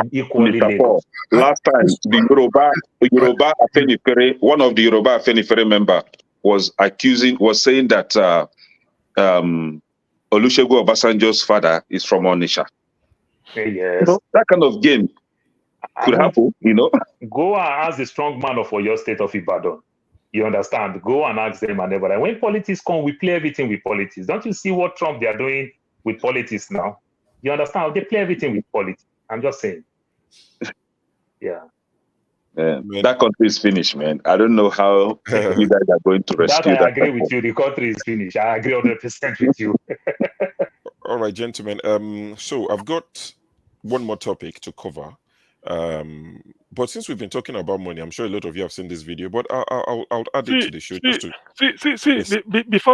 Before you move, I've just Googled Wale Tinubu, the CEO of Oando. Okay. Under Wikipedia, he said Wale Tinubu is the nephew of Bola Tinubu. It's written. Just Google. I know Wale a lot of Tinubu. people say Wikipedia is not the best sort of information, but it's there. So my brother, I can put it's open to debate. If you have wiki, I can put information on your own wiki. It's open come to, on, CM, you know this thing. Now. If you have wiki, I can put information inside your own wiki. Let's calm down a bit. Come on now. No, you can't. You can't put information in his own wiki. You can't. Let us. I'll spend money. I will put information in his wiki. People will see we are, it. We are bet. Yes. We are let's bet. 1 trillion, 911 billion, 844 million, 833 naira and 46. I'll take that again. 1 billion, 911, 1 trillion, 911 billion, 844 billion, 1 trillion. This money is too much for me. 1 trillion. I hope that is not on the record. 1 trillion, 911 billion, 840. You see, this is the money you people are trying to bet. You've confused our Senate president with the amount of money you're trying to bet. Me against you. See, our Senate president can't even handle your bet. The man is confused. You see why it's important to go to primary school to learn how to. Your mic. My brother said, when I sent the video to my brother, was it this week or last week? He said all they know how to do is steal money. Even the money they steal now, they can't count it. They don't know. It's too much money. It's too much money. It's too much money. He said this money is too much for me. Oh God. Too much for me. So the last topic, which might not interest a lot of you, because the show is coming to an end, except we have a moderator who's listening somewhere to come and save the day. I said I was going to moderate for 4 hours. The show is meant to be for 6. Someone was meant to take over, but due to some whatever, they couldn't take over. So the last topic is the Olympics. They're still talking about Nigeria. Paul should take over now. Paul, take over. Paul doesn't have the moderator rights. He can't bring people in. He can't add people. He can't. If you start fighting now, and people are no background check clearance. He can't remove people, so we can't do that. So I've seen somewhere that we how much did we spend on this Olympics? Is it 20 something? Is it 6? I think they said about 12 billion. That was 12 billion naira we spent on this Olympics, and we've not won a single medal. And I've seen a lot of people joking, saying that Nigerians are winning medals, but Nigeria is not winning medal. Well, the medal is not even the part. How about the bike, the keke? Yes, exactly. So I saw one of the Nigerian officials come on Twitter this morning trying to defend it, because there was a Nigerian lady who was meant to cycle, to compete, and she said she had to borrow a bike from the German team to compete against them. And when the Nigerian officials came today, his excuse is that during qualifiers, the Nigerian lady didn't qualify. So it was a last-minute thing when they decided to disqualify one of the countries that was meant to race. So Nigeria, as the last or the first runner-up, was elevated to compete. But they had about 2 to 3 weeks notice. So it's not like it happened yesterday and she needed to find a bike today. So the Nigerian official said, it takes time to get these high-performance bikes.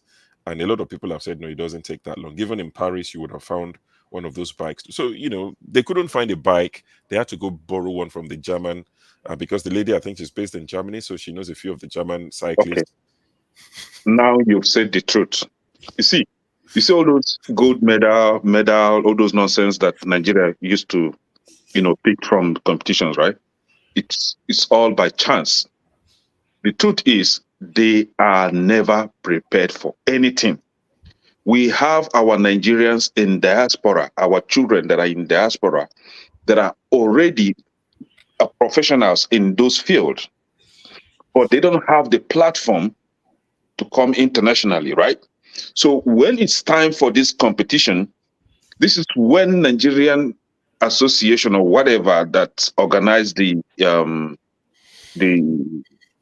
competition will now start sourcing for players or athletes or whatever you call them. Then it is not an opportunity. It is not an opportunity for those our Nigerian children in diaspora to say, "Oh, I can do it. Here is the video where I have been doing it." That minute preparation, they will come in and represent Nigeria. So they were never in a team to practice and come to perfection. No. Somebody from nowhere will just come in and join because the person's parents are Nigerian. So the person will come in, and then at the end of the day, if luck is on their side, they will win a medal or whatever. So this is the problem. This machine that you're talking about, is it bike or something? Yeah, bike. Yeah, high performance. I don't even think they have it in Nigeria. No, they said they ordered it from wherever, from Europe. No, I mean, the one that they will be using to practice prior to the competition. It is based in Germany. Who's practicing? Exactly. So Nigeria has never even prepared for this. Somebody on his own has suffered to train herself, to perfect herself. Now Nigeria will now come and reap the glory for free. So let me. The billion voted for the Olympics. What was it for them? That is what they used to build mansions. There's this NFA guy before. What is his name? The one from Paul's village. That's what they will use to be. Yes, that's what they will be using to build mansions everywhere and carry private, police around. I'm a German and my dad is Nigerian, so I'm both. I'm a mixed girl, and it just makes me proud to represent Nigeria. Ekiti State, Umuoke, where my dad comes from. Oh, that's nice. Yeah, and also my hometown, Belheim in Germany. Yeah, it just gives me so much confidence to know that there's so many people out there supporting me, and they believed in me in times where I couldn't believe in myself, and they just spoke so many encouraging words into my life. Also, in Yoruba. Oh, yeah. Eshe Oluwa, Eshe Baba O, Eshe Oluwa, Awadupe Baba. All right, congratulations. Yeah. All right, so that's Yemisi Ogunleye. The video circulated, it's been going around, making the rounds, and people are saying, oh, that's after she won the gold medal for Germany. So, yes, that's Yemisi Ogunleye, Nigerian dad, German mom. But that video, actually, to start with, because it's caused a lot of uproar on Twitter, it belongs to a Twitter account called Making of Champs. They won their credit, and it's fair that we give them their credit. So that was recorded by Making of Champs on X.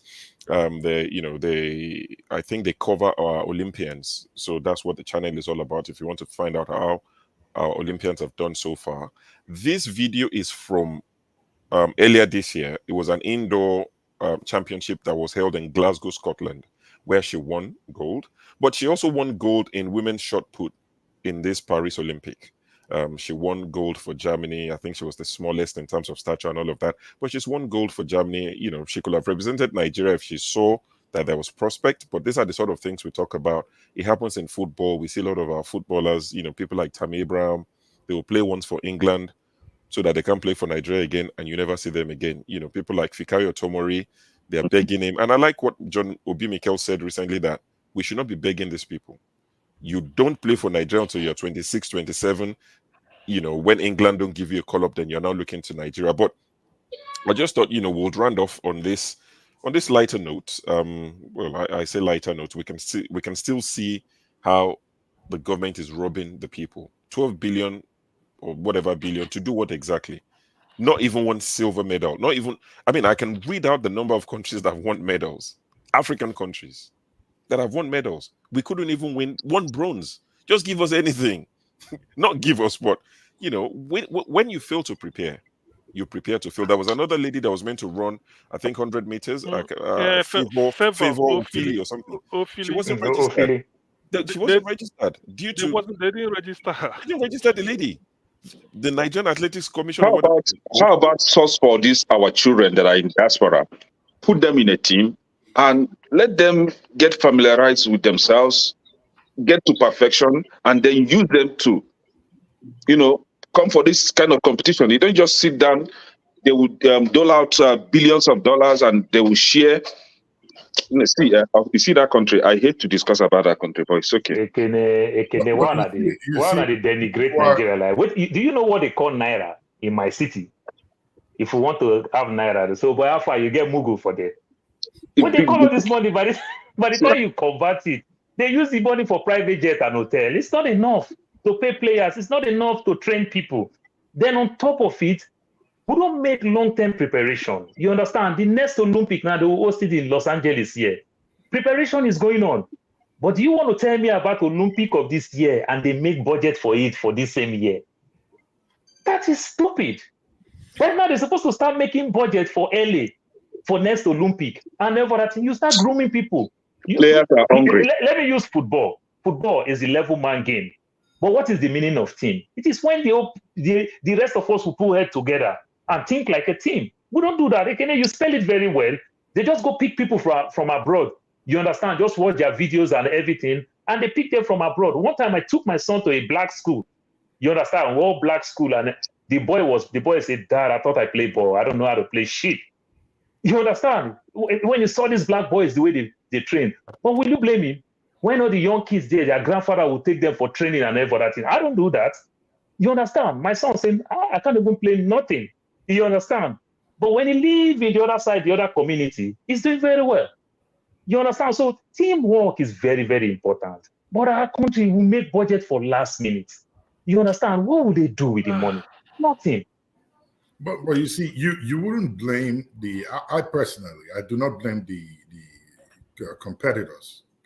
These are well-meaning Nigerians. If they came out and put out themselves to say, I want to represent Nigeria in this sport internationally, I think they deserve some sort of medal from us who are Nigerians to say that these kids actually put themselves out there to go and fly the flag of their nation.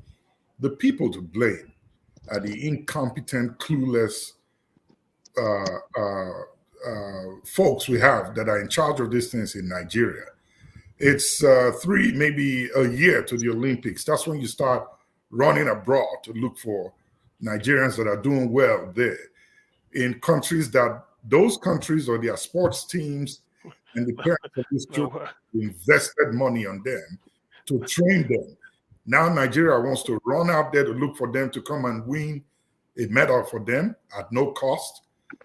You don't do that. Look, the Niger Delta has swimmers that I believe can beat the best in the UK or in the US or anywhere, or that can challenge them. There are young men and women in the Niger Delta there and I've seen it once before, jump into the river or the ocean, and you see them almost about half a mile ahead. That's when they pop up out of the water. They have the skill. We have people in Nigeria. We don't need to travel abroad anywhere to go find them. The fault that we have is we just have people who are incompetent, number one, that were put in offices to run our different sectors because of nepotism or favoritism, or like Fela would say, paddy government is who I know, and who can be, who is related to either the sports minister or whoever is in charge. Why not go back there and look for these kids who can play this game, who perform very well, in spite of the fact that they do not even have the equipment, but they can stand toe-to-toe with their competitors that are abroad. The only reason why these people abroad are clamping all these golds and medals is because they have the equipment. They have the facility that was provided to them by either their government or their cities or whatever sports camp they belong to. How about we start looking back to our own people and say, Let's find them here. First of all, build these facilities, replicate what you have abroad in Nigeria, and start sending these kids into the sports camp and plan for the next 4 years, rather than taking 12 billion or whatever it costs to go abroad and come and look for my child who's doing well in his own team here and say, hey, your father is Nigerian. Come represent our country in soccer. Personally, I will not do it because I invested that money for the child here. So if they are here and they want to represent this country, let them do it. I will not do the job for them that they are supposed to do when they pocket this huge amount of money. So we shouldn't blame the competitors. They did their best. They went there with the energy that they have. They didn't have the equipment to better them in this sports so they can compete with their mates out there who I believe you may not be better than them just because they are well trained. So let's give some kudos to them. They tried their hearts out. I mean, Esse, who did cycling, didn't just find out yesterday that she will be put on the team or she's a runner-up. Of course, she's in Paris already. How long does it take to get that bike? Are you telling me there's no sports shop somewhere there in Paris that they could get this thing from? The day that she knew she was going to be in Paris, why not start from that day to get that bike? There are a lot of lapses here. That excuse that the sports minister came to give yesterday or day before yesterday is useless and meaningless. How did he get practice? How did she get there? Did you not know that she was going to go for the competition? Who paid for her to be in Paris? How did she get listed to be there? The day you found out that she was going to be there, why didn't you that day say, hey, you're going to compete in this cycling event and it needs this special kind of bike. Let's go find it. But Germany was able to send more than one bicycle with their sports folks or their cyclists to Paris. That's where Nigeria was able to borrow one. Is that not a national disgrace and shame? I think that minister should be fired and asked to refund that money back. My brother, I cut some slack for the minister. The minister is still better with his excuse compared to the one that says snake and monkey swallow money. He's still better with his excuse. Paul, they are all the same. They are all the same. The type of thing we hear in Nigeria, like Fela said, we can't cry again. We just use it to laugh. I think Sam wants to weigh in on this. The election that we spent 300 and something billion naira. What happened to the election? They said there was a glitch. So the story is infinite. It's very similar, but let's not get too heated up because the election would stir things up. Jagun, the Olympics. Have you paid any attention to Nigeria? No medals at all. You're muted. You're muted. And you can see I'm muted, you say? Yeah, you were muted, so start again, yeah. Thank you. I haven't paid that much attention to it. And you can see I don't really watch TV. I don't even turn that thing on. I went and visited a friend and I spent the whole day with him and we watched a lot of the games and went back and we have this BBC iPlayer so we can see a lot of things I had missed. So I had a good glossary of what's going on. And from the beginnings in terms of the opening ceremony, and we've touched on this before with Ferreira hosting, there's a lot of depth to these international events that take place on a basis of rhetoric and show of power and so many other global issues that take place. And I don't know the word conspiracy theories. These terms are used willy-nilly, and we don't always understand the depth of the realities that are taking place in terms of conspiracy theories. Now, where Nigeria is concerned, I'll broker a story which is quite personal.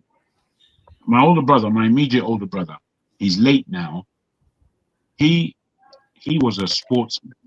There wasn't one sport he couldn't do or he wasn't very good at.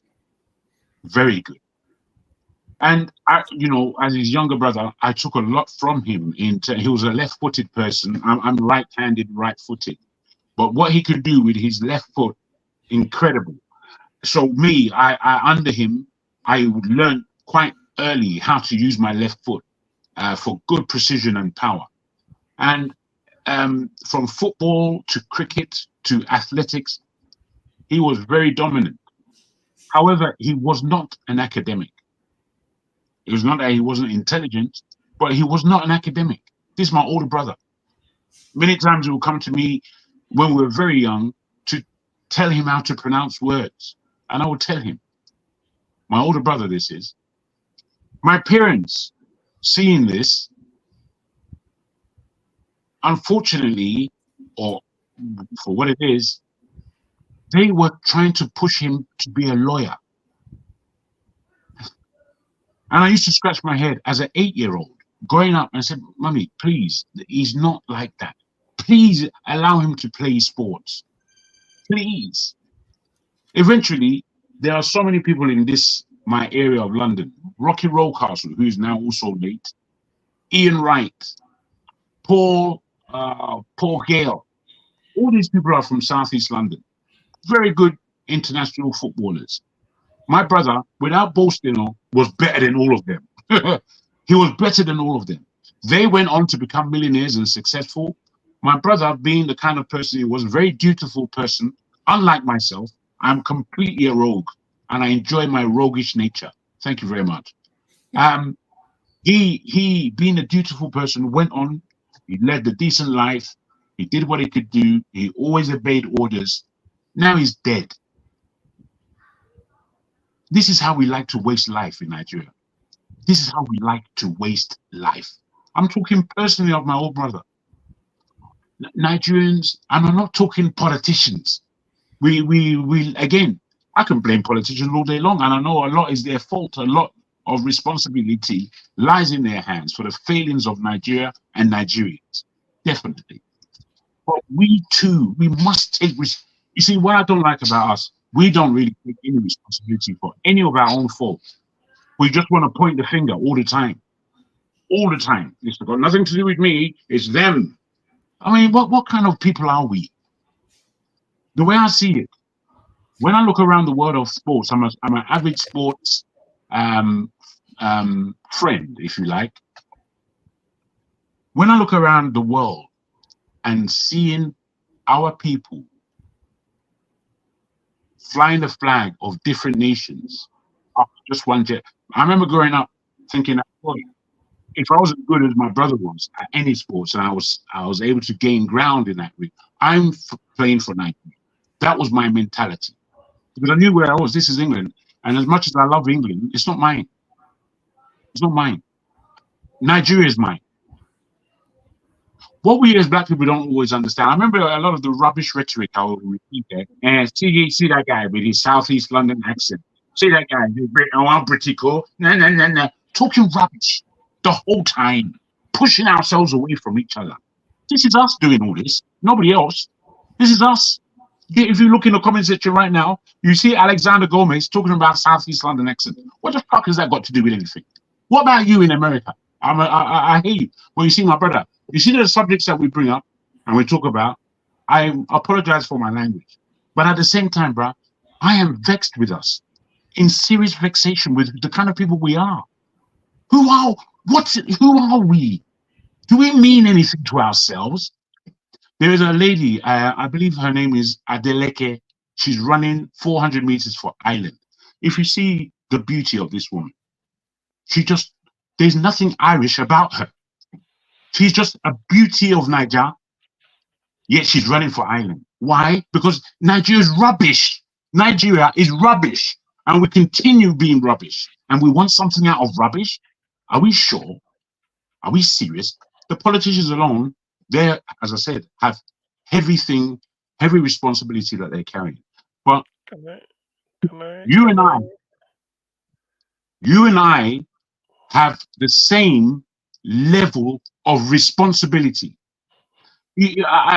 Before you come in, my brother, CM, since I've been in this country, I've been carrying weight on my back.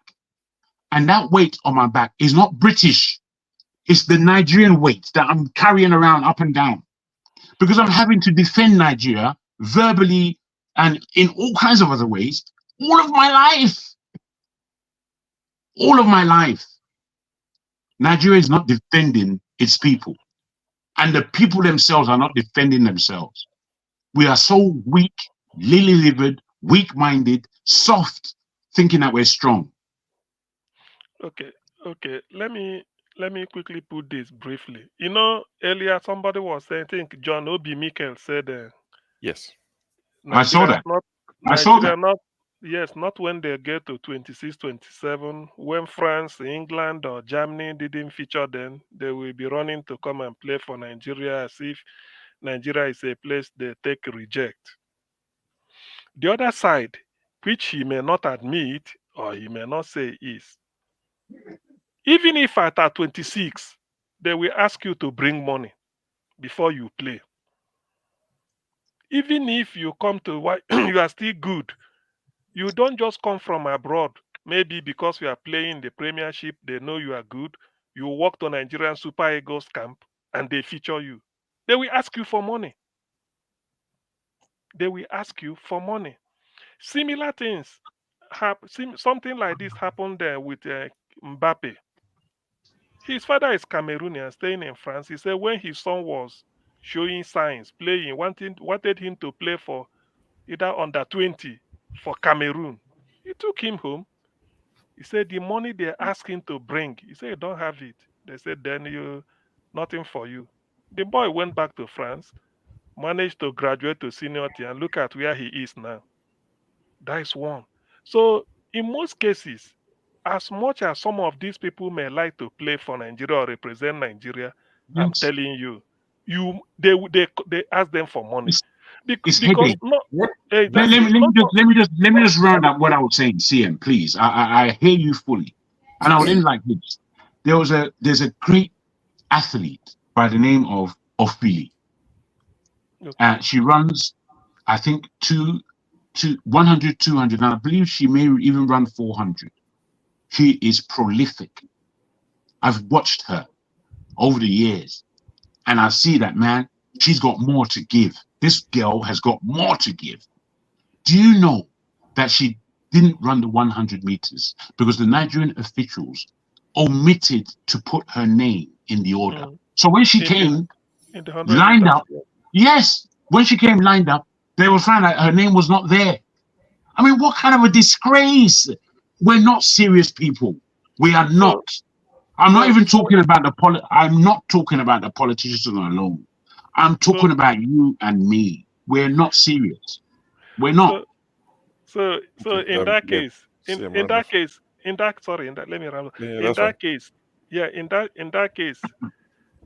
the thing is, that has been our nature in Nigeria, and they will tell you, if you don't pay bribe might not be to the coach, maybe team manager or somebody else recommend you. You may not be fielded. So some of them get frustrated. They say they are not going Nigeria. They ask them for money. So that is the bribe is everywhere. It's not that this athlete doesn't want to report, but it's just that the people you left back home are just corrupt. They need money.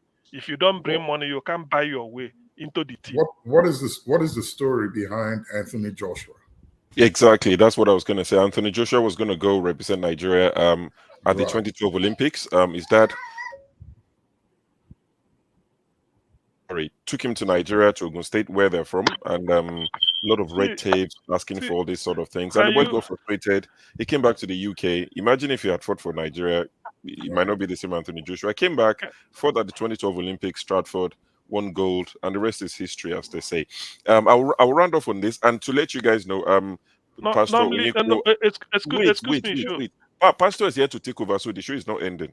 Pastor is in the background. He's going to come and take over. I just want to finish on this story that might not interest a lot of people.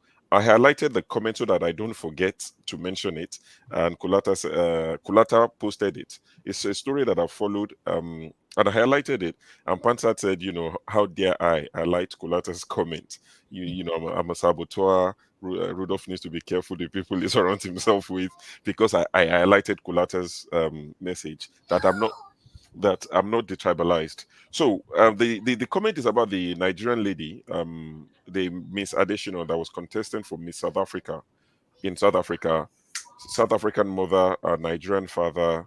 I think she got to the final, and she had to step out of the Mother's from Mozambique, but she was born in South Africa. Yes, so they are now saying that they found out that her mother did something dodgy, fraudulent in terms of naturalization in South Africa. You know, South Africans have been complaining because I think the lady posted something on Twitter or social media, Instagram, and she added Nigerian flag, and they got upset to say she didn't add South African flag. How can she add Nigerian flag? She doesn't represent them. They don't want her in the competition. So the reason why I highlighted the comment is because Kulata just broke the news to me, at least, that it was a white South African that won the whole thing tonight, and that just made me happy. It was a white South African that won, so I hope the South Africans are happy. At least, you know, they have a winner, somebody, you know, that looks like who they respect and adore. So on that note, I'll be handing over to Pastor Onyekoro Andrew. Thank you all for keeping my company today. It's been an absolute pleasure. I've not done this in a while, but I've enjoyed every minute of it. My brother, show. Yes, sir. Great style, bruv. Great style of comparing the show, my brother. Fantastic. Thank you. Thank you. Kenny and Paul and Righteous Man, please, my court. No, my court. Finish up in the backstage. So please, let me bring this to your notice. I don't know whether you have anything to do with it, but you see, there is one imbecile. Listen, yeah, because sometimes I let something slide, but sometimes I have to. There's one imbecilic bastard. Oh no! All he said, all he talks about is CM. It's called how can AB? Every time, everything he writes is only CM. AB He doesn't. He has problem. He has problem. Please ignore. Yeah, ignore. You just ignore. The comment section is a different show. It's not part of this. People tend to skip their medication, and I think he's one of them. Just ignore him. Please, let's ignore. Pastor Onyekoro, please. You have the no. I yield the floor. I want to appreciate you. It's been a very great show today. You've tried. No problem. My appreciation. Yeah. And check. You should have it by now. You should have it now. It's just been done. Righteous Man. It has been done. So check. Thank you, sure. Thank you, sure. Have a good night, guys. I'll be watching, but I have to go and sort out the family. All right. Thank you, sure. Thank you all very much. Good evening, everyone. So I don't have much opinion here, so I'll just go around again, continue from where show stops. I was watching background off and on, so I will start with flagship. The topic here, it's let's look at this. What I like to show us. I'll continue with where show starting from. If anyone wants to weigh in on this South African lady, or Nigerian South African lady, we can just take it from there. So I'll start with flagship if you have any knowledge about it, please. Well, I just heard about it the first time today, but I think that because of the so many misgivings that has been coming out of Nigeria, so wherever you go, the stench seems to stick. So I'm not surprised that they do that. They did that, rather. All right, thank you. CM. Well, I don't think I really have much of an opinion, because to me, South Africa is xenophobia. So it's like it's becoming what is it called? It's becoming a stain on their name. But be that as it may, they just have to take the shame. I don't see why somebody. By the way, somebody is participating in a beauty contest. There are screening before you register the person. Everything must have been checked. Then obviously it cannot be what you register today and participate tomorrow. You might take 2-3 months back. When it is your turn, then you now come up and then do it, only to come at the dying minute or whatever. They start to bring up one trash. The person is not this. The mother did. Even if the mother committed the offense, it doesn't. How does you transfer that type of whatever crime it is to the daughter? Let me just get. Maybe I don't know the story, but this is what I'm taking it to be. So to me, it doesn't say very good of them. Sometimes, if you can't establish a case against somebody, it's better you. They said it's better you set a guilty person free than to convict somebody who is innocent. So That is the thing. So I don't see South Yeah, Africa. thank you. Sure. Sorry. is this way. CM, you mentioned very an important thing, so I'll jump to Jago. Should a child suffer for the crime of their parents? Because if we go by the argument, if the argument is correct or the claim is correct, the mother was, I think, identity. Some from the few things I read about it, identity fraud or whatever. Should the daughter suffer for it or be punished for it?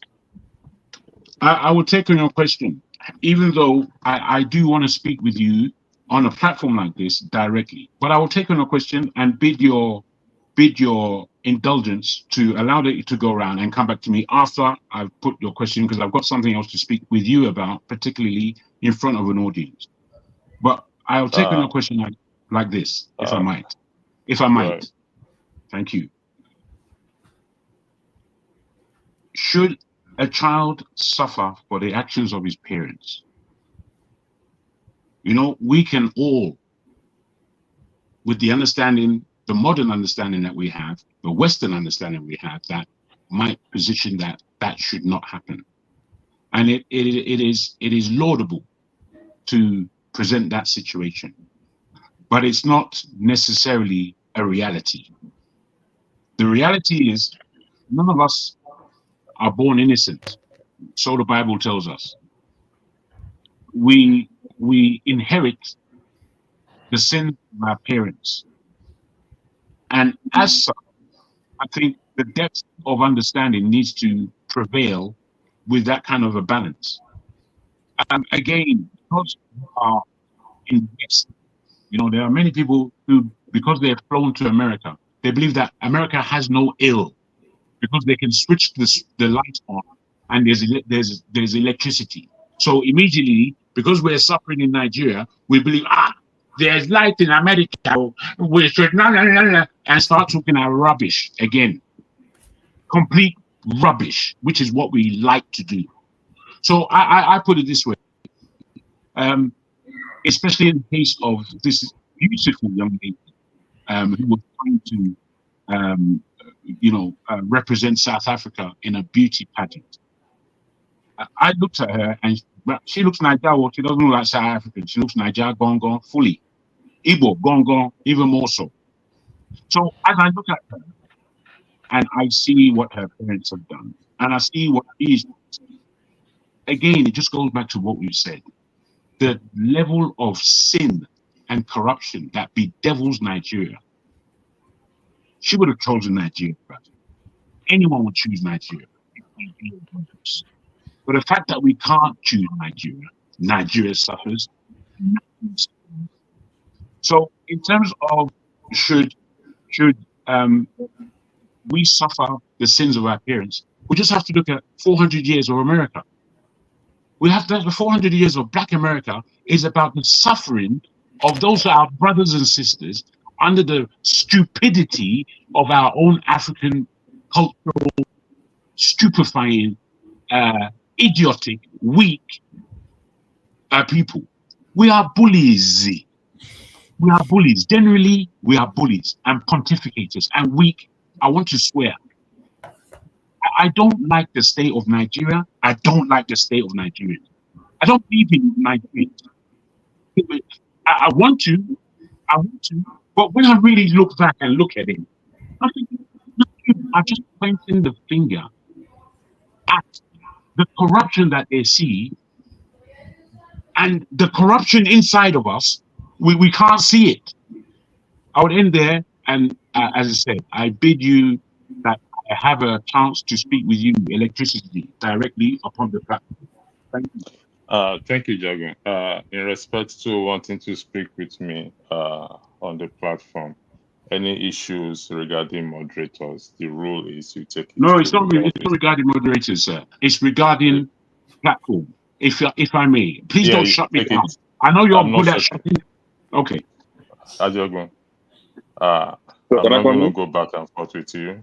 No, it's not back. I can do it now. I can do it now and present, but I just want to respect. I just want to respect what you are doing. So I just want to respect what you're doing, so everyone can go around and have their chance. I put it to you politely. I don't know why you need to shut me down. Are you not? I'm not shutting you down. I'm just saying any issues. You have my number. You can call me. Not on the public forum. You know very the floor is yours, please. Okay. Okay, thank you. I know we Nigerians, we feel so pained, so bad with these xenophobic things that's coming from not any other country, but South Africa. And Nigeria really headed during the era of apartheid. So it can be very, very painful. But at the same time, have we taken our time to look their rules when it comes to immigration? For example, it's very few countries. In the US, you had a child here, day one, that child is a citizen. In the UK, you had a child there, I think maybe 5 years, you understand, before that child can be citizen. Different countries, some other countries, they don't even allow the child to be citizen. That child can be a resident there, but it's not a citizen. It's a different thing. For example, in as much as we hate with what is going on there, do you know in Nigeria, woman can't make anybody citizen in Nigeria? No woman can make anybody citizen in Nigeria. So which means if a woman too also go marry a man and had a child there, I don't even know the rules. You understand? Because the woman does not make the husband citizen. I don't even know the rules. Maybe something like that can happen. So it becomes an eye opener. Sorry, Mr. Electricity, sorry, I hate to butt in. Mr. Paul, the Home Affairs Minister said there are 3 ways to become a citizen: by birth, by naturalization, and by marriage. I think these are the, but she could be, she is a citizen because she was born there. So that was sorted out. Okay. Okay. What of those Boko Haram? They said they repent and put in the army as citizens. Okay. So I'm just saying in general with different countries. So let's just look like even though in our own flocks too, like where a woman in Nigeria can't make a man citizen in Nigeria. You can literally marry a Ghanaian and American that live with you in Nigeria for forever. That man will never be a citizen in Nigeria. You understand? Except a different route, maybe go through business and everything. But you can't marry by just marriage. So every country have their rules. I don't really know the rules. Thank you for saying this. Then also the bigger picture. Let's just look at Anthony Joshua when he fought that big fight that he fought with a Sus. I forgot his name now. You understand, the Mexican American. When he fought that fight, the 2 times that he fought that fight, one of the fight they played Wizkid. The other fight they played Fela. I think Fela first, the second one Wizkid, if I could remember in between. But you know the funny part of it. Do you know the amount of money that he paid in tax to the British government, not to Nigerian government? You understand? So this is the power, you understand, of being a citizen in that country. So these things that South Africa is doing, if a girl represents you and represents you very well at that level, just because of the person make mention of where his parents come from, I don't see anything wrong. Anthony Joshua pride Nigeria, but pay the taxes to the British government. You understand? It's so funny. We see that in the US too with the presidential candidate. So I think it's time for us to stop all these things. It just don't make any sense at all. It don't make any sense. That's all I would say for now. Thank you very much. Kenny, I'm not sure if I skipped you. Did I skip you before going to Paul? Or no, Kenny is not there. Righteous Man. No, it's Righteous Man. Righteous Man, are you there? Righteous Man is not there. Desta, John Alaba, you came in before Desta, if I'm correct? No, I'm here. Okay, Righteous Man, the floor is yours. Did you follow what we were talking about? I'm here, but the network is so bad. Yeah, I'm here, but the network is so bad down here. Okay, we'll come back to you later once the network get back. Desta, the floor is yours, please. Desta? Desta, can you hear me? All right. Can you hear me, Desta? Yes, I can hear you. I can hear you. Yeah, the floor is yours. All right, thank you. Speaking on the South African issue, I don't really buy, or personally, when I look at Nigeria, I mean, sometimes I really don't go hard on other countries when they dish it out on Nigerians, because it's more like you have not done your homework and then you're looking at other people to do their homework. the truth about it is that they say it's only nobody is going to be throwing stones at you except the tree is flourishing, really. The truth about it is that South Africa would have been happy to have that lady if Nigeria was a country to be proud of. If Nigeria was a country that other people wanted to be citizens of, probably that lady would have wanted to come to Nigeria to represent Nigeria. That's the truth about it. But unfortunately, our country is being run by kleptomaniacs, kakistocrats, and so nobody wants to. Everybody that can JAPA will JAPA, and then other countries can now say, "Oh no, don't come here." That's the reason why we're in that situation. So it just shows that Nigeria has failed. That's the only thing I can. I'm not going to start going to talk South Africa is being xenophobic and all that. No. Do you hear that about an American citizen? An American citizen goes to live in another country. Do you hear that they will start castigating the person? Nobody does that because America takes care of their own. If an American citizen is flying on a flight and the flight maybe stops in, let's say, in Pakistan, do you know that the treatment they will give the American citizen in Pakistan is different from every other person? In fact, I have a colleague. He used to be with the British Army. He said that when they went to fight a war in Afghanistan, if you are with the French troops and for any reason you guys are caught out, you guys are under fire, you're on your own. If you are with the British troops, you're on your own. If you are with the Australian troops, you are on your own. But if there's an American in your troop and you guys come under fire, that person just needs to make one call. They will ask him, send your coordinates, and help is coming. So those are people that take care of their own. Nigeria, we are not there. We have a country that it is clear to the world that we are a bunch of jokers. So I feel for the lady in South Africa. I honestly feel for her, but she's a victim of a failed Nigeria that is failing everybody. That is basically it. And I don't stand here and castigate America. Why? Castigate South Africa. Why? We are more racist in Nigeria. Are we not more racist? Some of us here in our states, can you from Edo State go to Abia State and walk freely? Can somebody from Abia State walk to Jos, just travel to Jos and say he's looking for a job there? What are we talking about? Are we not more racist? My brother, Nigerians are not racist, but we are tribal. We welcome foreigners very well, but we are tribal. Call it what you want to call it. Call it what you want to call it. Call it what you want to call it. Whether you call it tribal, it's a form of stigmatization. That is what it is. No, it's just so bad. What I just mean, we take care of foreigners well in our country, but we are so tribal to ourselves. Good. That's what I'm saying. Mean. So that is what we are to ourselves. What we do to ourselves. Then we want other people.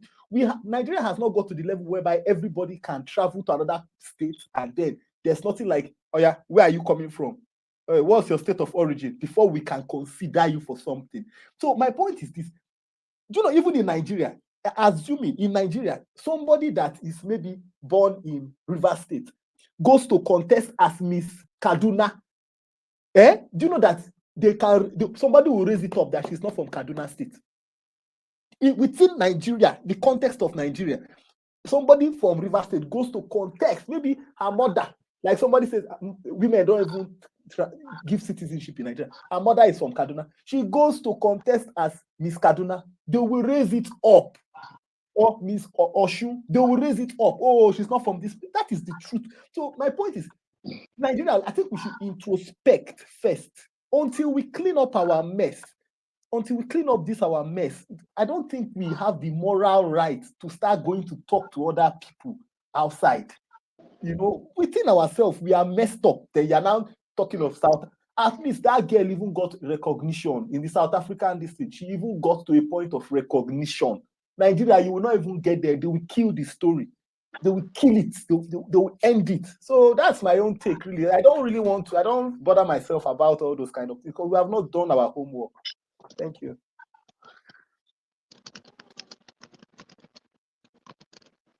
Yeah, thank you very much, Dexter. Jonalaba, it's your floor now. Ngozika, I will go last to you because I want to yield the moderation to you first. Then you can take it up. Then I'll come back. So let Jonalaba go. Then I'll go to Ngozika. Ngozika will moderate temporarily. Then I'll come back as I need to attend something backstage. Jonalaba, the floor is yours. Thank you, electricity, but do me a favor. No, Jonaba, before you go on, please. Ngozika, I'm yielding the floor to you to moderate. So after Jonaba, you can go ahead with it. Is that okay with you, Ngozika? You guys decided to skip me and give it to Jonaba. Ngozika, don't press pause. Don't press pause. Okay, okay, she's giving me a thumbs up. Kenna, we didn't skip you. I was calling you earlier, but you were not there. Sorry, I know. I was just pulling Jonaba. Okay, Jonaba, the floor is yours. What do you want me to talk about? Really, Jonaba. An elder statesman is asking what you want us to talk about. Oh, I don't get light for Texas. Look at Jonaba, he's coming back from occasion. He's coming back from a occasion. He's not here with us. Jonaba, we're talking about the lady, the beauty pageant in South Africa, the lady that withdrew. Are you aware of the story? Not too much. Okay. This AB, tell the little you have. Just tell us the little say you that have, I look like a little Rottweiler. Jonaba, can you hear me? I can hear you very well. Go ahead with the little you. This is America. You have. I can hear you, brother. Okay, go ahead, Jonaba. John, I'll send you a message in the private section. So just go ahead. Thank you. If they call me John, like become your mate, like your Igbo people, right? Okay. Elder John Abba, are you happy, sir? Pastor John Abba. Nah, doesn't matter. I'm just pulling your legs, you know that. I just come to support my brother Paul because of those tribalist people who have kept us for so long. Desta, Kene, this bigot, but they are good people. A righteous man, he will not mind his damn business in his darkness in Nigeria.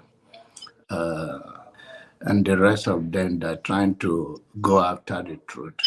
So my here is that nobody stop anybody. Power is a struggle and it's a fight, whether it's in politics, whether it's in business. But for you guys to always zero it to one person issue of a lawsuit, of a monopoly, nobody apologizes for power. Nobody in this life. It just depends on how you use it, whether you are fair enough or whether you are more human or you are brutal. But nobody apologizes for power. For attacking all those things, oh, this person is monopoly, this person take able to court, all of those things. And the issue of the day, earlier on, there's all those dragging of oh, this is what is going on. And not before I go further, I want to my condolences to people of Benue and for losing the loved ones again, to all their calls, herdsmen and bandits. So the issue of Benue is a national issue.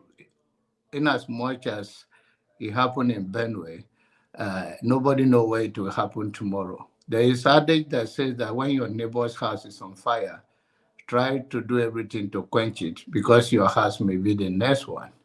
So it's not something that anybody should be make it a Benue thing in as much as it's happening in Benue.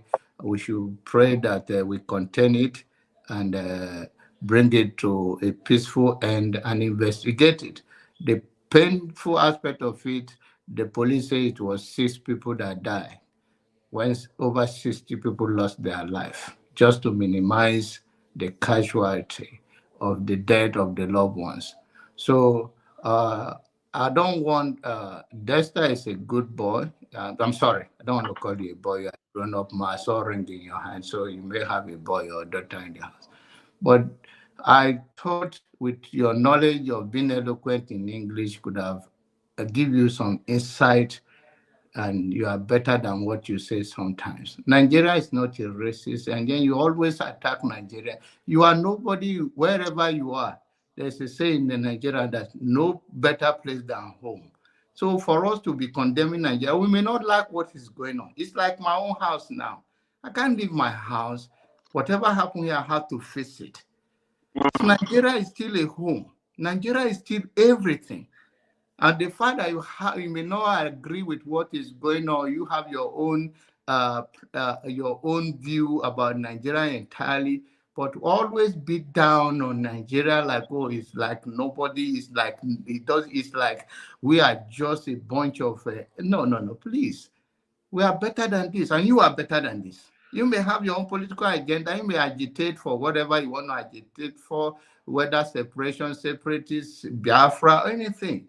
But as far as we are still lifting one flag, we should just try to endure our pain and our differences, and don't not talk trash about yourself like that, because that is who you are. Thank you. Can I just comment on that comment? Can you hold on 1 second, please? Can I, before you start, after Kenneth, you can say what you want to say. You can challenge John Abraham for his arguments, not him. Yes.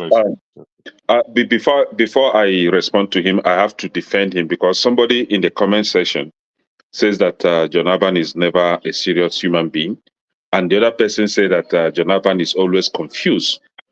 But it's now difficult for me to defend him, because I'm going to agree with the latter person that says that he's always confused. But I think I understood his condition this evening better. He's coming from a party, and I think he has some distance before he come here. And that is why he will look at me, my face, koro, and call me a tribalist person. I don't know when I become a tribalist person, but this is it. Jonathan, yes, you are from Benue State. And I think countless number of times on this platform, I've defended the Benue people. I've cried out even more than you did. I don't think you've ever defended your people, but it is what it is. A confused person will always be confused. But this is it. Talking about what South Africa is doing to not just Nigerians, other Africans.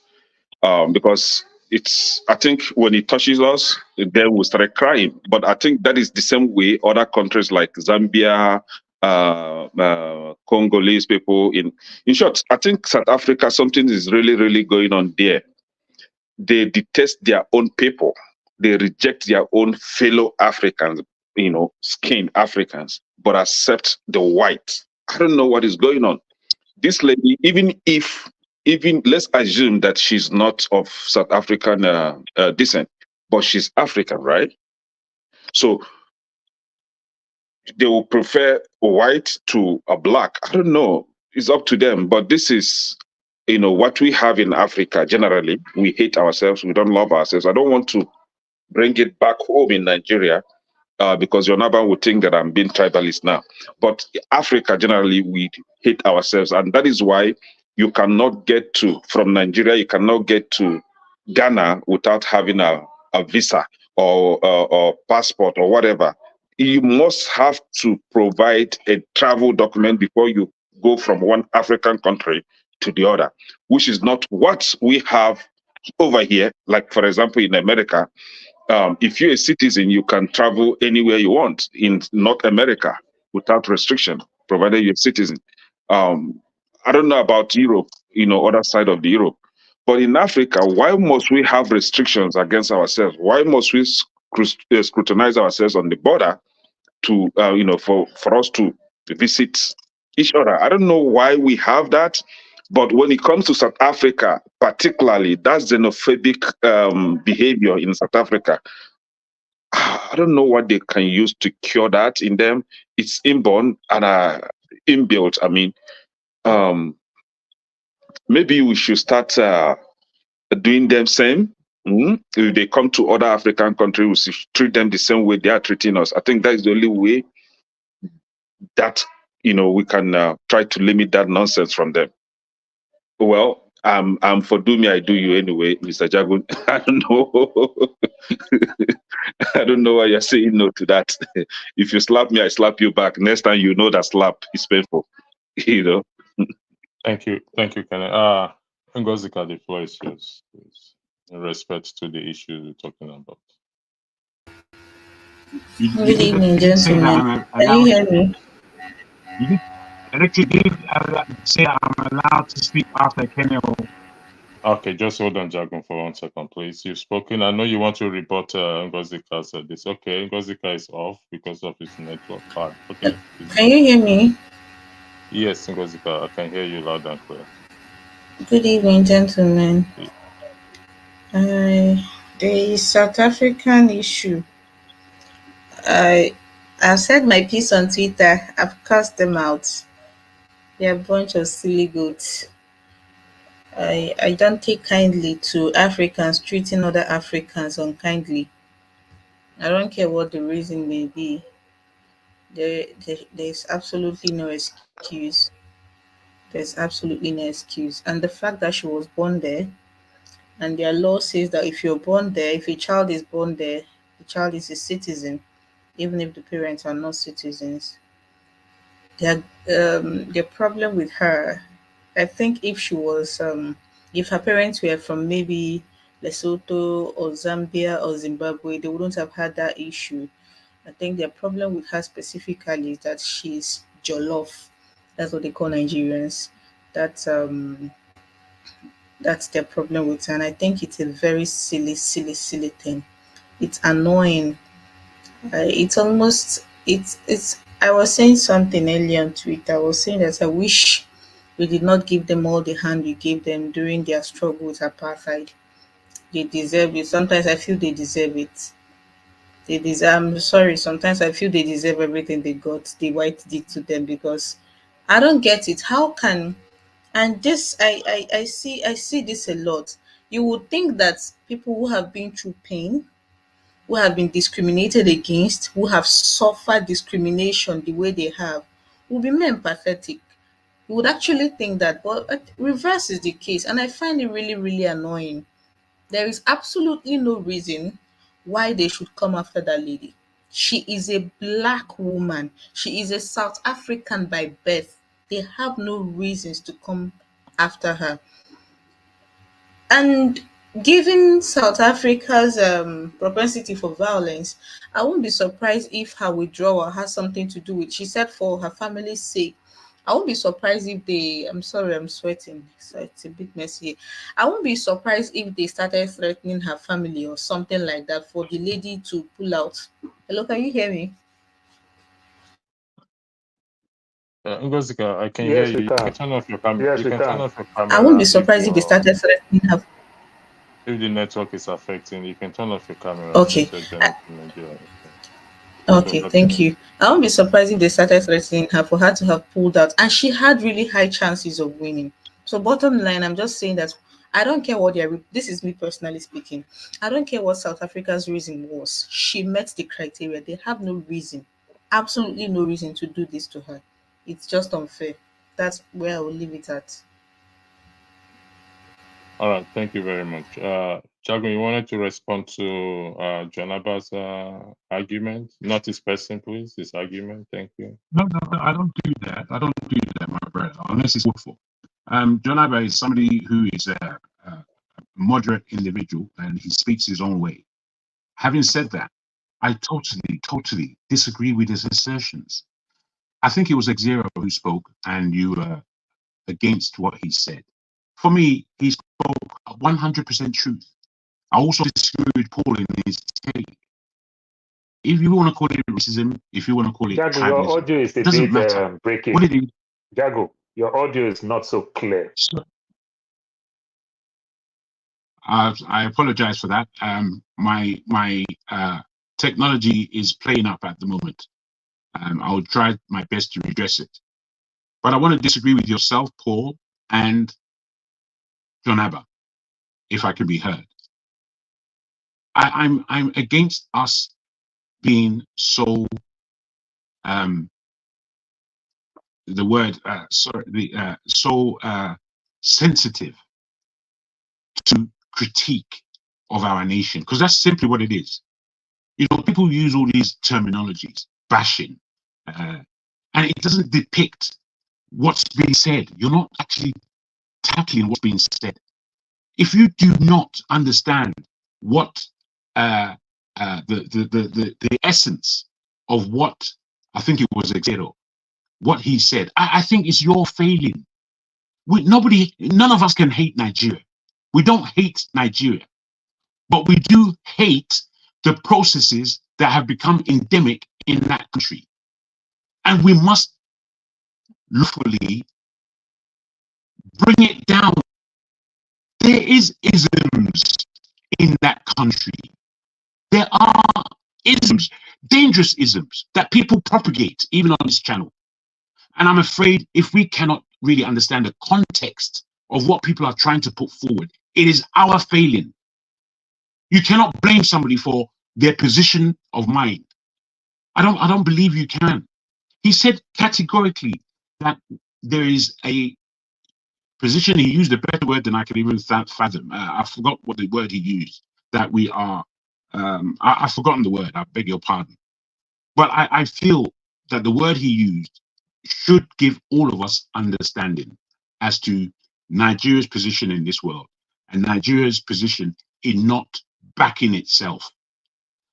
The word I would put it to us, there was a question between racism and tribalism, and how we treat foreign nationals in our countries very well. I'm afraid the reason why we treat foreign nationals in our country well is because we suffer from a good dose of an inferiority complex. That's why we'll call somebody from India a white man. We'll call somebody from Lebanon a white man. We'll call, they're not white, or they're not European. Can we go back to him later when the your audio is getting much bad. We can't hear you. Your audio is not good. So maybe you take yourself out and bring yourself back in. If you are hearing me, your audio is not good. Ngozika, can I respond Thank you. Can I respond after Ngozika to and can I do that? Yeah, after Ngozika, Jonaba, okay, you thank do you. that. Thank you. Ngozika, the floor is yours. Thank you.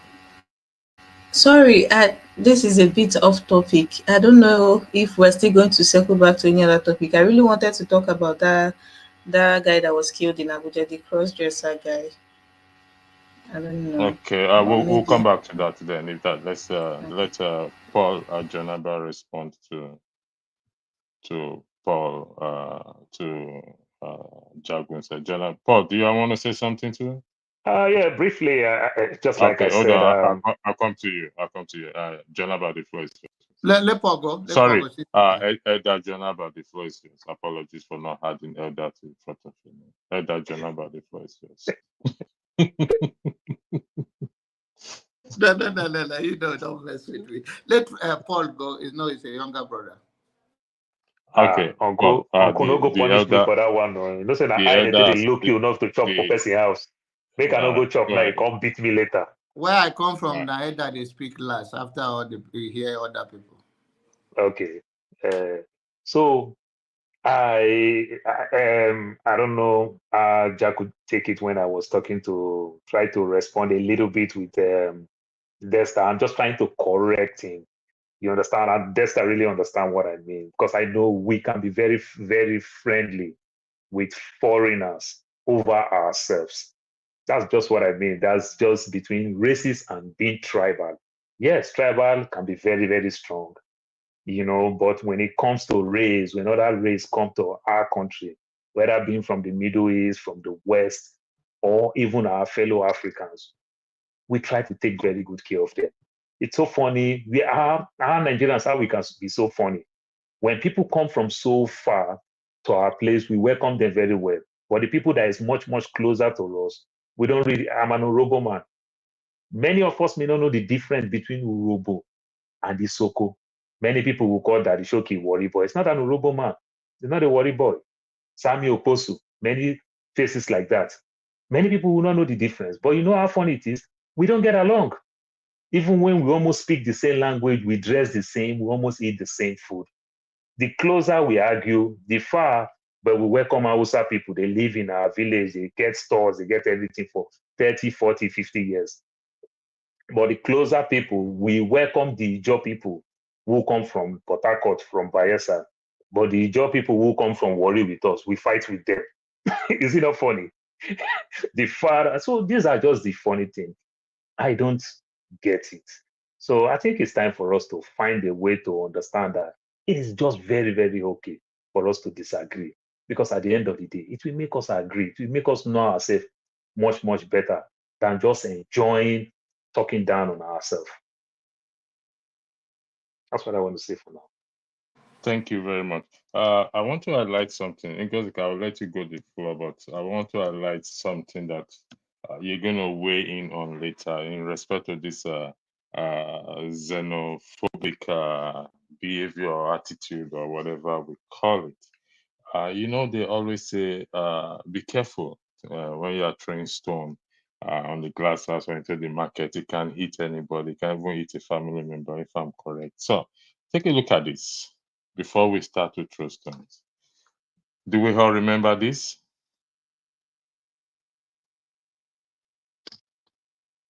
Do we remember this incident in Nigeria?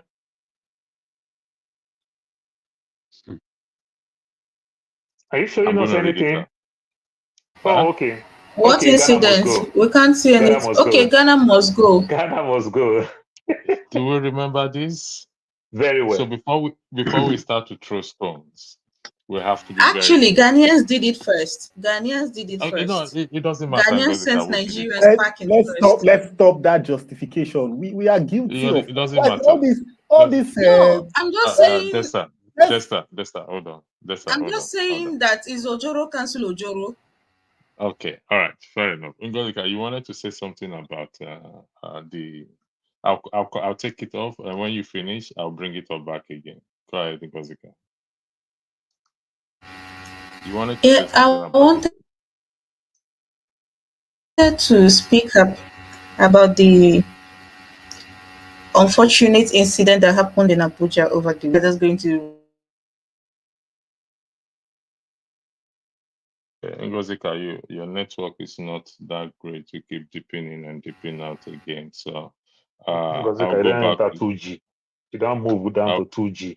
I'll go to this comment now, and I'm going to start with who have their camera off. Then CM. I don't know. I don't think it's just give me 1 second. Let me take the person out. Who is this person? I'm seeing a camera. Somebody does not have their camera. I don't know. I'll find the person. I'll start with you, Desta, in regards to what I just highlighted. Ngozika is frozen.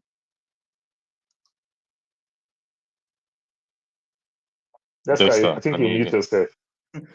Yeah, sorry, I didn't catch it fully. Actually, Pastor. Yeah, what is highlighted on the screen? Okay, then? Okay, yes. I mean, it all just. I mean, this all goes down to the history of what I'm saying. They say he that comes to equity must come with clean hands. You know, and like I always say, if you make your home a flourishing place, then everybody will desire to come to your place. Everybody will treat you. If you can't respect yourself, then the idea that you go outside and you want people to give you the respect, you know, what happened in Nigeria was that when Buhari took over in 1983, they were looking for who to blame because the economy was not going well. And the easiest thing they could do was, and this to show you how inept our leadership in Nigeria is, whereby we think that the way to create wealth and to create a prosperous country is to start alienating people who are qualified for roles. That is, and I sometimes I come here and I hear people tell us endure. I mean, where does it happen that if you want to be progressive, it's just like you have a child and your child is not doing well in school. Maybe your child is getting in common entrance, your child is getting 80. Then you will start thinking, oh, instead of you to get your child to work hard and get 200, you will say, no, let them bring the cutoff mark down. Let them bring it down so that your child can pass. Now, this is what happens.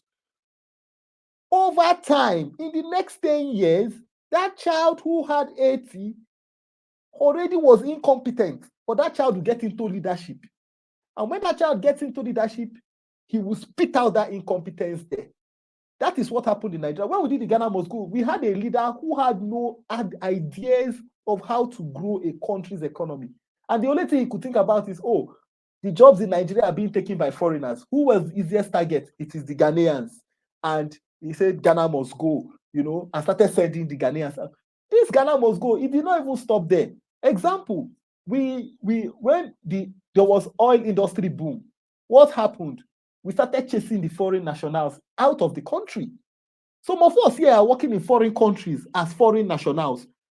Imagine if tomorrow in the country where you're working in, they start thinking that it is you that came to their country to work. That is the problem why the country is not progressing. Then they now start saying, oh, you people should get out. We will start playing the racist card. But in the oil and gas industry in Nigeria, you had people that came out and they will start chasing foreign nationals. Oh, this contract must not go. And the truth about it, the contract is a bidding process and you should allow the best man to win.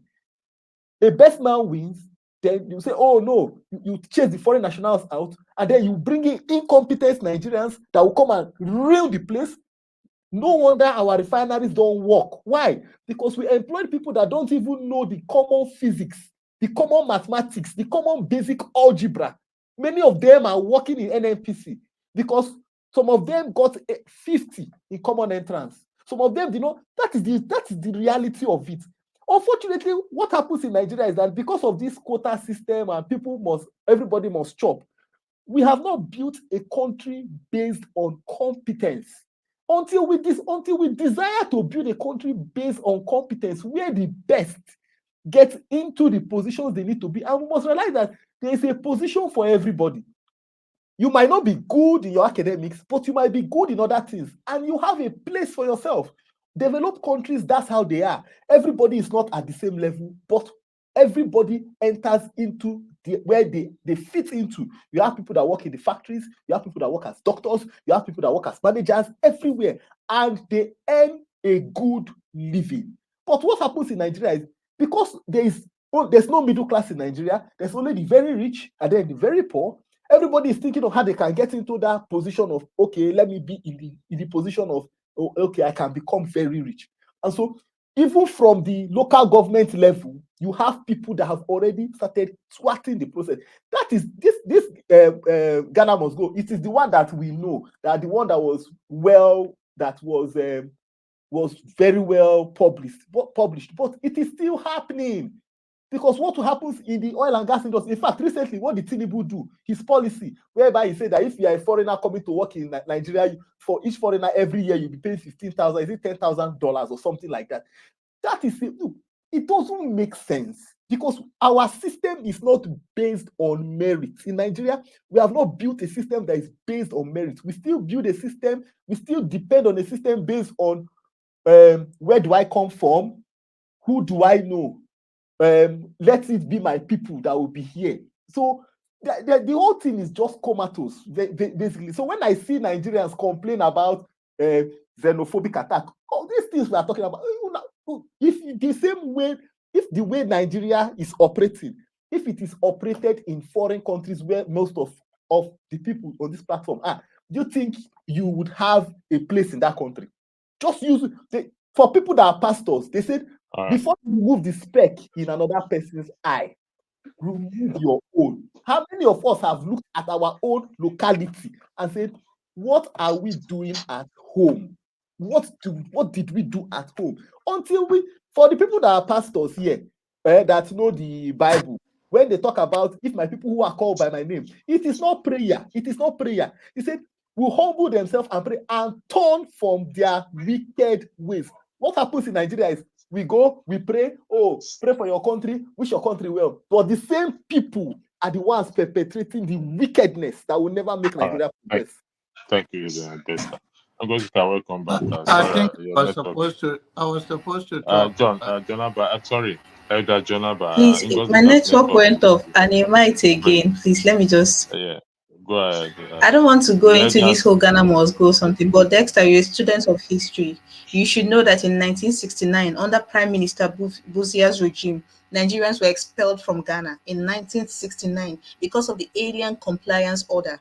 As at 2014, when I left Ghana, that law was still affecting Nigerians and every other foreign national. So don't even go there with the Ghana must go thing. It's Ojoro cancel Ojoro. As far as I'm concerned, what happened in 83 was Ojoro cancel Ojoro. They did it to Nigerians in 69. Nigerians did it to them in 83. So it's Ojoro, we are level on that one. So that's that. But I wanted to. Is Ojoro cancel? Really, I don't want to talk about it. I don't want to, because it's the reason. Let me give you you know the reason they gave. They said Nigerians were taking Ghanaian jobs. You know the reason Nigeria gave. Nigeria said Ghanaians were taking Nigerian jobs. So it's Ojoro cancel Ojoro. They did it to you. You too, for whatever reason, you had an opportunity and you did it to them. And let's be honest, despite everything, Nigeria and Ghana remain more binded than separated. I rather when I'm on Twitter and there's a bant between me and a Ghanaian, I know it's all bants. I know they reach hearts. We don't like each other, we yab each other, but we know say that the end. But you see this whole South African dynamic, it's a whole different level. It's a whole different level. So there's not even comparing it. So this whole Ghana must go thing you are trying to push, comparing it's dead on arrival. As far as I'm concerned, Ghana did it in 69, Nigeria did it in 83. So as far as I'm concerned, they've cancelled each other out. So that's my position on that. But I'm really want to talk about that guy that was killed in Abuja, because I want to draw attention to ahead. Go ahead. The floor is yours. Go ahead. Nigerians are selective sinners. I beg your indulgence. Nigerians are selective sinners. They are selective sinners. They are the kind of sinners that will judge sinners for sinning differently. And it's annoying. It's irritating. A Nigerian will steal, do yahoo, cheat on their spouses, do every form of wrong thing, and they won't consider it sin. Where they draw the line is what two adults, consenting adults, are doing with their genitals. That is where Nigerians will draw the line. As every other thing they are doing, they consider it lesser sin. And I keep asking them, where did you decide with God that this one is lesser sin and this one is greater sin? You thief, you lie, that person where they look say you won't sin too big. Now the same hellfire, for those that believe in hellfire, when I go still land inside. This guy, it was even when he died that I even got to know about him, because although my work involves a lot of social media, but I am not a social media person. It was even when he died that I got to know about him. Apparently, the guy is an open homosexual. So we know homosexuality is a crime in Nigeria. If you're caught and convicted, 14-year jail term, non-negotiable. But the guy was quite open about his lifestyle. He called himself Abuja area mama. He called himself the gay ashawo. That's what he called himself. He would dress up like a woman, go stand in the streets, and men would pick him up. Some of them knew he was a guy. So men that did men knew he was a guy and they picked him up. Some did not know he was a guy and they picked him up. Sometimes he said, I watched an interview of his when they said when he said some of those people that did not know he was a guy would pick him up, and then when they got to their destination and about to get down to it, some of them will find out he was a guy. Some of them, they don't mind, they'll just continue. They'll be like, why are you a guy? Why didn't you say you're a guy? Why are you doing it? But they will continue. The other ones will be so repulsed by it, they'll be like, take the money I gave you, just get out, I don't do this. So this guy was living his life, like it or hate it. The crime he was committing was for the Nigerians to persecute. They failed in, since this is a crime, they failed in prosecuting that crime. I did not see what give anybody the effrontery. That guy was beaten to death. He was beaten to death because he was gay. And that is where I draw the line. You have no rights. Like, what Nigerians they can play God? What do Nigerians that can play God? Decide who lives and who dies because you don't agree with their lifestyle. How? It makes me wonder, are you sure that everything that's happening to us as a country, are you sure we don't deserve it? Because at the core of who we are very terrible people. I went on the comment section of the blogs that posted about his death, and people were gloating. This guy is not the cause of inflation. It's not the cause of the bad governance you're having. He did not rig election, and you are celebrating that he was beaten to death. How? Why? That others should learn from him. It's even the stupid ones that are saying he's corrupting young ones. So all the young people in your family, nobody, no other person in your family is decent enough that they can have as role model. You are looking to strangers to make your young ones role models for. You are not role model. You yourself that you are talking, you're not role model enough for young ones near you to emulate. You are putting the burden on a stranger, and you take yourself serious. The thing has been pissing me off so much, because I've said on this channel so many times that when it comes to certain things, all these woke ideas, I'm very simplistic about it. Don't drag children into it. Don't force children into it. Don't force people into it. If I don't want it, keep it away from me. But what two consenting adults do with their genitals? Please, Nigerians should please get it off. Let it be. Fight the bad government you have. Face your governors, face your local government chairman, face your state house of reps. Leave what adults are doing in their bedrooms alone. It is only when children are involved or one adult is not consenting that you should do what a right thinking citizen should do. Stop going after people for their private lives. It's sickening. You kill somebody because you don't agree with their lifestyle, and you're celebrating, and yet you think you're better than Tinubu and his people. You're all in the same people. You're all in the same class. Thank you, Ngozika. We lost that again. I'll go to John Abba. From John Abba, I'll go to Flagship. I'm sorry, why do I keep forgetting? We'll go to Elder John Abba, then we'll go to Flagship and John Elder. Elder, the floor is yours, please. I want you to feel free to call me. I'm just kidding. I was just kidding. No, going on forward, I'll be calling you Elder. Elder will be in your name in front of No, don't worry about that. Elder, please go ahead. Thank you very much. Thank you once again. And I'm sorry that Ngozika felt that way. I believe that no one should be killed based on their sexual orientation, and it is what it is in Nigeria that we're that barbaric. And my condolences to those that love that the individual that are passed on. Nobody need to die that way. If that is the worst case scenario, let the law deal with it. But to stone somebody to death in 21st century is painful, and nobody should die that way. When it comes to whatever they are saying, a confused person will always define someone as confused because it's a projector. It is always suited for people who have the same narrative to carry out such and spin it to make it a reality. My advice to young people is that Nigerian belong to you. Make the most out of it. You can cry till Jesus comes. It's not nobody's going to do it for you.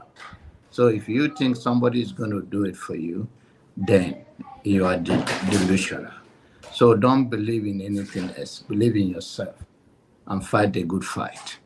And to those that comment or say like the word, pastor or no pastor. Now, the history in Nigeria with Ghana has been there for a long time. When you pick and choose, a young man that is very intelligent pollute themselves with misinformation. Ghana must go was not Buhari, but the simple that you don't like somebody, or you say it's a quarter system, is this, the best people should be at the job. That is not, you are even misleading yourself. The worst person surround themselves with the best people and have a teachable spirit will produce a good leadership. I don't know why it's that difficult for us to understand that no matter how brilliant you are, living among dead will soon die. So it's never about how intelligent you are and how you think you are.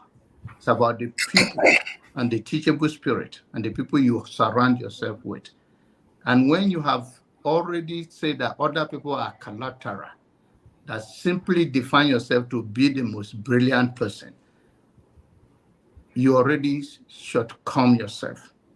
Because in your own world, everybody have what they have, and everybody have something unique. So let us distance ourselves from this bias, bigotry, hate statement. We can be a better people and speak. You can criticize me. I can disagree with you to agree. But when fact is not in your word, and simply because you think you have or you are eloquent and you can speak English very well and you can turn truth to lie or lie to truth, that is not going to happen. Go look at the history. When you want to, it's even shameful when you want to claim to present a statement and why you are presenting is not wrong, is not the right thing. Then it's become more. Can somebody mean their stuff, please? Is that jargon or what? So it become more disturbing. And that is what I say. I don't come here. Kenny, I disagree with him. He knows my younger brother. If I go there, and even Dexter, my best, I want you guys. We may have it, and I'm a straight short person. Jargon, I don't. What he's saying and what we are saying is no different. We are just saying that there's a difference between a flat racist and being a tribal issue. And there's nothing wrong in being tribalistic. There's nothing wrong. The young man that will make Nigerian great again, if the person is going to vote for, he's a white guy. But he's not saying that we have a problem with low self-esteem or not accept ourselves who we are. It's your right to vote anybody you want to vote for. This is America. So nobody is confused. That is your belief, and that's what you believe. Let your belief carry you through. You know, I lost, as I summarize my talk, I lost a great Nigerian today that I went for his funeral. It's called Dr. Malam.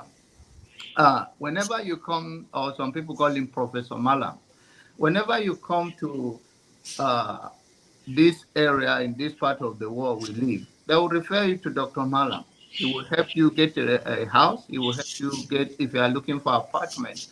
And he was a Nigerian through Nigeria that today Igbo, Hausa, Yoruba, Shekiri, everybody come together to say goodbye to him because he represents all of us. He never look anybody where they come from. Rather, he look at us as a fellow Nigerian. My struggle, as in as much as I try to integrate it into American, I don't want to be like Paul, because Paul want to be buried in Arizona. I still struggle that his body was buried here, but that was the will of his family. But it's such a champion that left Nigeria and started teaching in University of Jos with his family. But because the last baby have an accident, that have a medical condition, make him return to America, and eventually he died here. That's the kind of Nigeria I'm looking forward. When I pass on, when you know I'm not afraid of death. I can die any day. I'm never confused about that. Even if Kenneth believe that I'm confused by the one chance man on the charter platform that have nothing to offer. If you come, I want people like Flagship, who speak so eloquently, Pastor Electricity, Pastor Andrew, Dexter, Jago, and then the Jago can free to smoke any way you want to smoke with. Elder. So you are all welcome. That's the kind of Nigeria I'm looking forward to. Not this Nigeria of talking trash of anything you want to because it doesn't go your way and nothing else exists. We all can disagree to agree. Thank you. And I don't know why you're saying Eda to cut me short. Don't do that. Okay, sorry. I'm sorry, my Eda. Sorry, Eda. Our Flagship, the floor is yours. Please, going forward, we must recognize Elder John Alaba whenever he is on the platform. It must not be addressed as John Alaba. You don't change that to Alaba or Abba. Abba, sorry. My apology. To John Abba. Mr. John, John, I'm going to type my number for you in the private chat there. I would like to have a word with you, Elder John Abba. Is that okay with you? Anytime, any day. All right, thank you very much. Flagship, Even though you're supposed to pay tithe. Flagship, do you want to put any title in front of your name, or you're okay with Flagship? No, I'm fine. I'm good. All right, Flagship is the title now. The flagship of the platform. All right, the floor is yours. Thank you so much, Pastor. Let me call you by your title now. You see, Muammar Gaddafi was working on a project before his demise, which in my opinion was a good one. And his goal was to unite Africa and make Africa a symbol on this globe. But the West and those that be understood the power of unity that Gaddafi was trying to initiate in Africa, and that if he succeeded, Africa will get off their grip. My grandmother explained something to me many years ago with a broomstick and a bundle of broom. And she say, son, look at this. She took the single broom, bent it, and it broke. And took the bundle of broom and tried to break it. And she could not. She handed it over to me. I could not. She asked both of us to do it. We could not. And there was a stronger guy there in the compound. And she said, my son, can you come break this for me? And the guy could not break the bundle of broom. What she was trying to explain to me was the power of unity. The day that we Africans, as a matter of fact, the day that we, in whatever geographical region we find ourselves, decide to see ourselves as one, while still acknowledging our differences, then we'll begin to see the beauty in our strengths and how we fit to complement each other. South Africa, Ghana, Kenya, Morocco, whatever it is, we're all called Africans. That's the one name that unites us. Why can't we, for once, see ourselves as one, so that we can begin to make bigger and giant strides in global affairs? We have the strength. We have what it takes. We have everything in us. We just need to get our minds to get to think unity together. And I'll borrow this from Vice President Kamala Harris. I heard it from her recently. That what the difference, correct me please, I'm going to paraphrase it for those who heard it. Our differences does not make us different. That's the way she said it. It makes us more united than differing us. We just have to put that aside. We're talking about making progress and advancement in the world. We sometimes just have to ignore our differences and look at what makes me me, what makes you you, what you have that I don't have. And if I put it together with mine, I can, or we can together come up to achieve something great. So my comment in summary is, let us on this platform, starting with, not look at ourselves and downplay anybody, young, old, educated, not educated, speak eloquently, don't speak eloquently, have a good voice or have a squeaky voice. There is something unique, beautiful in each one of us.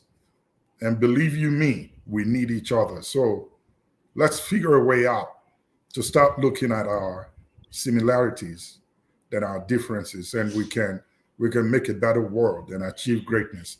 And to the young man in Abuja, He didn't need to die that way. That was wrong in all facets. Nobody deserves that. I pray that God will give his family the heart to bear his untimely and very regretful departure. Thank you very much, Flagship. Edda Jonaba, I've sent the number to your phone, to the private chat. I don't know if you've seen it. The next podcast will be starting in the next 5 minutes. So I would like to thank everyone that has joined and be part of this podcast. Why don't you just let all of us speak about the Ghana must go thing now? I've not seen anything No, about because it. there's another podcast starting in the next 5 minutes, so I have to bring this one to a close. Okay, so this is what I want to speak. I'll talk to if I may, please, Jagun. If I may, Jagun, can you please hold on, please? Paul, the next podcast, please, it's an appeal. The next podcast will start, so this has to come to an end by 6 o'clock. We will deal with this issue of xenophobic. Tomorrow there's a podcast in respect to bigotry. Paul, you're welcome. If you want to weigh in personally on that, let me know. Send me a text message to confirm that, then we'll arrange how I'll bring you in. I'm bringing people in differently at different times. So just send me a text message if you're interested. We can discuss this issue of Ghana must go oh no, just briefly. Yeah, whenever it's on, I'll just contribute. Thank you. No, it's on tomorrow. So thank you, gentlemen. I'll come in tomorrow. Okay. No, what I'm saying is I'm bringing people in one after the other. So if you want to send me a text, then I will send you a message if that's okay. Okay, I will look forward when it's on because I don't know the time whether it will work for me. All right. That's what. Thank you very much, gentlemen. I hope to see you in the next podcast, God willing, and join us and join the ladies. God bless you. Have a lovely day. You want to cross the favor? Is it going to be a background? Just leave us offline. No, that will not happen. It's ending. It's ending. Thank you very much. Okay. Thank you.